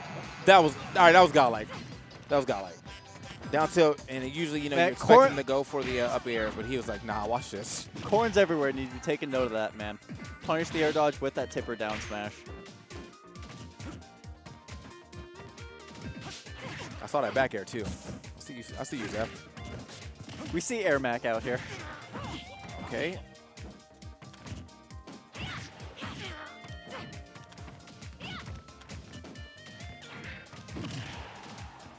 Push him away right here. Wow. I feel like Dexter's been getting away with that a lot, just off the ledge. Yeah, I was about to say that. Just jump up side B. Hasn't really been punished for it. Yeah, that should be a huge punish right there. I'm surprised he even went. Okay. If he didn't, oh, godlike. Sometimes you gotta do it. And I was playing some friendlies with Zephyr earlier tonight, and he played Corrin, and he pulled that on me. And he turned to me, he's like, man, not enough Corrins do that. When they're up a stock, just drag them down with down air. Why not? He did it. So, it's only because he mentioned it, it happened to him. The curse exists everywhere. He cursed himself. Was there a full moon tonight or something with all these curses going around? Some witchcraft and wizardry is afoot. And there's not even a Bayo in bracket. Well, our local Bayo is apparently sick AF, so. No. Which is good for him, you know, not to show up, not get everyone else sick. But I didn't know Wadi wasn't coming either. So, I thought you better say good team's not showing up, so we don't have to play Bayo. yeah. And then Seagull Joe shows up and doesn't enter because he has to leave like 10 minutes before he gets the grand finals, apparently. So, all right, it's always weird to me. Seagull Joe is his own man. All right.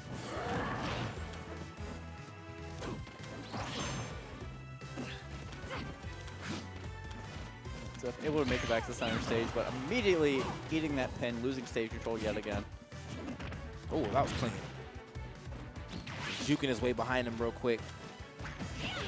Okay. You know, Zeph's always been good at movement, but especially lately, he's really been grinding it out, how he can move around the stage and get around people's shields. Yeah. All right, quick dash attack right there. Oh, wow, that was close. However, though, this switch over to his Cloud looking quite nice, but I won't say it's the great switch yet until he takes this game, so if he ends up taking this game. Right now, Dexter, though, all the stage control. Steps back a little bit. Steps back a lot of it. I mean, to him all that area.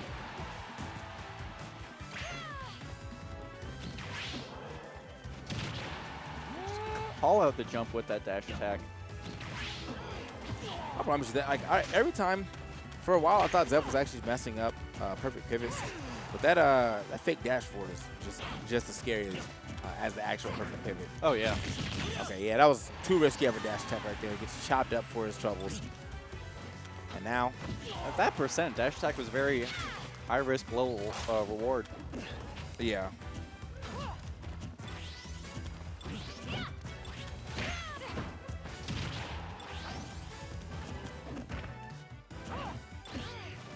Just scooting his way in, catching him, holding shields along with these grabs. But there's the miss tech. Going to be punished with the instant pin. All right. So he just walks in and straight starts cutting him up. So then you drop shield now. So now oh my. Ooh. Okay, Zephyr. All right, Zephyr. He sent that man a message. He was like, you know what, man? I was messing around with this little Mac. It's like, fine, I guess we're not having fun anymore, and picks Cloud. He remembered that he was trying to get to ZD again. And that was he sent him a message right there. But let's see what happens here in this fourth game. Oh, okay. All right. You know, I appreciate the switch, or I respect the switch. I definitely think, I always like to say this matchup is 60-40 both ways. And everyone's like, what does that mean? I'm like, look, if Marth is good at walling out Cloud, then he wins. And then if Cloud never gets walled out, then he loses. 60-40 both ways. 60-40 Cloud on stage, 60-40 Marth off stage. That's lately where the meta's been going with a lot of matchups. You know, it's hard to pinpoint an exact. He wins this. He wins this many matches out of 100. She loses this many. There's a lot of factors in this game that are just recently being brought to light. That right there, so that was me. That was a back throw. I don't care about follow-ups if I'm not gonna get them after that. I just want to throw you off stage and force you to either burn limit or burn your double jump, because that's where Martha's gonna shine. Martha's really good at keeping up walls against people trying to get back on stage. But right now, as you can see, Zeph looking like the real 60 right now. Yeah, Zeph's the one with the wall right now, just holding off the center stage. Missing the grab though. Oh wow, didn't even finish it. Still ends up getting a grab right there. Okay.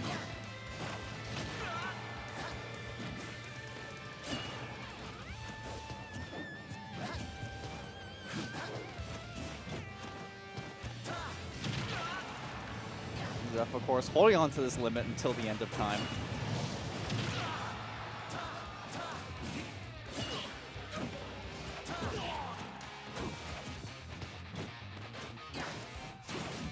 Okay, that was a little reckless right there. Looking for a lot of it. And somehow not going to go for the up smash instead. I'm not even. I mean, even if it's the up smash, you know, it wouldn't have killed, but he would have been able to keep his up smash fresh. That's going to kill, though. Okay. Yeah, you are not allowed to hit Marv Shield with F smash and not Especially get as F Cloud, smash. man. Yeah. Well, that's like a matchup exclusive thing. If you hit Marv Shield with F smash and you push him out far enough, or like if you Like, hit him, you space tipper forward smash for yeah, him. yeah, basically, it's pretty nice.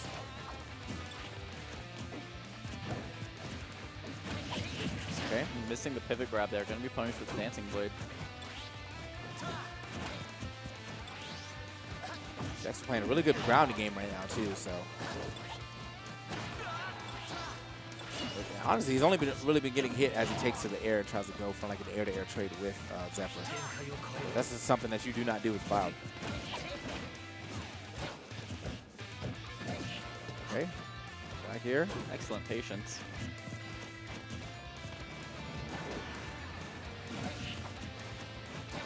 Did you just use down air or down tilt as an anti-air? Who? Dexter. That certainly would have looked like. That was crazy. I mean, down tilt's a really good move. For anti-airs though, that's crazy. Hey man, don't land too close. Don't land in this area right here. This is my pad. You can't have it. And now, if he can manage, oh okay, is that it? Yeah, I was gonna say I thought Zephyr was gonna try to drop down and hit him with the cross slash, but instead just needs a quick neutral air. Got him off stage. It's Zephyr, man. Of course he's not going to burn limit. Yeah.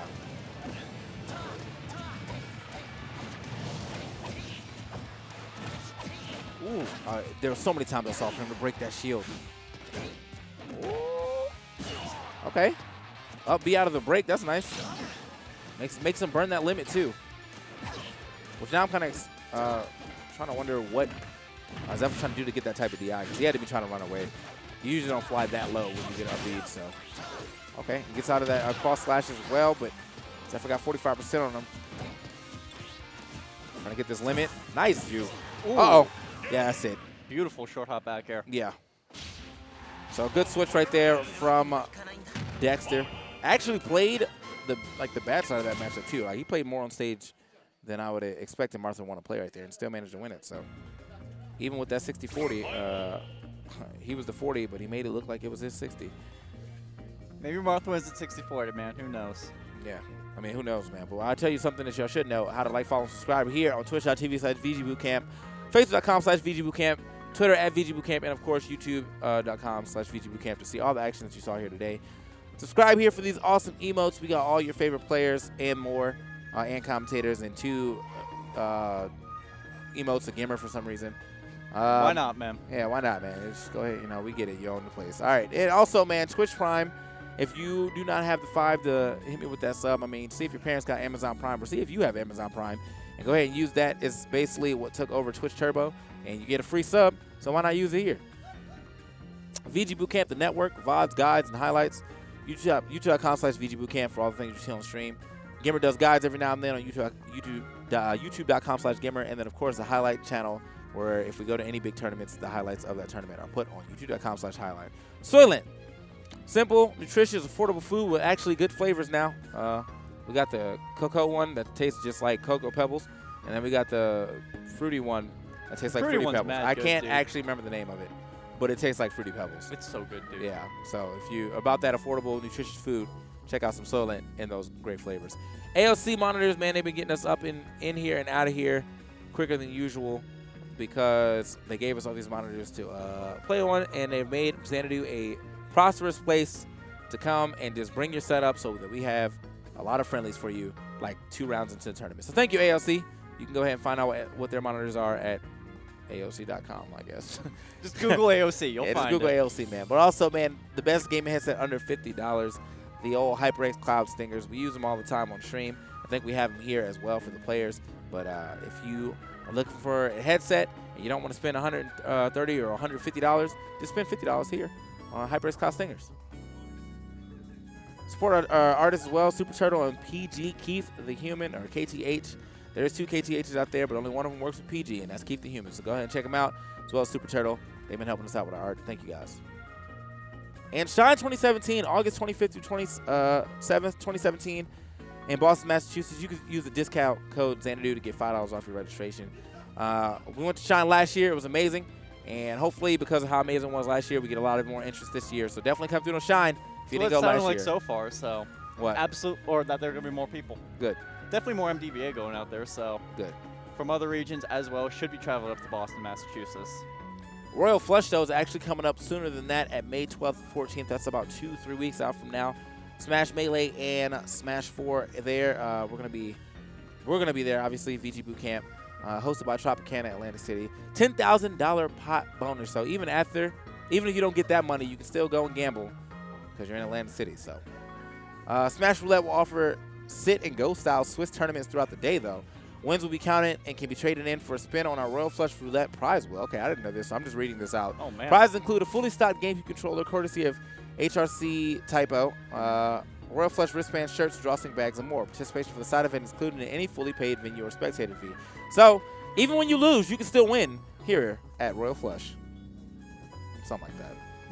Glitch. That's Glitch actually this 3. weekend. Or Yes. next weekend, Next sorry. weekend, yeah. This weekend is DreamHack Austin, but next weekend, VG Bootcamp and the Tantalus present Glitch 3. We've done 2, and the commentary is always lit there, but also the events. So make sure you come through for that. We have singles, doubles, mid-tiers, triples, amiibos, and I think one other event that I'm missing out right now. Oh, and then all the After Dark events too. So definitely come through for that. If you're not coming through, at least watch it. It's going to be pretty fun. So ready to go. We have Grand finals for you. ZD versus Dexter. 3, 2, 1, go! Now, I don't remember what tournament it was, but recently there was one regional-esque tournament where Dexter was just on this huge tear, like going through everyone, beating so many people no one thought he would beat. Then ZD stopped him. So this match can sort of be seen as a revenge match for Dexter. You know, ZD is one of those demons that has always been ending his bracket career. We'll see if today might be the day where he can fight back. Okay.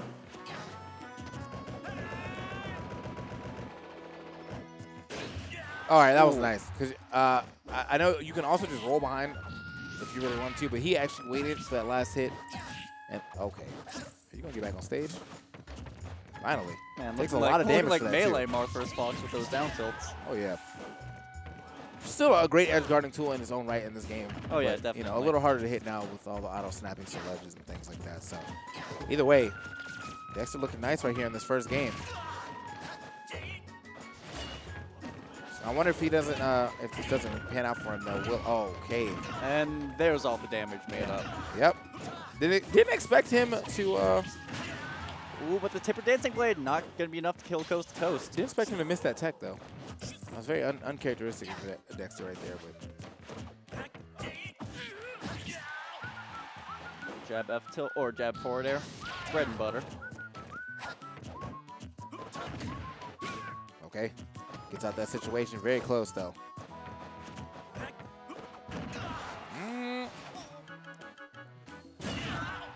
Ooh. All right, well, good trade. A good trade for, I say that was a good trade for ZD. ZD was definitely behind right there for most of the game, but you know, he went out there, ends up getting the stock from Dexter because he was too far from the stage. And now we got a fresh stock, and if he can get a strong combo like he got in the middle of that first stock to get all that damage back, you know, he could be back in the lead. Dexter's spacing right now, though, is looking immaculate.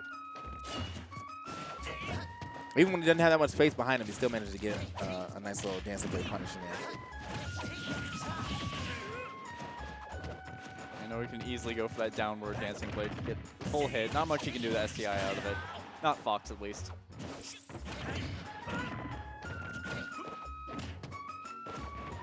Dexter almost going exclusively for dancing blades just to get him up to kill percent. Yeah.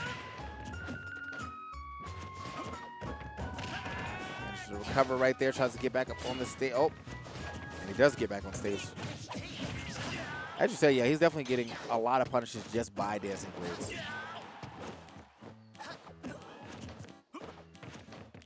If you do the downward dancing blade, do regular and upward have, are they still staled out?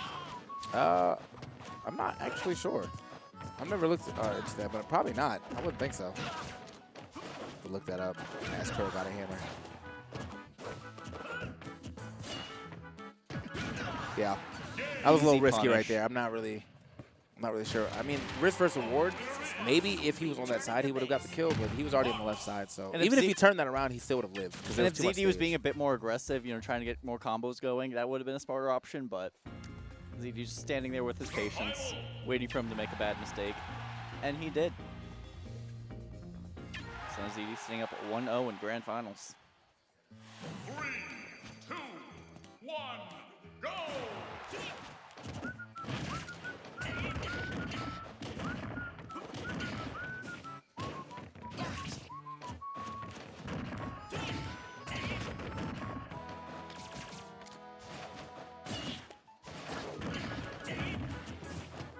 So many mistechs coming in from Dexter. It's almost like he's a little flustered right now in against ZD.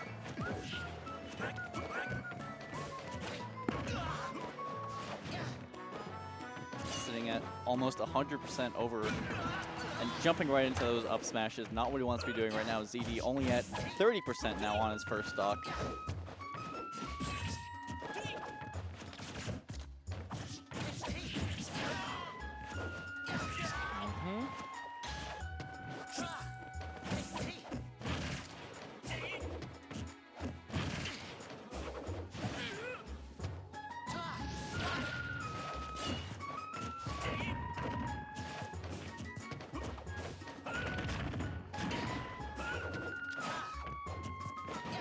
Dexter fishing for these punishes, but isn't able to get any solid hits off.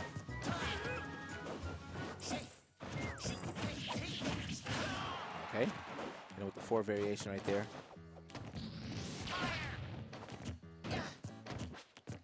I don't know if this actually works on Fox, but I heard that if you do dance play twice forward and then the third hit down and then forward again, it's supposed to lead it to the tipper. I know it works on like Captain Falcon almost 100% of the time. At kill percentage, oh my god, that was nice. That's what he was going for last game, but at the same time, as I said, Yeah, I ZD was going on to the mention other that side. actually. When he went for that dancing blade there, I was going to mention how when he went downward, it led into the almost tipper side B. Yeah. And that move's so staled out, it only did 9%.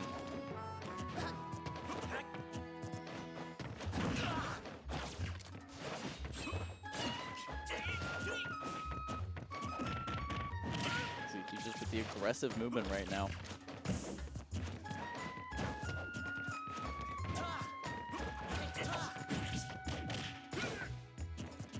Going for jab, jab, up smash, like it's pre-patch.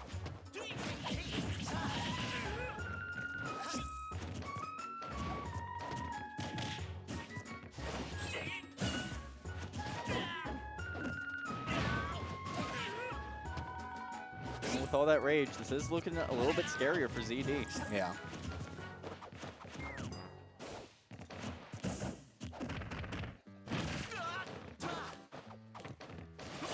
ZD with absolutely no fear in the world right now, though. Not afraid to get up in Marth's face. That was scary. Wow. I didn't even see him turn around. That was lightning quick. All right, so game 2 going to ZD right here. Now, I wonder if Dexter's going to try to switch back to his corner, or is he staying with the Marth? I mean, nothing's wrong with this Marth. Obviously, I think this matchup, I don't think there's like a huge difference in matchup between using Marth versus Fox and Corrin versus Fox, but, Corrin's definitely his tried and true, so. Corrin. And as you say it, switching back to Dragon Lady.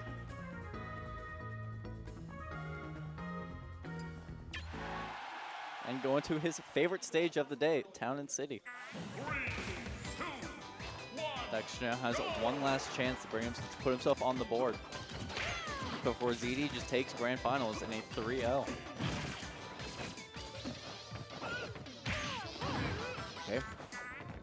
I mean, that was, and honestly, the first game was definitely like it was supposed to be Dexter's, but one bad mistake at the end ends up losing that game. Now, ZD had That's a how a pretty lot solid of his second games have been going against ZD. In this Oh, set. like one mistake at the end. Yeah. Well, that last game wasn't nearly as close as the first one, but yeah, he definitely made one mistake at the end and still lost for it. Drop shield a little too late or too early right there. And now, ZD looking like he's starting to run away with this one.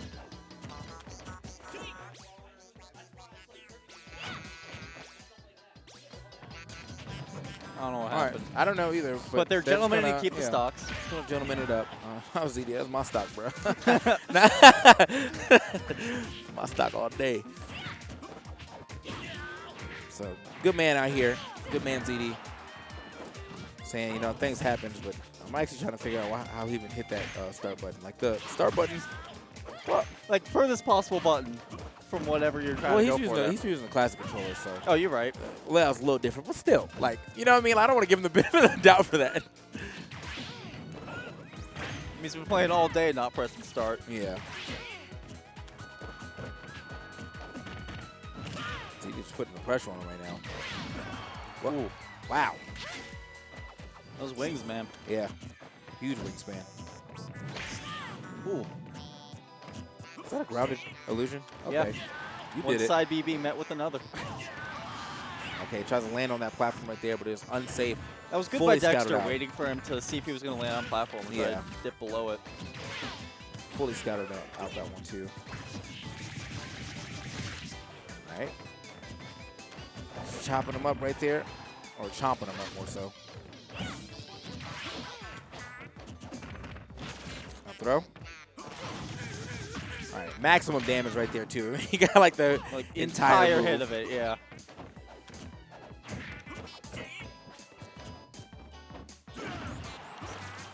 Nice win in the air thought he was dodge. dead. Didn't get the strongest hit. Didn't matter though. Still enough, yeah. That angle was good enough to seal that. Oh my goodness. 3 jab blocks in a row into a drop combo.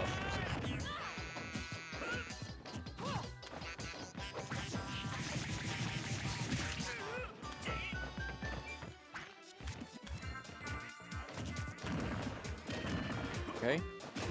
Yes. Again, another one. But now Dexter firing back right there, manages to land on the ground with that. Oh! Oh, Wow. missing the tipper follow-up.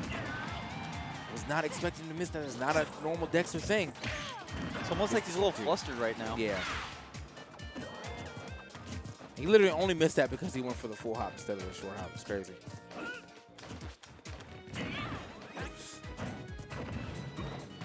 Yep, there's the weight. Definitely expected that right there. But also the platform served him up as well. I mean, even if, he might have been able to like possibly try to fast fall that after the air dodge, but platform just let him sit on it. Next thing you know, he was gone.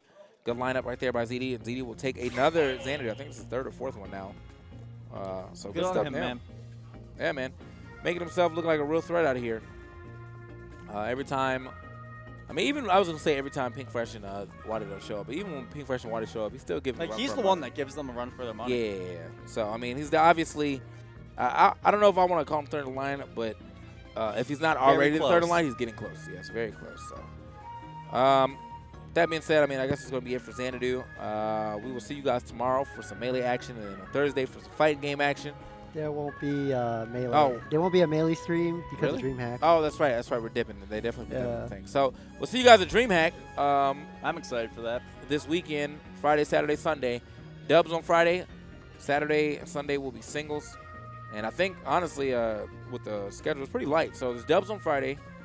And then Saturday, they run through the whole tournament up to top 8. And then Sunday, they're done. But it ends at 4. So, none of that late night. Let's You like wait. to hear stuff like that. Yeah, because I want to go enjoy Austin too. Austin's a pretty city, but none of that late night. Let's end a tournament at 11 p.m. on a Sunday. Like, nah, man, we getting up and getting out of there. So, thank you guys for watching. Though, as we said, It's been a pleasure.